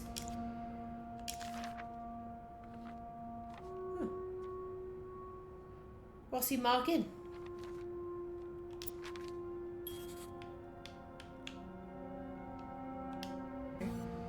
Andrew, should I be looking in your... Yeah, I should! Yeah, I should!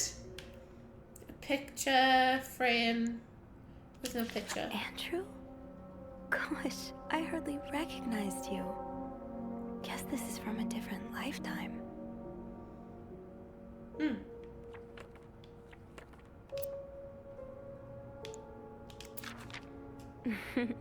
Figures that if you were going to break any rules, it'd be the ones about which books you can or cannot read.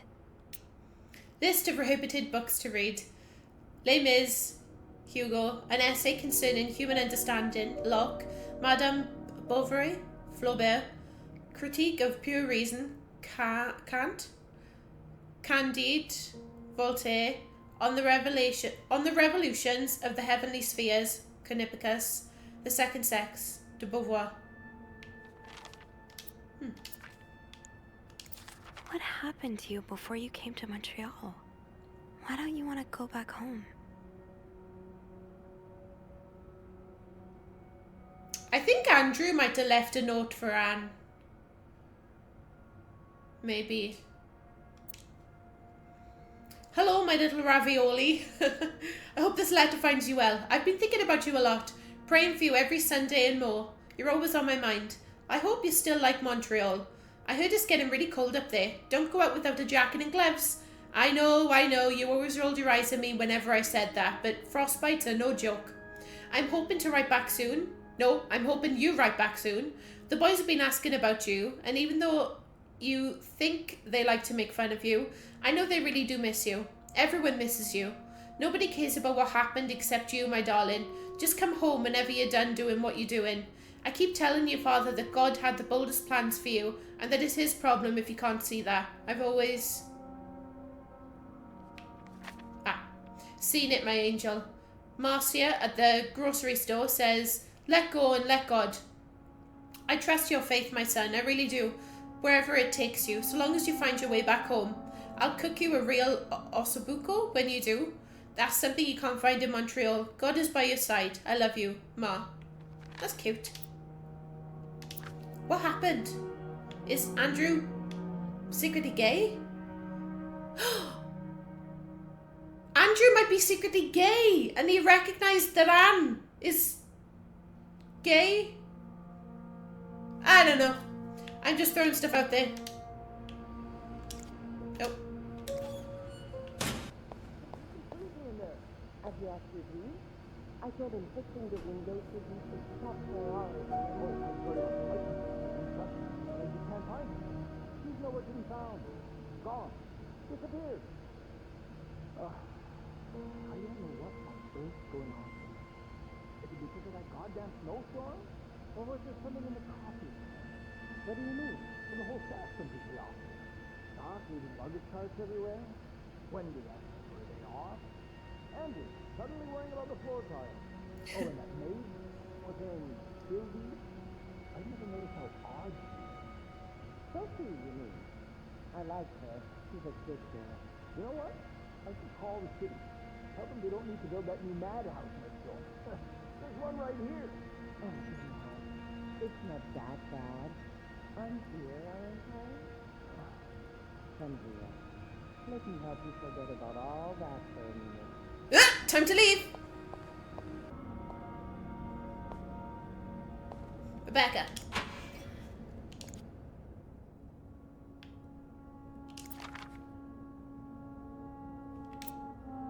Rebecca, the VIP guest in room 602 is getting on my nerves. He keeps ordering food that's not on the menu. Also, it is a man. Okay, we don't usually do special orders, but Bernard was adamant that we make all of his wishes come true. Do I look like a goddamn genie? That's not even the worst of it, though. Every night he barges in the kitchen as if he was at home, asking for meat for his precious little terriers. Who feeds dogs $4 roast beef? I can't even afford $4 roast beef for myself. That's what I said, Bobby. So you do have a stash of candles. But where is it? Rebecca, the kitchen's out of power, again, and I can barely see a thing. Bernard wants us to continue working, but I'm not risking chopping off my fingers for that blowhard. Didn't you start hoarding candles since the last power outage? I remember you saying you never wanted to be caught in the dark basement again. Where's your stash? It's urgent. Please, Bobby.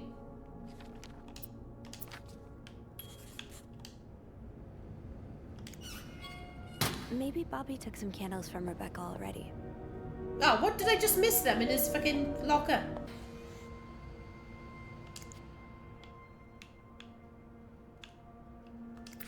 No candles, but oh, this looks like the laundry room. That must be the location of Rebecca's stash. Okay.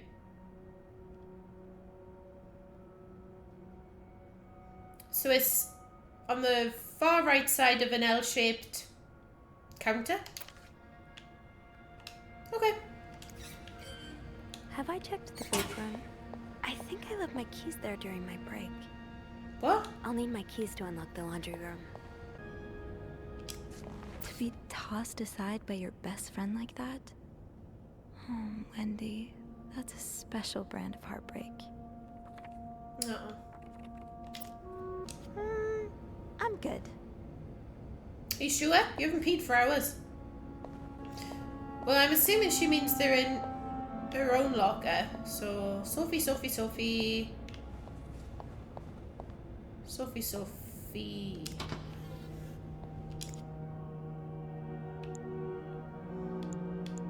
Nope. Haven't gotten any tips so far today. We have, we just can't pick them up yet because it'd be naughty. Where the fuck are my keys?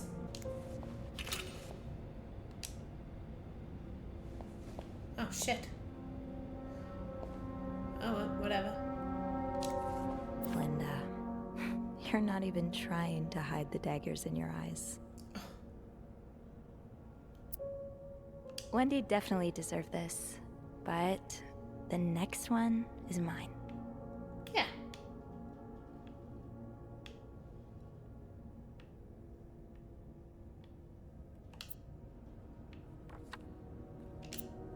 Linda offers Wendy the Employee of the Month Reward, January 1958. That's not Linda, isn't that Bernard?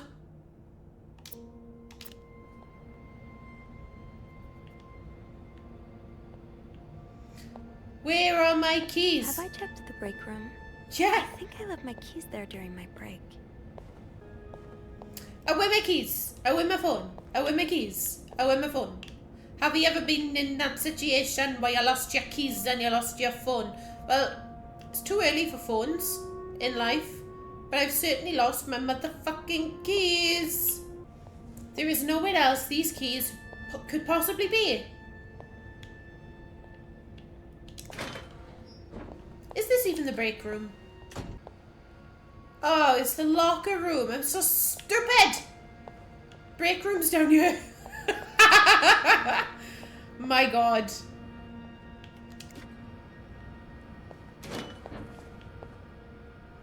Oh, have I not been in here? Tempting, but every penny adds up, Sophie. Are you here to apologize? Apologize? I'm not the one who should be apologizing. You're an idiot. I can't believe that I fell in love with you. Wait, What? I want my mother's ring back. There. I don't want it anyway. Oh. Oh, this is so sad.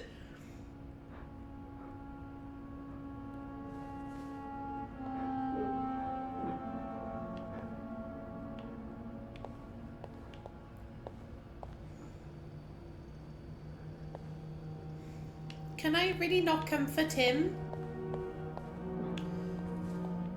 Oh.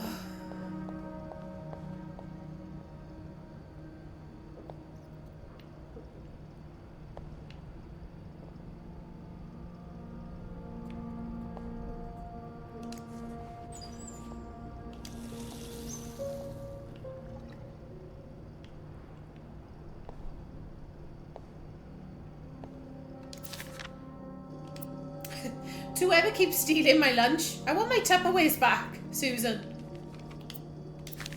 Hey, fair enough, Susan. I feel you. This must be Andrew's current read. Or one of them, anyway. Don't worry, gossiper.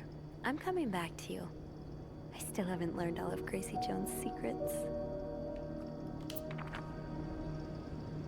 My keys. Gotta hold on to these tight. Oh, yeah. Anything else to do? Someone scribbled all over that.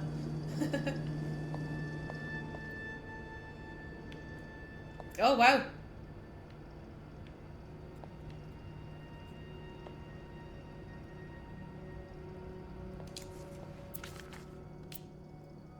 Bobby, you realise it's the person with the lowest score who wins, right?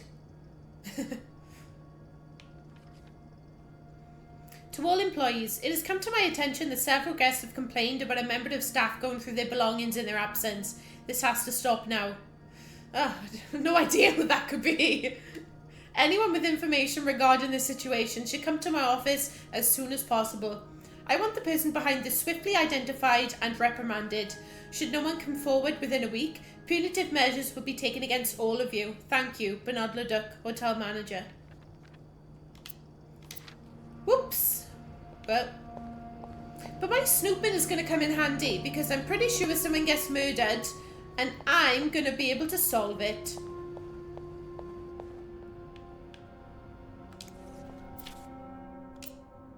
Have you heard there's a famous movie director?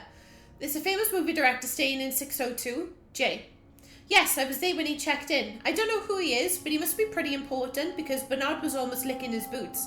He even let the man bring his dogs in the hotel, S. Is he shooting a picture in Montreal, J? I've heard he's here on a scout, but I'm not sure what that means, S. Maybe he's making a picture on Boy Scouts, J. Do you think he'll shoot in the head? Do you think he'll shoot in the hotel? Why? I hope he does. Imagine, we could meet famous actors like James Dean. Jay, let's hope the director has supernatural powers because Dean is very much dead. Why? What? James Dean is dead? Jay. Andrew.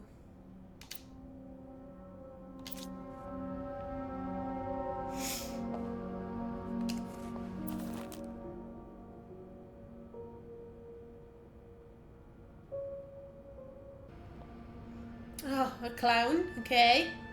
What's this one? Oh, she's underwater. It would make sense for Rebecca to keep her candles by her workstation. Yeah, what was it? The laundry room? Yeah.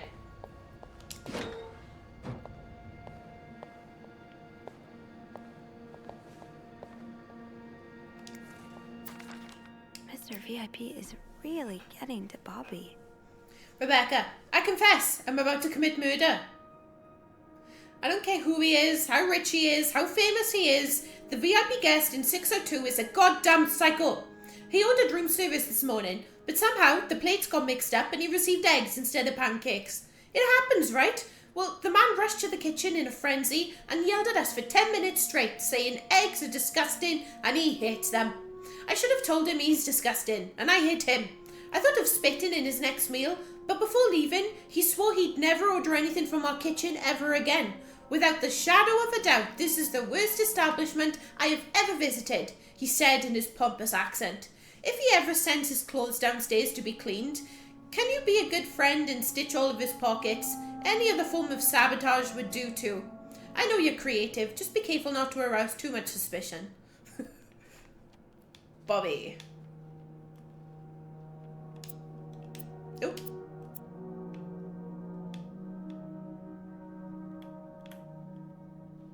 God damn it. I hope you managed to calm him down, Reb. The last thing the Clarington needs today is a murdered guest. Wouldn't that be a shame? Nothing else to highlight. Okie dokie.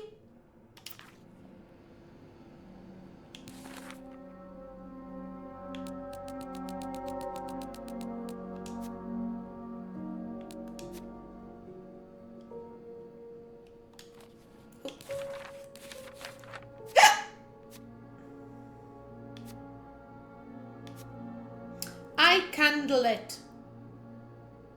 I got the plaster that Andrew requested, so that just leaves the candle. Rebecca is always super prepared and terrified of the dark. I can relate. If I recall correctly, she keeps a stash of candles somewhere in the hotel. If I want to find them, I think my first stop should be the basement, where she spends the most of her time.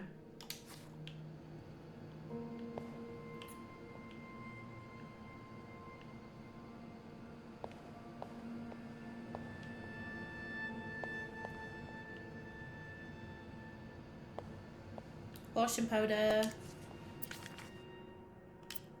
Rebecca, the washing machines are not broken. The problem comes from the pipes. They're completely frozen. It's only a matter of time before they burst and flood the entire basement. I've warned Bernard about this issue last winter, but of course he only cares about renovating the parts of the hotel the guests can see. Behind that nice facade, everything is crumbling. I'll see what I can do, but it's not maintenance we need. It's a freaking miracle, Eugene.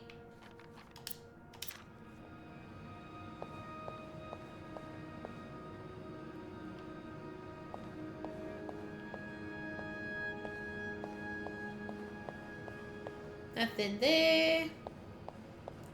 Oh yeah, it's over here.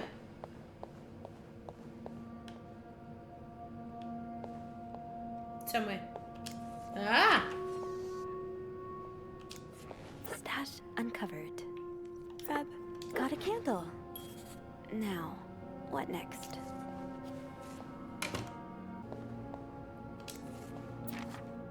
Ooh, is this a movie script? Ooh, change title. Not catchy enough. In a northwesterly direction. Screenplay by E.L. Needs more murders. Add killer tornado. Why cut the scene inside the nose? What? Why cut the scene inside the nose? Best part of the script. February 1958. See if James Stewart is available. Inside the nose?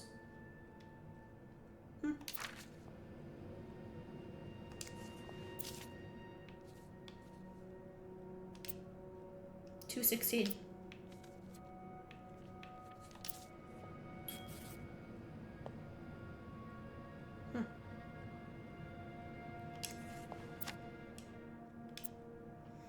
Paper note with funny drawing, red lipstick. $2.50 in loose change, business card, peppermint, cigarette pack, silver ring, $1 bill times 4, green pen, movie script, 20 cents in loose change, cigarette pack, paper note with numbers, black pen, $1.35 in loose change. It's just stuff they've found in, like, rooms or bins. Apparently it's a clue. Let's see if Andrew is around. Yeah, let's.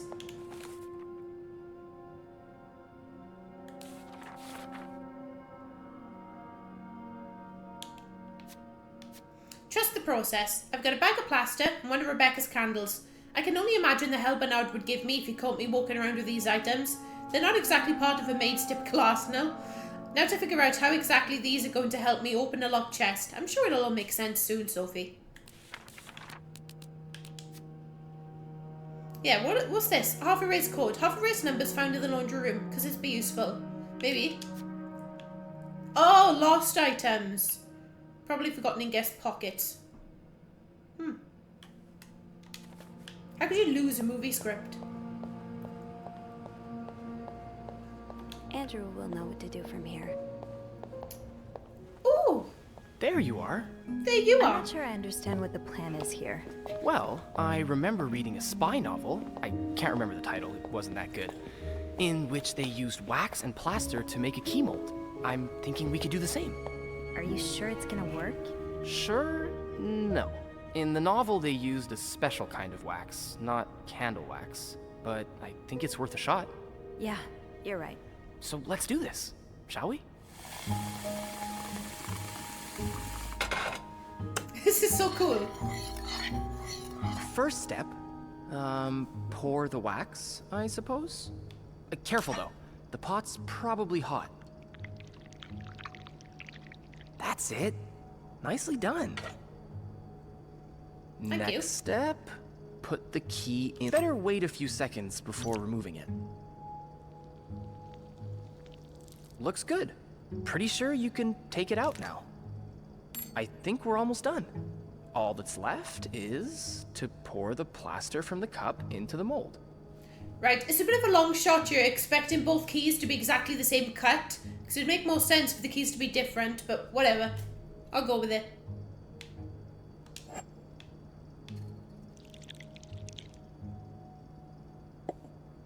Good job. So now we wait until it's dry, I guess. How long do you think it's gonna take? A few minutes, probably. We can poke it every now and then to check. I bet you didn't think you'd be making a plaster key today, huh? No. But I like it. I feel like I'm in one of those novels I spend my days reading. Right. Hang tight. My controller's died. Hang on. Okay, crisis averted. Have you ever read banned books? What do you mean? You know, books banned by the church.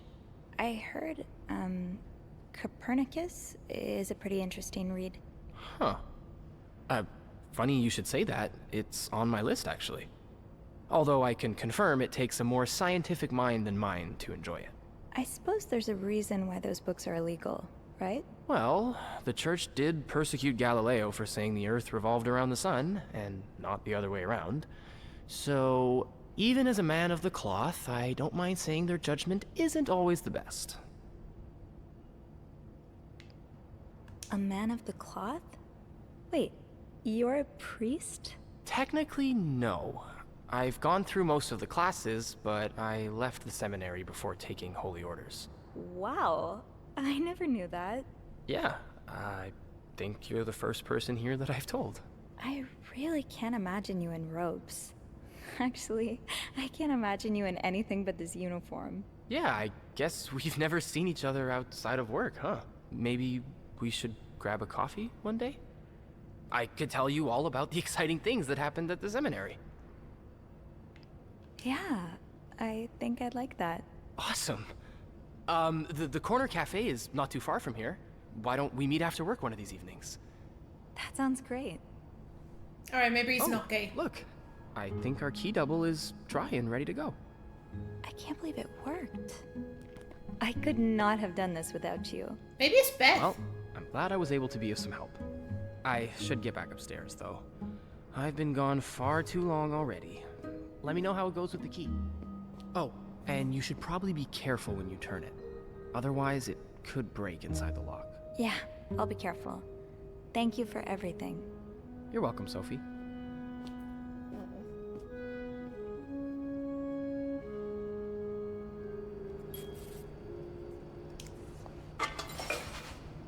I've got 2 keys. Now, let's test them out. Double the keys, double the fun. After I got the candle, I met up with Andrew in the break room and the plan was finally unveiled to mix plaster and wax and use the key I found in 507 to create a double. I never would have thought of this on my own, that's for sure. While waiting for the double to solidify, I got a chance to spend more time with Andrew. The downtime even gave us a chance to talk about something other than the day's weirdness. Of course, now I have to go test our handiwork. Back to Anne's room. Okay, up we go. Ah, shit, which room was it? Back to 507 to try this key double. I hope it works. Thank you.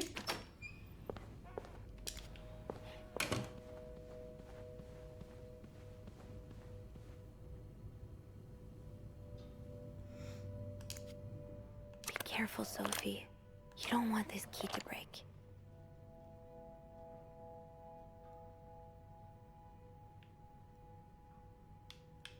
Oh, shoot.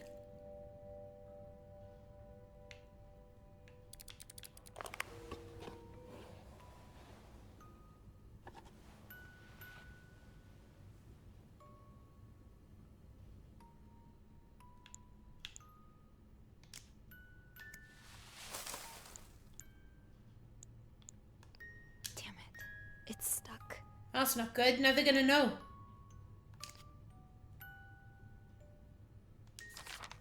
Unlike my favorite bar, this one was black. Her alliterative name will surely take you back. These two sure love their riddles. In Atlanta, I noticed yours was pretty worn down, so I decided to buy you a new one. I hope you like it, and since you enjoy them so much, here's a little puzzle to figure out the combination. 2 5-letter words are the key, both related to our history. And like my favourite bar, this one was black. Her alliterative name will surely take you back. From the first one, take the first 2. From the last one, take the last 2. Oh, god damn it! Both related to our history. And like my favourite bar, this one was black.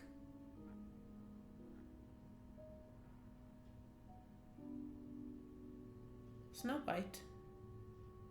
What?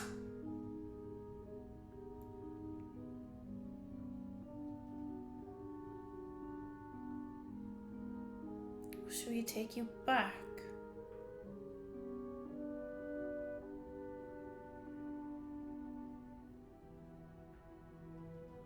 Oh my god.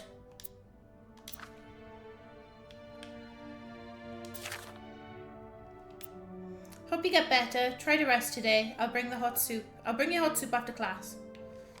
Oh, these guys are so cute. Huh. Marcella invited you to the movies. Let me guess. You said yes. The Postman Always Rings Twice is playing at Lowe's Theatre tonight. It's based on a novel I read a while back. I'm sure you'd love it, seeing as you like crime stories and murder so much. Nothing creepy about that. Will you come with me? On movie tickets, Lowe's Theatre. Okay.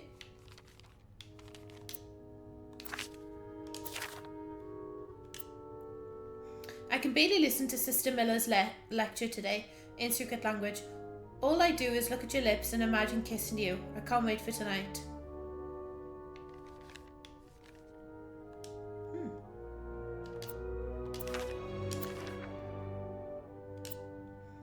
August 11th, 1946. Dear Anne, I've just heard Doris Day on the radio. So Doris Day, alliterative name. And it made me think of you. I know how much you love Sentimental Journey. Counting every mile of railroad track that takes me back. Last time I was in Texas, it felt like coming home. Now, strangely, I feel away from home. I wish you were here with me. I always feel at home in your arms. I can hardly believe it has been 5 weeks since we last saw each other. Sometimes I wonder if I might be going crazy. You're always in my head. Everything reminds me of you. Not only songs on the radio, but silly things like the flowers in our garden, the smell of your shampoo, or when people say the word darling. And I can hear you say it with your lovely French accent. Darling. My family seems to have noticed my odd behaviour, but of course I cannot tell them about you, even though I wish I could. I feel like climbing on the roof of the tallest building in Austin and shouting my feelings for you at the top of my lungs. God, I sound like a giddy teenager in love for the very first time. Maybe I am. Sometimes I'm scared that all this time with you was nothing but a dream too good to be true. I'm afraid that when I return to Montreal, I will realise you never existed. Or if you do exist, you don't remember me. I wish I had a picture of the two of us so I would know for sure it was real. I long for your embrace and the taste of your sweet lips. I love you, M.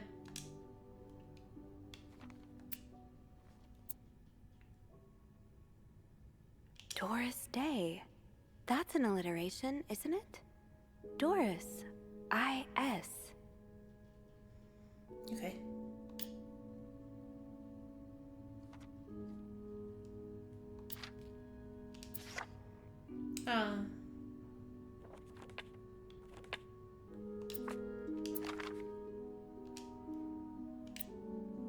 December 29th, 1947. Dear Anne, I'm sorry it took me so long to answer your last letter. Has it been 6 months already since I left Montreal? As you always say, le temps passe si vite. My parents are glad I'm done with my studies. They always thought it was a strange idea for me to go to university. Now they want me to find a husband and have children like any other woman. I think I will. These past few months, I had a lot of time to reflect on our relationship. You know my feelings for you, and I hope you never forget how much I love you. But we cannot hide our heads in the sand any longer. We were lucky our story lasted as long as it did, and foolish to think it would last forever. Our love is forbidden, and hiding it from my family is proving more and more difficult every day. You will always have a special place in my heart, but I believe it is time for us to go our separate ways. You made me feel like a teenager. You made everything but the present disappear. Now I need to be an adult and think about the future. Sincerely, M. Sad. Damn it. It's stuck. Fuck.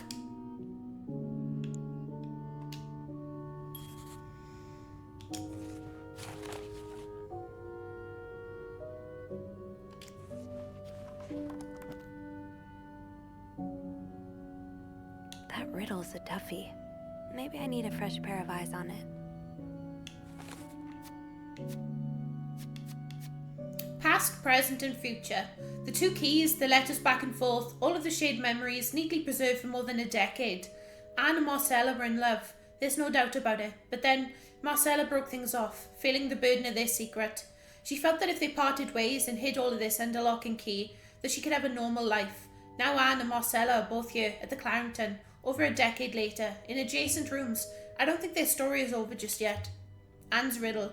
According to one of the letters in the chest, Anne bought Marcella something that needs a 4-letter key to open. Could that be the case I found on Marcella's bed in 509?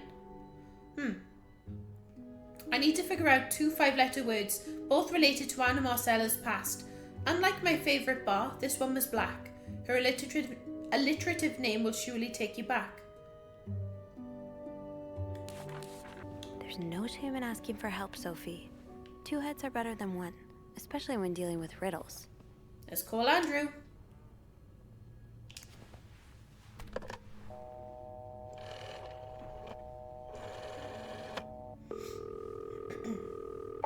Clarendon Hotel reception desk. Andrew speaking. Hey, Andrew. Got a minute? I always have time for you. I opened the chest in room 507. Huh? It worked? Yeah, well, the key did break inside the lock. I hope this won't lead back to us. If it does, we can always skip town, forge new identities, change our fingerprints. So, what's in the chest? A riddle. A riddle? I think it was written by Mrs. Beaumont for Mrs. Cruz. And I think the answer will give me the combination for a case I found in room 509. I could use your help with it, though. That's awesome. I love riddles. Tell me, which part's causing you trouble? Unlike my favorite bar, this one was black. Do you know what this could mean? This really isn't my area of expertise. Hey, Beth, you know bars, right? Well, not all of them. What about one that has a color in its name? Like the Orange Chair or the Blue Lagoon or something? Well, there's the White Cat, but I don't think that's your crowd. Oh, it's not for me, but thanks. Did you get that, Sophie? Yeah, I did. But I'm not sure I understand what it means. Well, if her favorite bar is indeed the White Cat, then it means we're looking for... A black cat. Exactly. Exactly. So maybe you should look around to see if there's some reference to a black cat in Mrs. Beaumont's stuff. Okay, I will. Is there anything else? No, that's all. Thank you. My pleasure. I'm just glad I could finally put my riddle-solving skills to good use. Call me when you've opened that case. You know I will. Okay. Unlike my favorite bar, this one was black.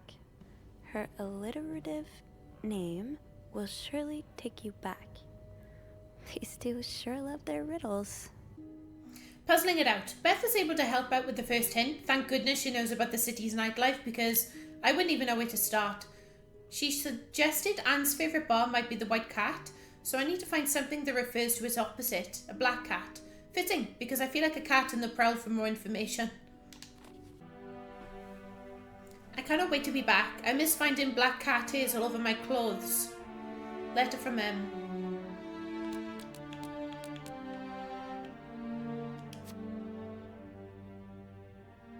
Bedside table. Okay. Oh, I haven't read this. Richard and Carter, attorneys at law. Dear Anne, I've met with Louis and he's asked me to give you the enclosed letter. I think I should reiterate that some of your accusations, such as wife abuse, are not grounds for divorce in Quebec. Why not?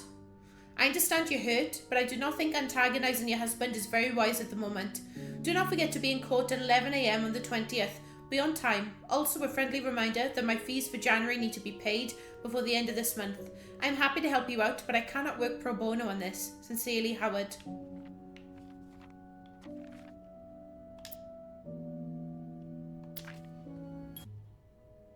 Could it be Harry's?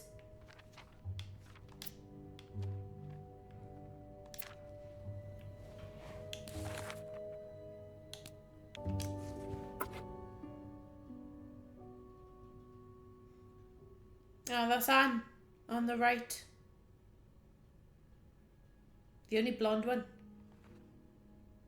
Ooh.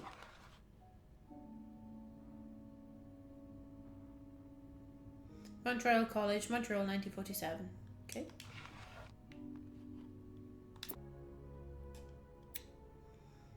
I was looking for my cat to leave the sound. So, she's got a cat? Oh, I shouldn't have cleaned that.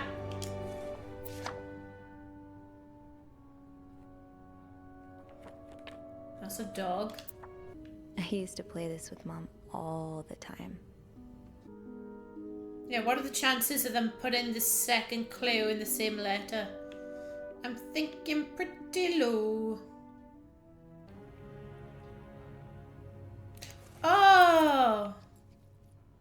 Greta! A cat named Greta. G-R.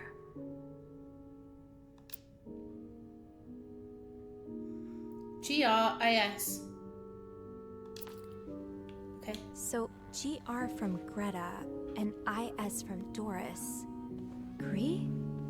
Could that be the code for the case on the bed in 509? It's worth a try. Okay, G-R-I-S. G-R-I-S. G?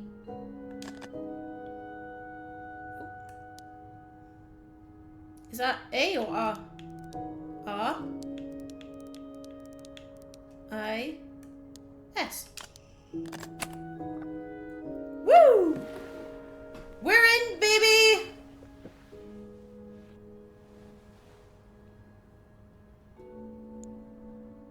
That novelist, Bridget Boswell, is actually you, Marcella? Oh, well that makes sense. Dear Marcella, or should I say Brigitte, you know, I prefer a good old crime story, but last week I came upon a romance novel with an intriguing title, and they were roommates. I bought it on an impulse at a train station and read it from cover to cover during the journey. Oh, were they roommates in college? Can you imagine my surprise when I recognised our story? You may have changed the names and locations, but all of our moments are there. Our endless discussions in the dorm room, our first date at the theatre, our trip to Quebec City. You often said writers are thieves, but I never fully understood until now. It has been almost 10 years since I received your last letter. The letter that painted our relationship as nothing more than a summer fling. At first, I could not believe you had written those words. Then I waited in vain for your answer and had to accept your love, for me, had never been real. For many years, I was broken-hearted, angry, confused. I questioned the nature of our feelings, of our attraction, and made many wrong decisions. But this book, your book, am I foolish to think it's proof you really loved me? In any case, I hope you are well, and I'm happy to see you accomplished your dream of becoming a writer. Très sincèrement, A. Oh, Anne. Murder might be a bit much, but you deserve some kind of justice. Dear Marcella, I didn't expect you to reply to my letter, but I'm happy to see I was wrong. Your words have comforted me in a time of great distress. If only Louis was half the man you say Hector is. He has quite a temper and hits me frequently. Oh. I'm willing to put up with it as long as he doesn't hurt Michael, but there are some days when it becomes almost unbearable. The other day I dreamt of our first date. We were watching The Postman Only Rings Twice again, but suddenly we were in the movie. You were Lana Turner and I was John Garfield, and we were both plotting to kill my husband. I hate to admit it, but I almost hope it was premonitory. Okay. To answer your question, I do still have our box. My brother is currently in Atlanta for work, and I was thinking of going to see him with Michael next month. If you're able to meet me there, we could open the box together and laugh at the silly things we thought important all those years ago. I hope to hear from you soon.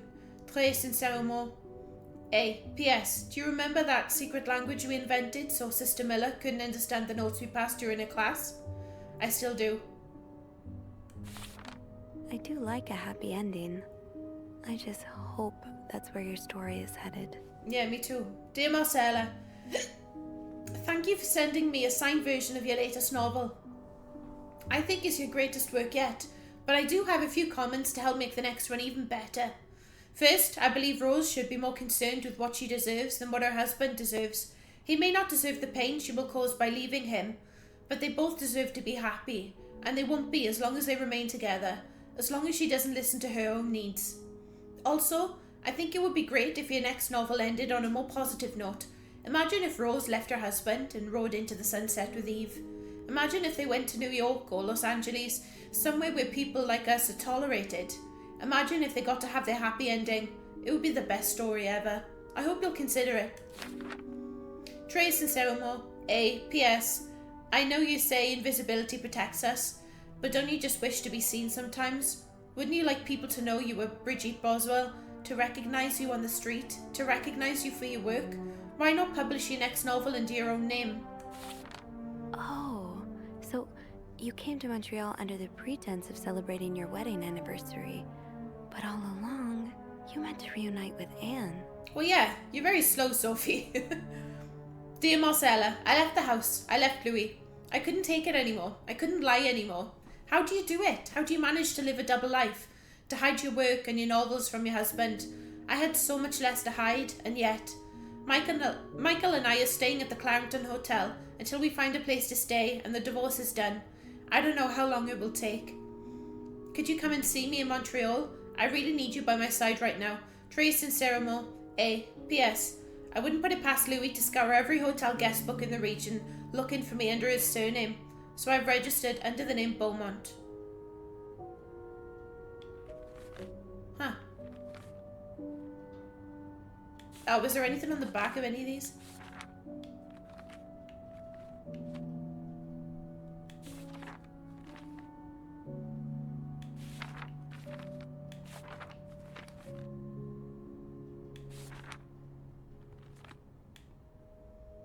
Okay.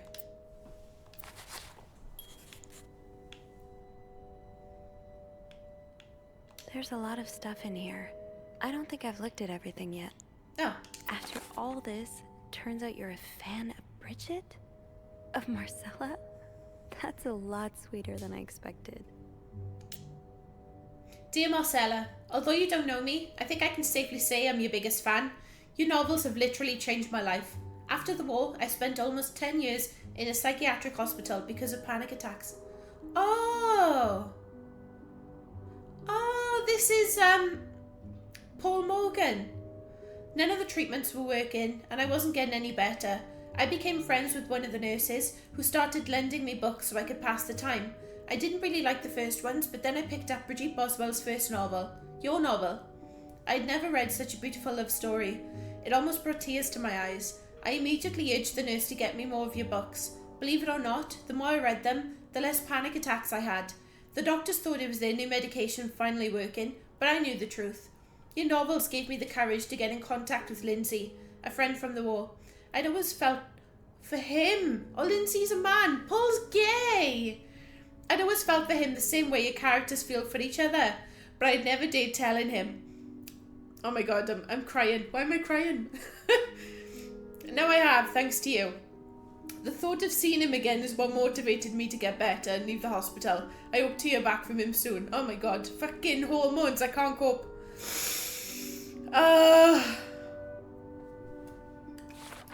After my discharge, I wanted to thank you for everything. Oh my god, I'm pouring. I wanted to thank you for everything you've done for me. I've discovered Brigitte was a pseudonym, so tracking you down took longer than I thought. Fortunately, I'm a very patient and resourceful man, and I never give up. Do you think we could meet? I have so much more to tell you. Paul.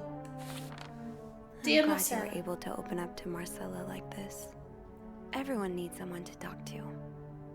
Dear Marcella, thank you for answering my letter. I realise now how unsettling it must have been for you. Please forgive me for tricking your editor into giving me your address. I knew I shouldn't have done that. I wanted to thank you as well for your encouraging words concerning Lindsay. I still haven't heard from him, and I'm starting to fear I might have the wrong address. I wish I could take a train to Virginia, but that's not an option right now, as I can barely pay the rent. I guess I will have to find a job. As a kid, I dreamt of being an actor, a Hollywood star. I know it's a foolish dream, but what else can I do? What am I good at? I've tried getting some odd jobs already, but employers turn me down as soon as they learn what I've spent the last 10 years of my life. If it continues like this, I'll probably end up on the street like so many of my army buddies. That's so fucking sad. Why am I even telling you all this? After reading your books and getting to know you through them, I tend to forget I'm only a stranger to you. I hope you don't mind. You seem to be a good listener, and I've been feeling rather lonely ever since I left the hospital. I'm choking up. Anyway, please tell me more about your life, and do not hesitate to write long letters. I must have read your previous one 1,000 times already. Paul. An advance on my salary. So Marcella hired you. But what for? Dear Marcella, I've just received a letter from Lindsay's mother. She tells me he's dead. Words cannot even begin to describe how empty I feel. It's getting worse. He died 2 years ago, before I even sent my first letter. He will never know my feelings for him, and I will never know if he could have loved me back. I guess I should have known this would end in pain, just like your novels. I wish I had Lindsay's ability to find beauty elsewhere. Even during the war, amidst the death and chaos, he would marvel at the forests of Germany, at the sun, the birds. He loved birds so much, he could identify them just by listening to their song. I have to admit, your proposition took me by surprise. I was hesitant to leave home at first. I was afraid to miss Lindsay's answer, but now there's nothing keeping me here. I'm desperate for anything that will help me forget the pain, but I don't have enough money to make it to Texas. Do you think you could give me an advance on my salary? In spite of everything, I'm really excited to know I'll finally meet you. Paul. Okay, so Marcella has hired him, probably to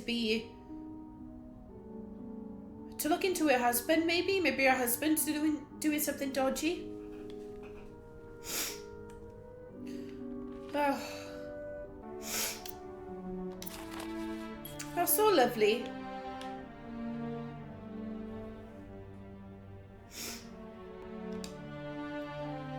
So this was all a story about star-crossed lovers, with the lovers in question being Mrs. Beaumont and Mrs. Cruz. Seems like it, yeah. But I'm not sure whether they chose to meet here just to reconnect for a few days, or if there's something more to it. Actually, I think I can help with that. Really? How? Well, some mail just arrived here for Mrs. Beaumont.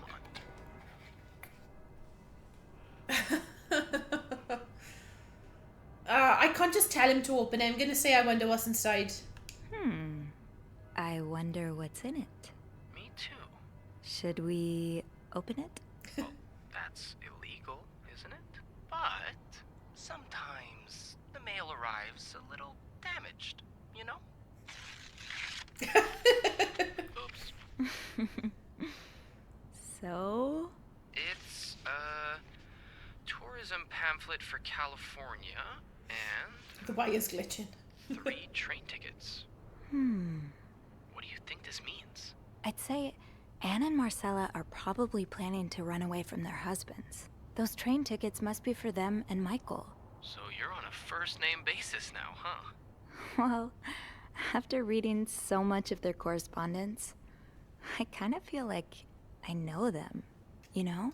Yeah, like characters in a book. I have to say, though, I'm still a bit confused as to how Paul fits into all of this. I think Marcella hired him. I found some letters Paul wrote to her.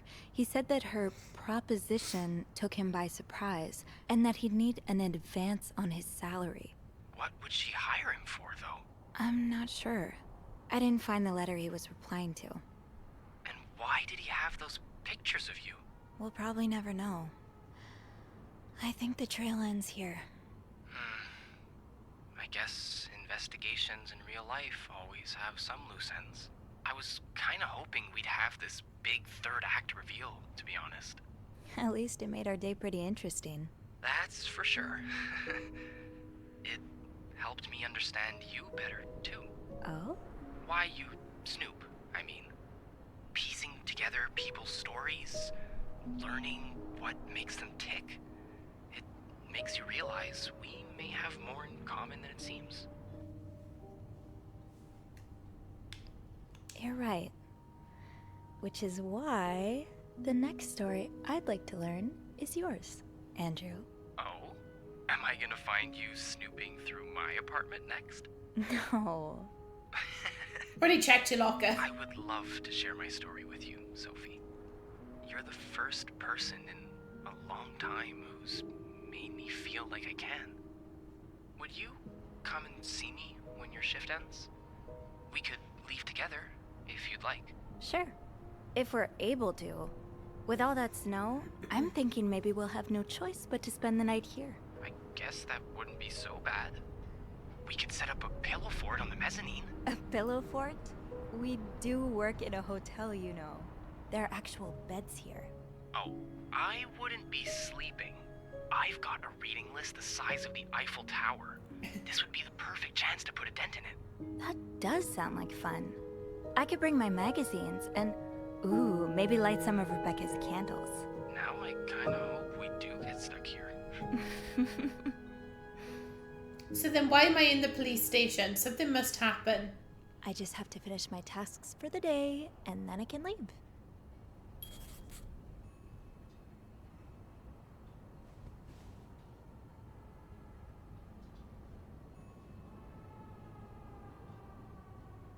Should I just be leaving those there? Does it even matter at this point? Oh well. That ringing. Sounds like the elevator doors are jammed. Hang on. All's well that ends well? Question mark?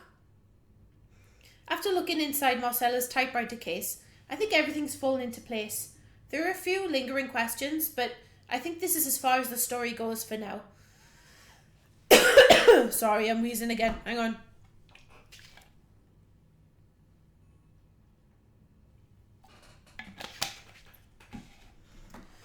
Anne and Marcella arranged to be here at the same time so they could rekindle the relationship they'd started when they were in college.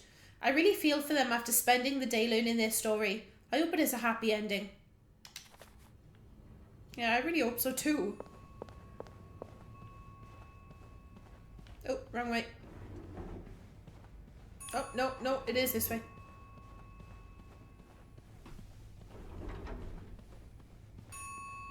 Oh, there's blood. Oh, there's blood everywhere. Has the body been dumped in the lift?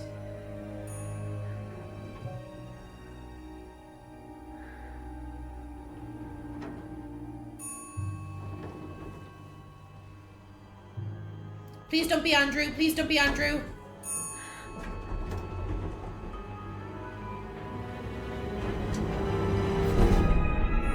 Who's that?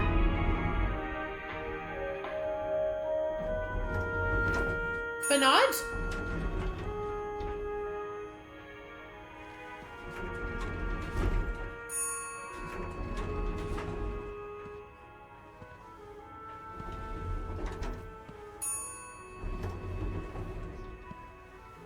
You shouldn't be touching anything. Mr. Cruz? Oh. Oh.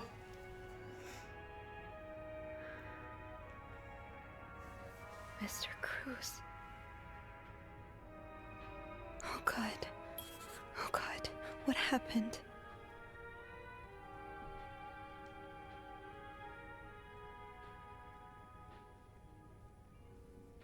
Puppy. Mr. Cruz's life insurance policy. Why did he have this on him? Hmm.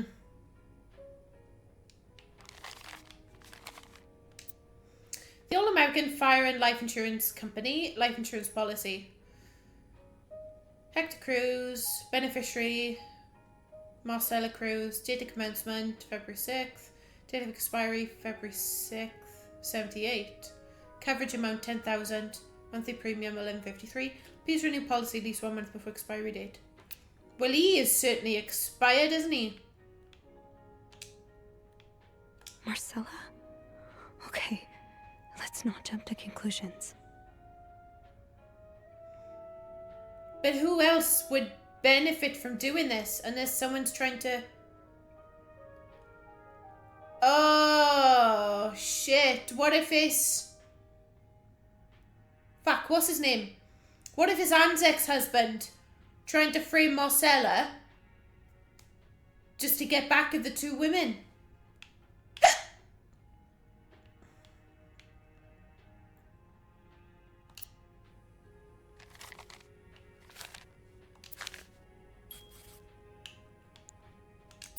Is this about Paul? Does that mean...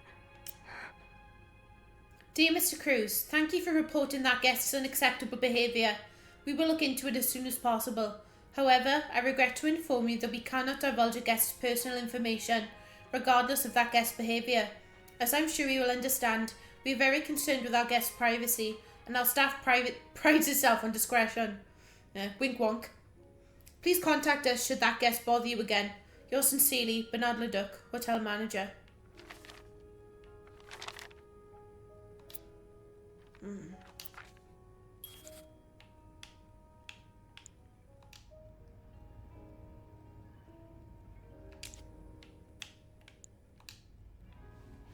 Please let there be someone around who can help. Hector, what on earth happened? I was on the 5th floor and heard the elevator door ringing repeatedly, so I went to check it out. I found Hector's body between the elevator doors, lying in a pool of blood. I checked his pulse and couldn't feel anything. On his person were 2 pieces of paper, a letter from Bernard and a copy of Hector's life insurance policy. My head is swirling with questions. What does it all mean? How did this happen? Who could have done this to Hector? If this was in fact someone else's doing. Shit.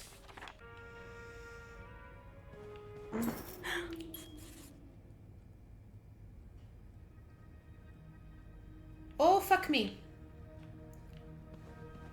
Did someone just run past there? Oh, this is creepy as fuck.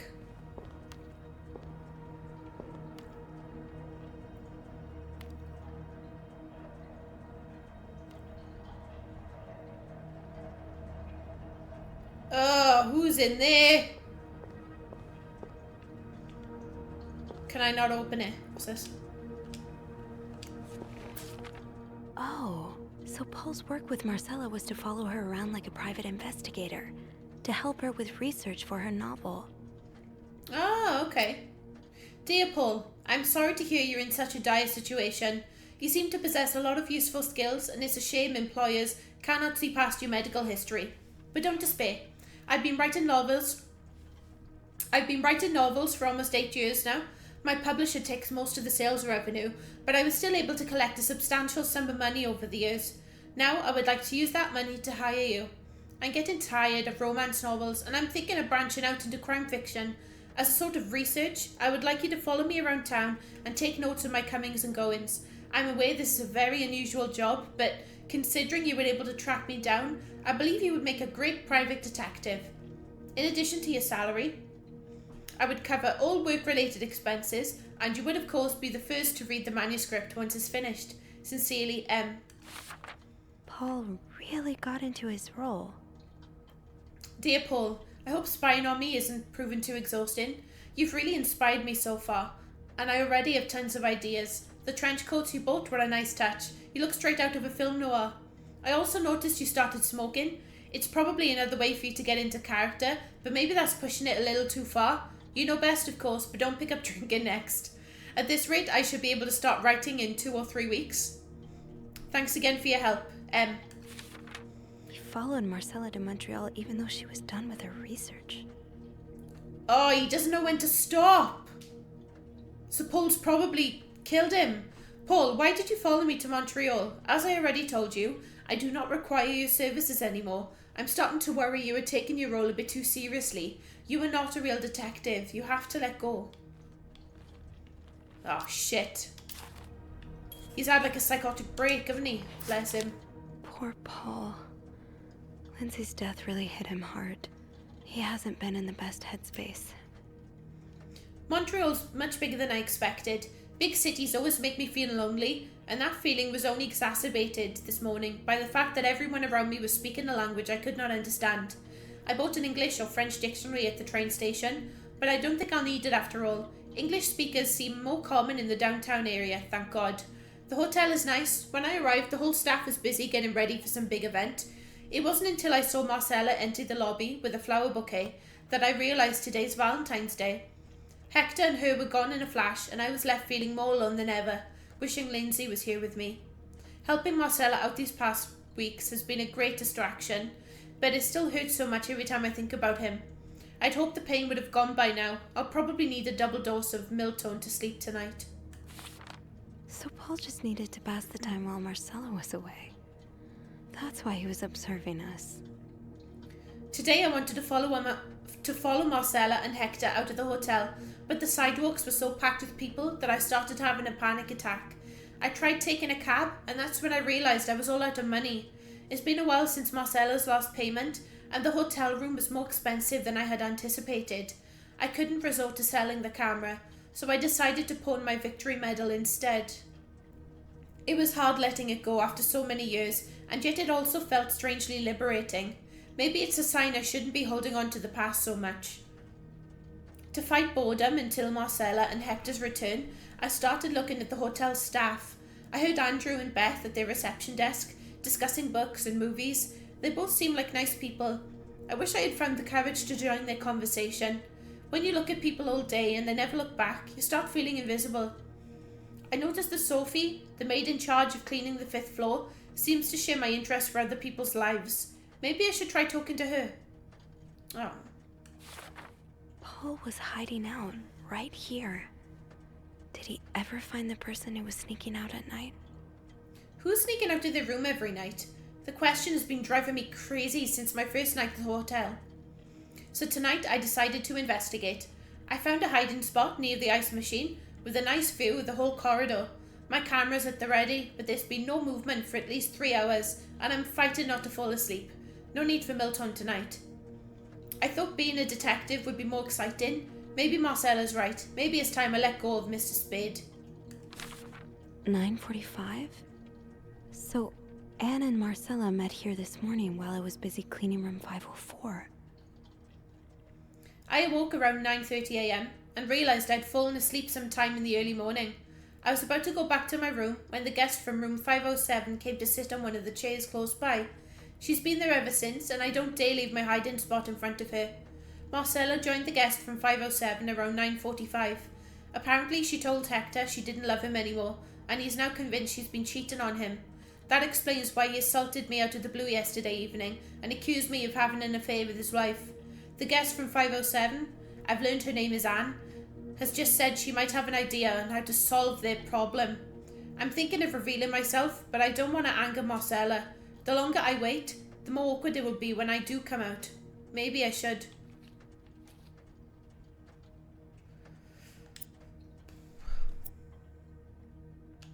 Looks like Paul had to stop writing in a hurry. What happened? I was listening to the radio at the time.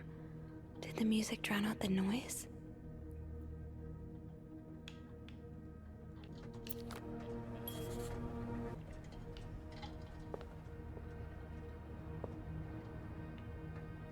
Should I hold on to this, maybe? No, I think you should leave it there. It's possibly the murder weapon. Here's his camera.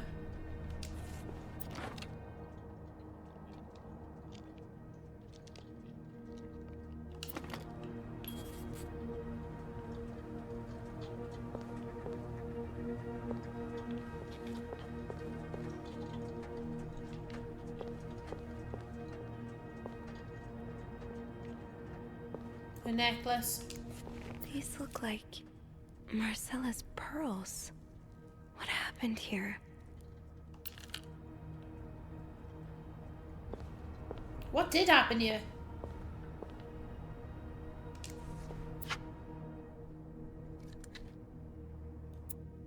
A, B, and Beaumont.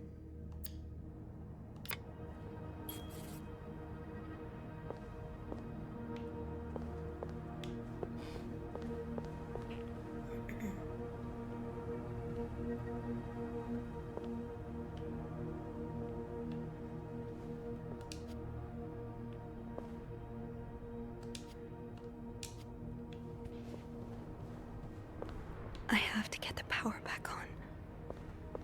Okay. The fuse box. Just get to the fuse box in the janitor's closet, Sophie. It's not far. It seems like it's far. Ugh.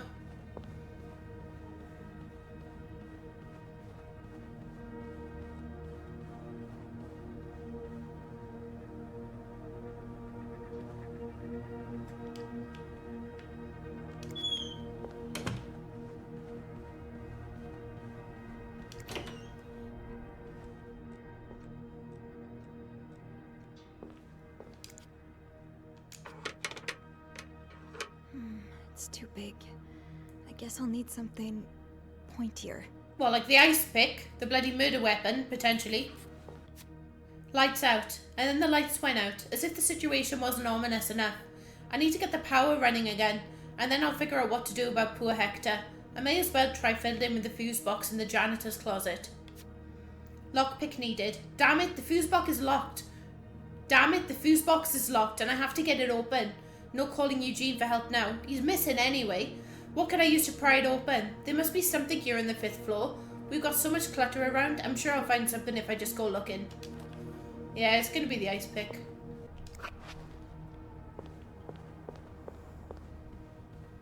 I have to get the power back on. I know!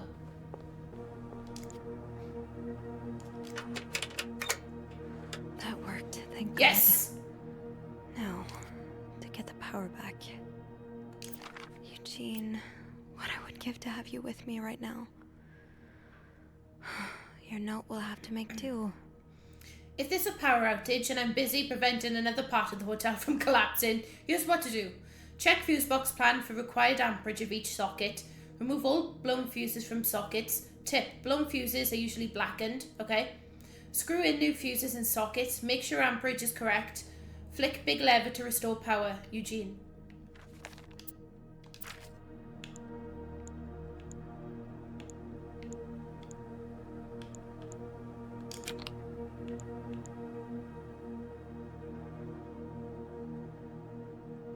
So 15 amps. What's this one? Yes, this is what I need. Okay.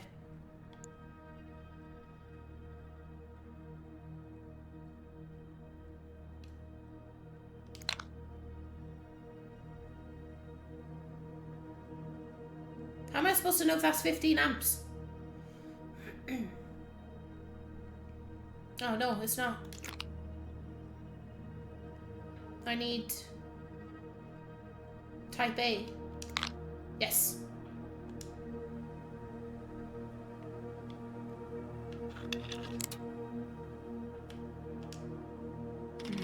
No power. I think I need to change all of the blown fuses. So it's 20 amps. I need another type S. How does Eugene do this again? Fuses. I probably need new fuses.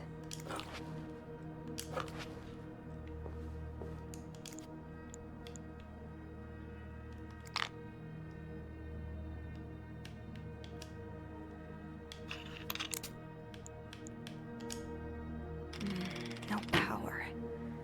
I think I need to change all of the blown fuses. What? Oh, I see. Okay.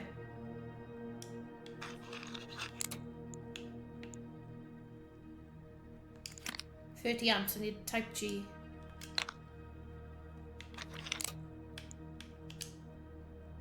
Yes.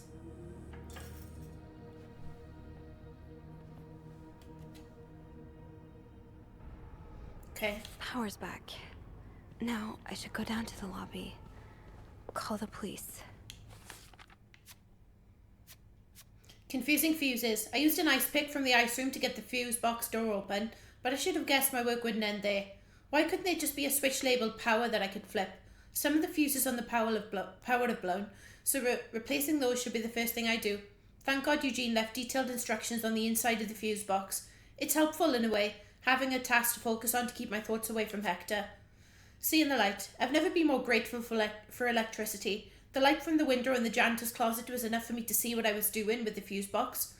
And it occurred to me that had it been any later in the day, I would have been up the creek without a paddle. I'll head down to the lobby, go straight to reception and get the police on the phone. This nightmare is almost over, so I hope. Okay, down to the lobby. Oh God. Is there anything I've forgotten? Once I leave this floor, I probably won't be able to come back. I need to replace the ice pick. My fingerprints are going to be on it now. But they couldn't really take fingerprints at this time, could they? There we go. Okay. Nothing ever happened.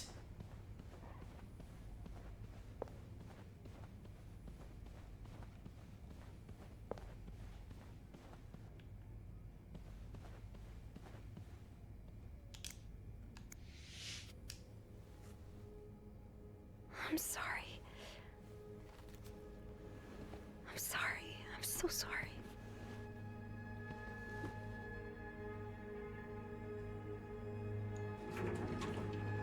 Should have taken the stairs really, but whatever.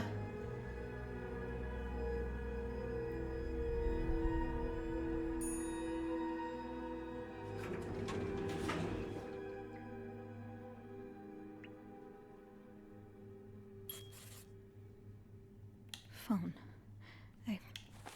I need a phone. The worst phone call to make. I restored the power on the 5th floor, but the rest of the hotel is still in the dark. At least I was able to make it to the lobby. I had to move Hector to get inside the elevator. I just want to forget that part, but it happened. It made me think of Mom. How many times did she have to move someone after they'd succumbed to a fatal wound? Did she ever get used to it? Oh, Mom, I wish you were here right now. I have to call the police and let them know about Hector. The phone by reception should work. How do you open these fucking doors? Oh, you just walk straight through them. I'm a ghost.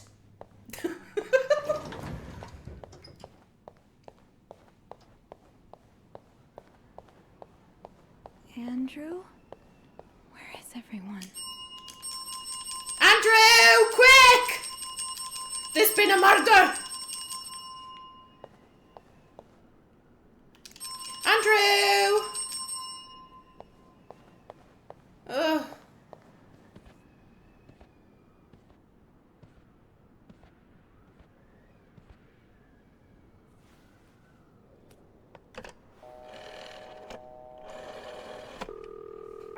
Trail Police Service, Station 22. There's a man dead. He's been murdered. I need the police. Please stay calm, ma'am. Where are you right now? The lobby, but the body, it's upstairs. Can you give me the address, please? Oh, 1178 Drummond Street. All right, ma'am. Officers are on their way. Thank you. She's dealt with this so well, I would be flapping. What do I do now? No, I just have to wait for the police. Waiting it out. The police are on their way. I think that's the most I can do right now. It hasn't completely undone the knots in my stomach and the tension in my shoulders, but it's a start. I might as well write a bit to pass the time. Right? Okay. To pass the time until they arrive. I don't know what will happen next. If my hunch is correct and Hector was indeed murdered, I suppose the police's main priority will be to determine who did it. I'm probably going to have to answer some questions, aren't I? You know more than anybody else. You and Andrew.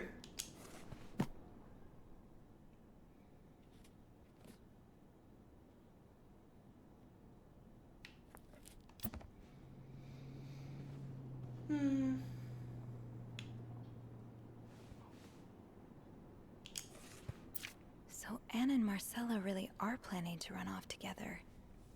Was what happened to Hector part of their plan?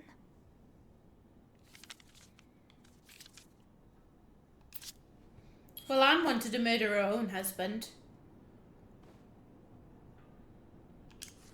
Why does the VIP want to meet with Paul? Maybe he fell for his role-playing and wants to hire him as a private investigator. To all reception staff, discard previous instructions. Our prestigious guest has expressed the desire to meet the guest from room 505. I cannot fathom what such an illustrious man wants from such a freak, but if you see him, please direct him towards my office. Thank you, Bernard Leduc. Bernard really wants Paul out of the hotel.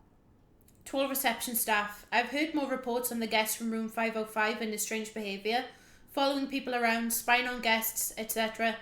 As you're all aware, we have a very prestigious guest in room 602, and I would hate for his stay at our distinguished establishment to be tarnished because of some other undesirable guests. Inform the guest in 505 that he must vacate his room as soon as possible. Invent an excuse if you have to. Also, note that from now on, our if you can pay, you can stay policy no longer applies. Guests who do not fit the hotel's new elevated standards should be denied a room. Thank you, Bernard.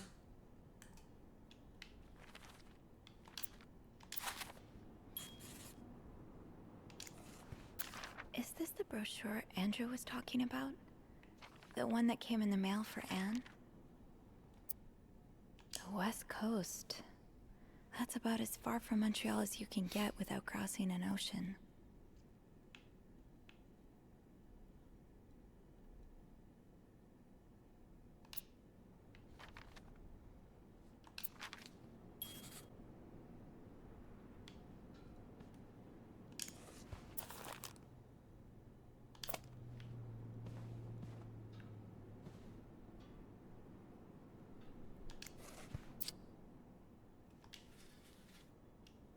Clout, Class, Clarendon. It's in the name.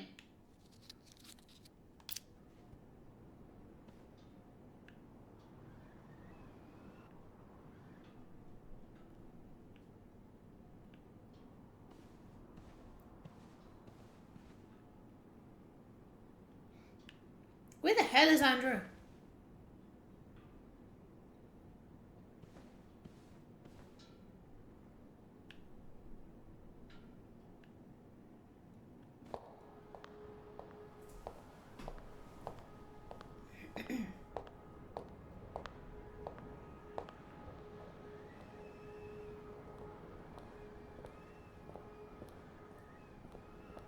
Hey, you're here. I've tried restoring the power, but I think Eugene's the only one with the key to the fuse box, and Sophie? Don't worry, I'll find a way to bring the lights back on. Hey, you look a bit pale. Is everything okay? No! I found Mr. Cruz. Hector. He's back? How's he taking that whole thing with his wife? You don't understand. I found his body. He's He's dead, Andrew. Jesus. Maybe you need to sit down, huh? I think he's been in the icebox for a while.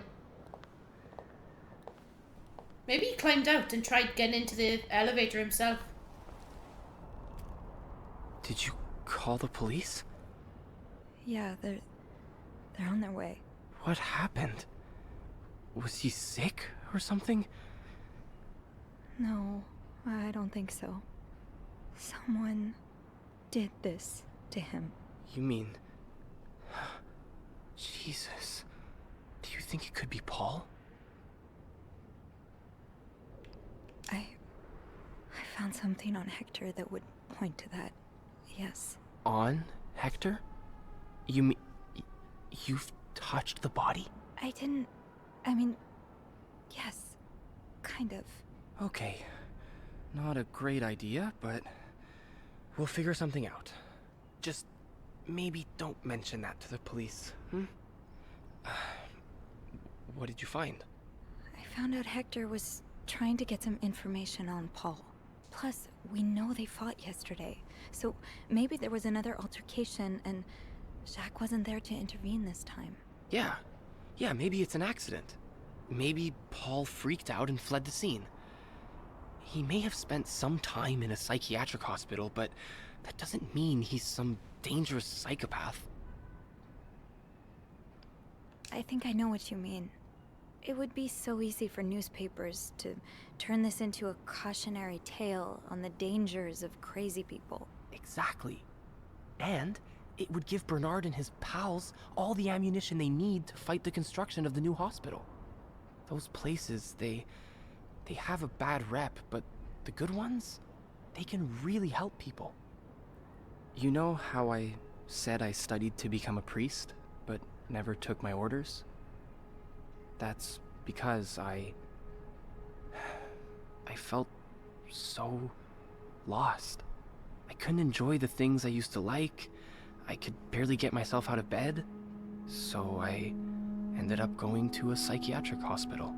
And the doctors, they helped me get back on my feet. But when I returned to my hometown, it was like I had become a complete stranger. My mother kept telling me I was making it worse in my head, but I swear, people were changing sidewalks when they saw me, looking at me as if I was this dangerous creature all of a sudden. That's why I didn't tell you that. What? Call it coincidence or fate, but that psychiatric hospital, it's the same one Paul went to. I've met him there, talked to him a bit. I'm sorry I didn't say anything before. It's okay. I get why you didn't. You do? You know how I tell everyone that my mom's sick, bedridden? Well, it's true, but I always leave out the part about her illness not being physical. I'm ashamed of the truth. So even though I don't know exactly what you went through, I can understand. Thank you for telling me. I know it's not an easy thing to talk about, but if you ever want to talk about your mom, I'm here. They're here. Promise me you'll be careful with the information you share. Yeah, of course.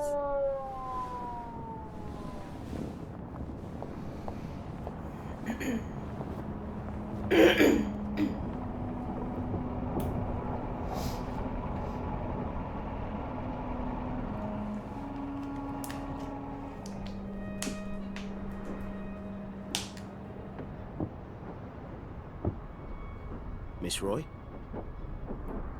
Miss Roy? Miss Roy! Oh, sorry. I was distracted. I really need you to focus right now. I don't want to be here all night, and I'm sure you don't either. No, I don't. So, as I was saying, We're trying to ascertain the circumstances of Mr. Cruz's death. Can you tell me how you came to find the body? I was cleaning room 509 when I heard the elevator bell ring. Again and again and again. I thought maybe a child was playing with the doors, so I went out in the corridor, and that's when I saw him. All the blood and... Why was the elevator bell ringing? I'm sorry? You said you heard the elevator bell ring. Why was it ringing? I assume it wasn't a child after all. Well, Mr. Cruz's body was preventing the doors from closing. Really? When we found the body, it wasn't that close to the doors. Oh, the stairs are blocked because of the renovations, so the elevator's the only way out of the 5th floor. I had no choice but to move the body. Just a little. Ah, so that explains the traces we found. Thank you for clearing that up. So, what did you do after that? Well, that's when the power cut. So I had to go to the janitor's closet. To access the fuse box. Exactly.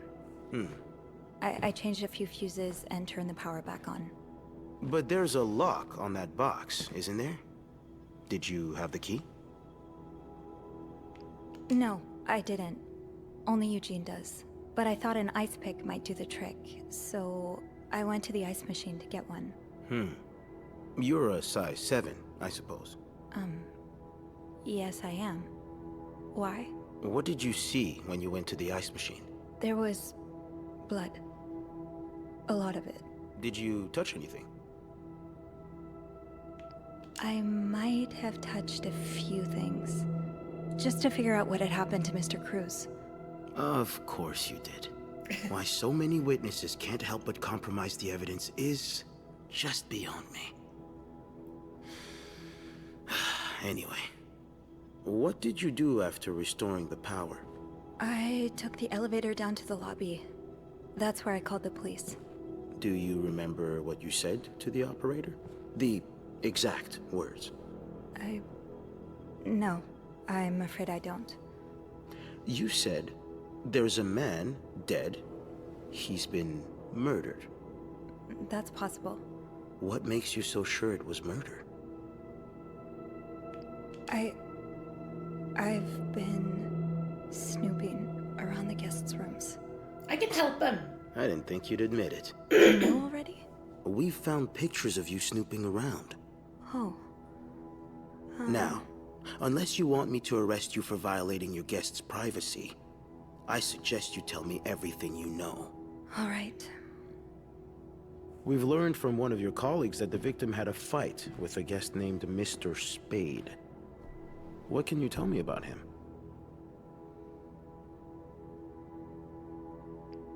He spent some time in a psychiatric hospital after the war.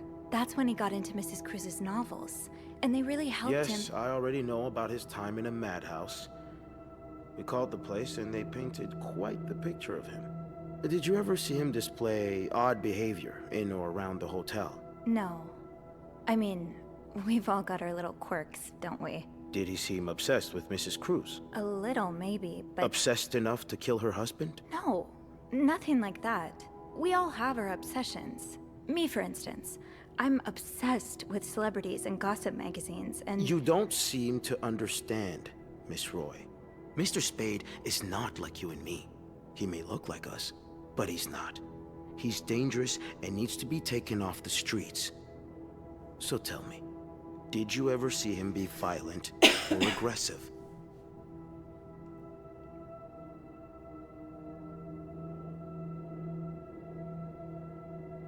Well, I didn't, did I? But I know that he got into something with Mr. Cruz.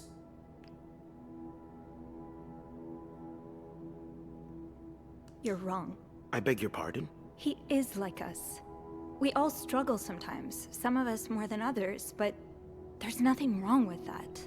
You may not have noticed, Miss Roy, but neither of us are in an insane asylum right now. He was brave enough to seek help, That doesn't make him a criminal. That doesn't mean he killed Mr. Cruz. You know, I'm starting to worry about your own mental state, Miss Roy, since you're so eager to defend And I worry about your ability to do your job, Detective, since you seem to be such a— Enough! One more word, just one more word, and you'll be spending the rest of your night in a cell. Now get the hell out of here.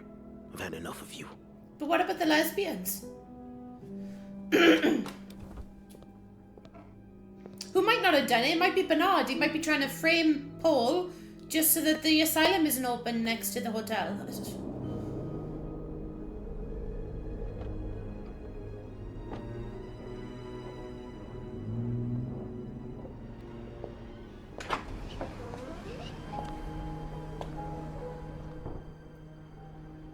Bernard was strangely chipper on the phone.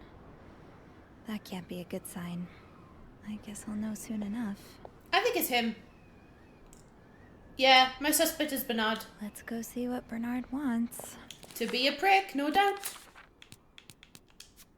Maurice Tremblay. Maurice Tremblay is a detective lieutenant with the Montreal Police. He's about what one would expect from a detective. Stern, straight-laced, tired, and always carrying either a mug of coffee or a notebook.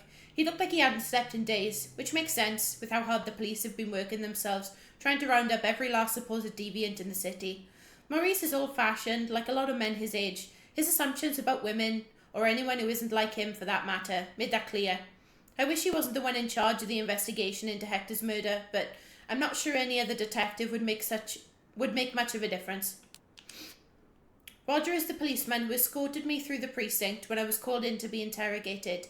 He seems nice enough. I wish I had more to work with, but I have to remember that I can't get inside everyone's heads.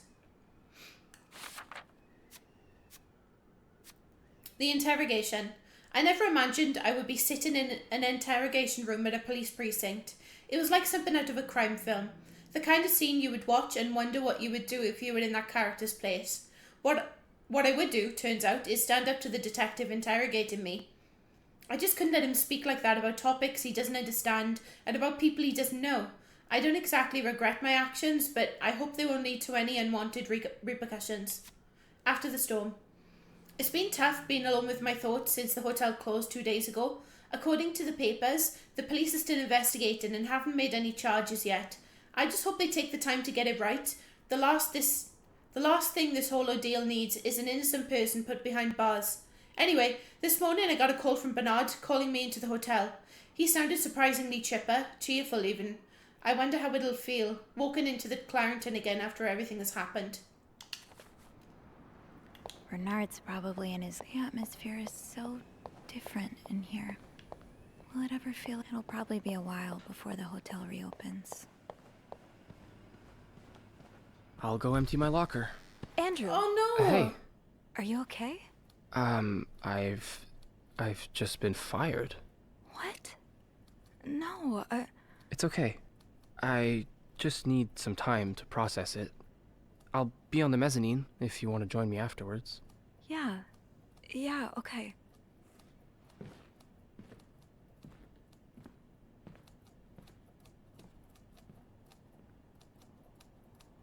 He's probably going to sack me next. It's fine. Me and Andrew will work together Miss somewhere Roy. else. Come in.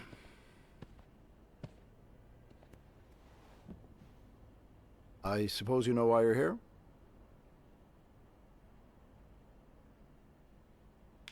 I would guess it has something to do with the murder.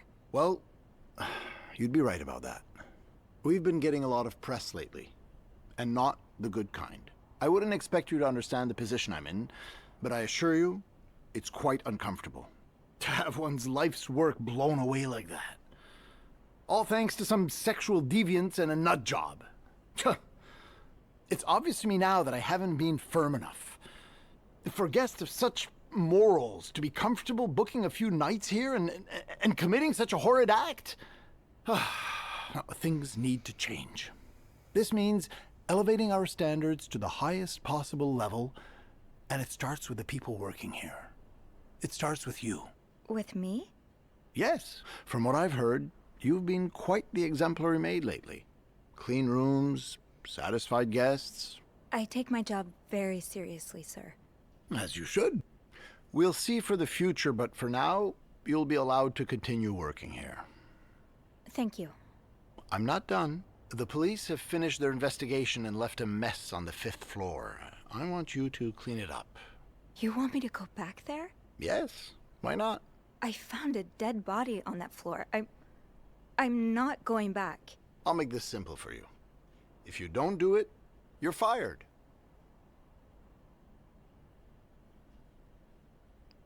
You can't fire me. Because I quit. Woo! Sure. I fire you, you quit. It's all the same to me. Just make sure to empty your locker before the end of the month. That'll be all. Fuck you.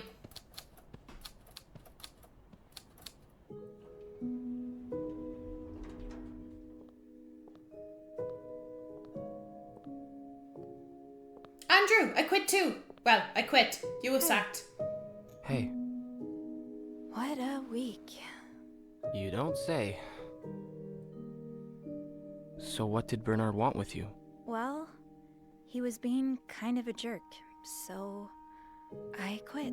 You what? I quit.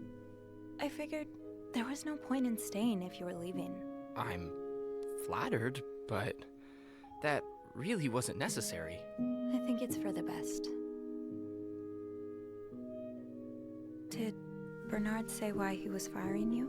Well, I told him about my time at the psychiatric hospital. Really? Yeah. He said that didn't fit with the hotel standards and showed me the door. Why'd you tell him?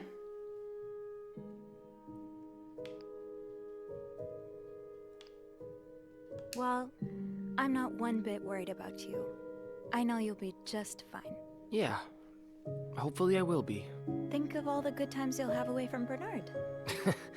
It's funny you should say that, because I was actually thinking I'd like being my own boss. Yes, Andrew. I've had this dream for a while of maybe opening a bookstore.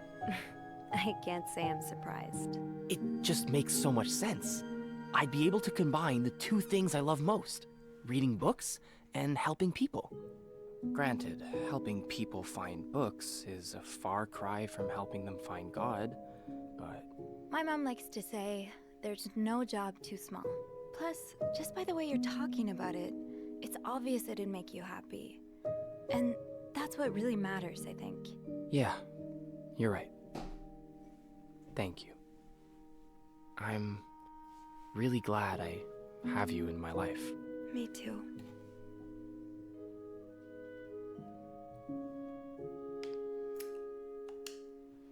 Can I? Kiss me? Yes. Get it, Sophie!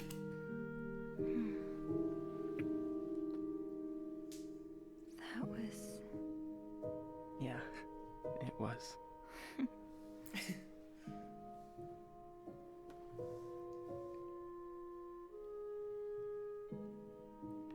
What do you think will happen to them? Who? Sorry, my mind wanders sometimes. I meant Paul, Anne, and Marcella. Do you think they'll be released? What do you think? I don't know. I wish they'd get a happy ending, but I'm not sure it's that kind of story. I'd like to believe it is. I think Paul becomes a famed photographer. He gets his own studio and decorates it like a hotel bathroom. As for Anne and Marcella, they move in together. But they keep leaving each other notes in the vents. You know, for old time's sake. I like it. Maybe you should write that. Maybe I will.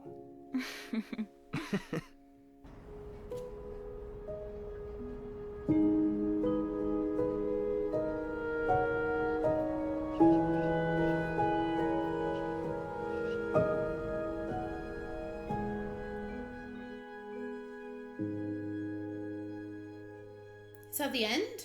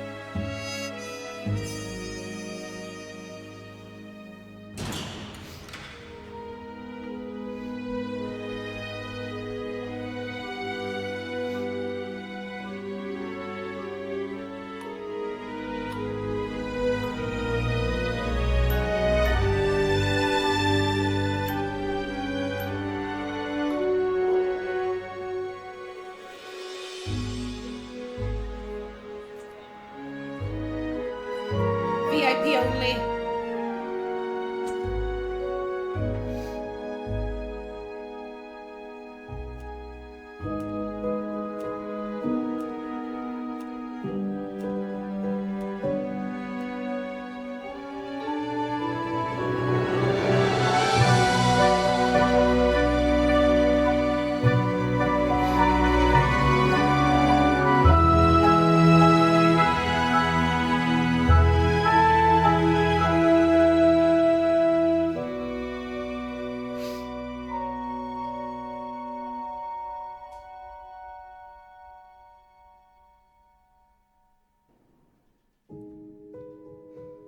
I really enjoyed that. Like, I'm gutted with how it ended. I would have liked to have known exactly who did commit the murder. I wonder if there's a way that I could have found out. Maybe if I didn't quit, I could have snooped around some more and found something. I really think it was Bernard. I wonder if I could have changed the outcomes of who got arrested, and if there could have been a positive ending for Marcella and Paul, and also me and, well, Sophie. Sophie and Andrew. But, you know, there was a good ending for Sophie and Andrew. Yeah, it's just overall quite a sad ending for the majority. And I don't know. Could things have turned out better? Could things have been different? I don't know. I'll replay it again someday, and I guess I'll find out then. But yeah, really good game. I enjoyed it, even though there was the uncanny valley kind of thing going on. I really do kind of like that. Creeps me out a bit, but I enjoy it. Thank you so much for watching. I hope you enjoyed it. If you did, please leave me a like and consider subscribing if you're not already subscribed. And let me know what you thought of it in the comments. And I'll see you in the next one. Take care. Bye.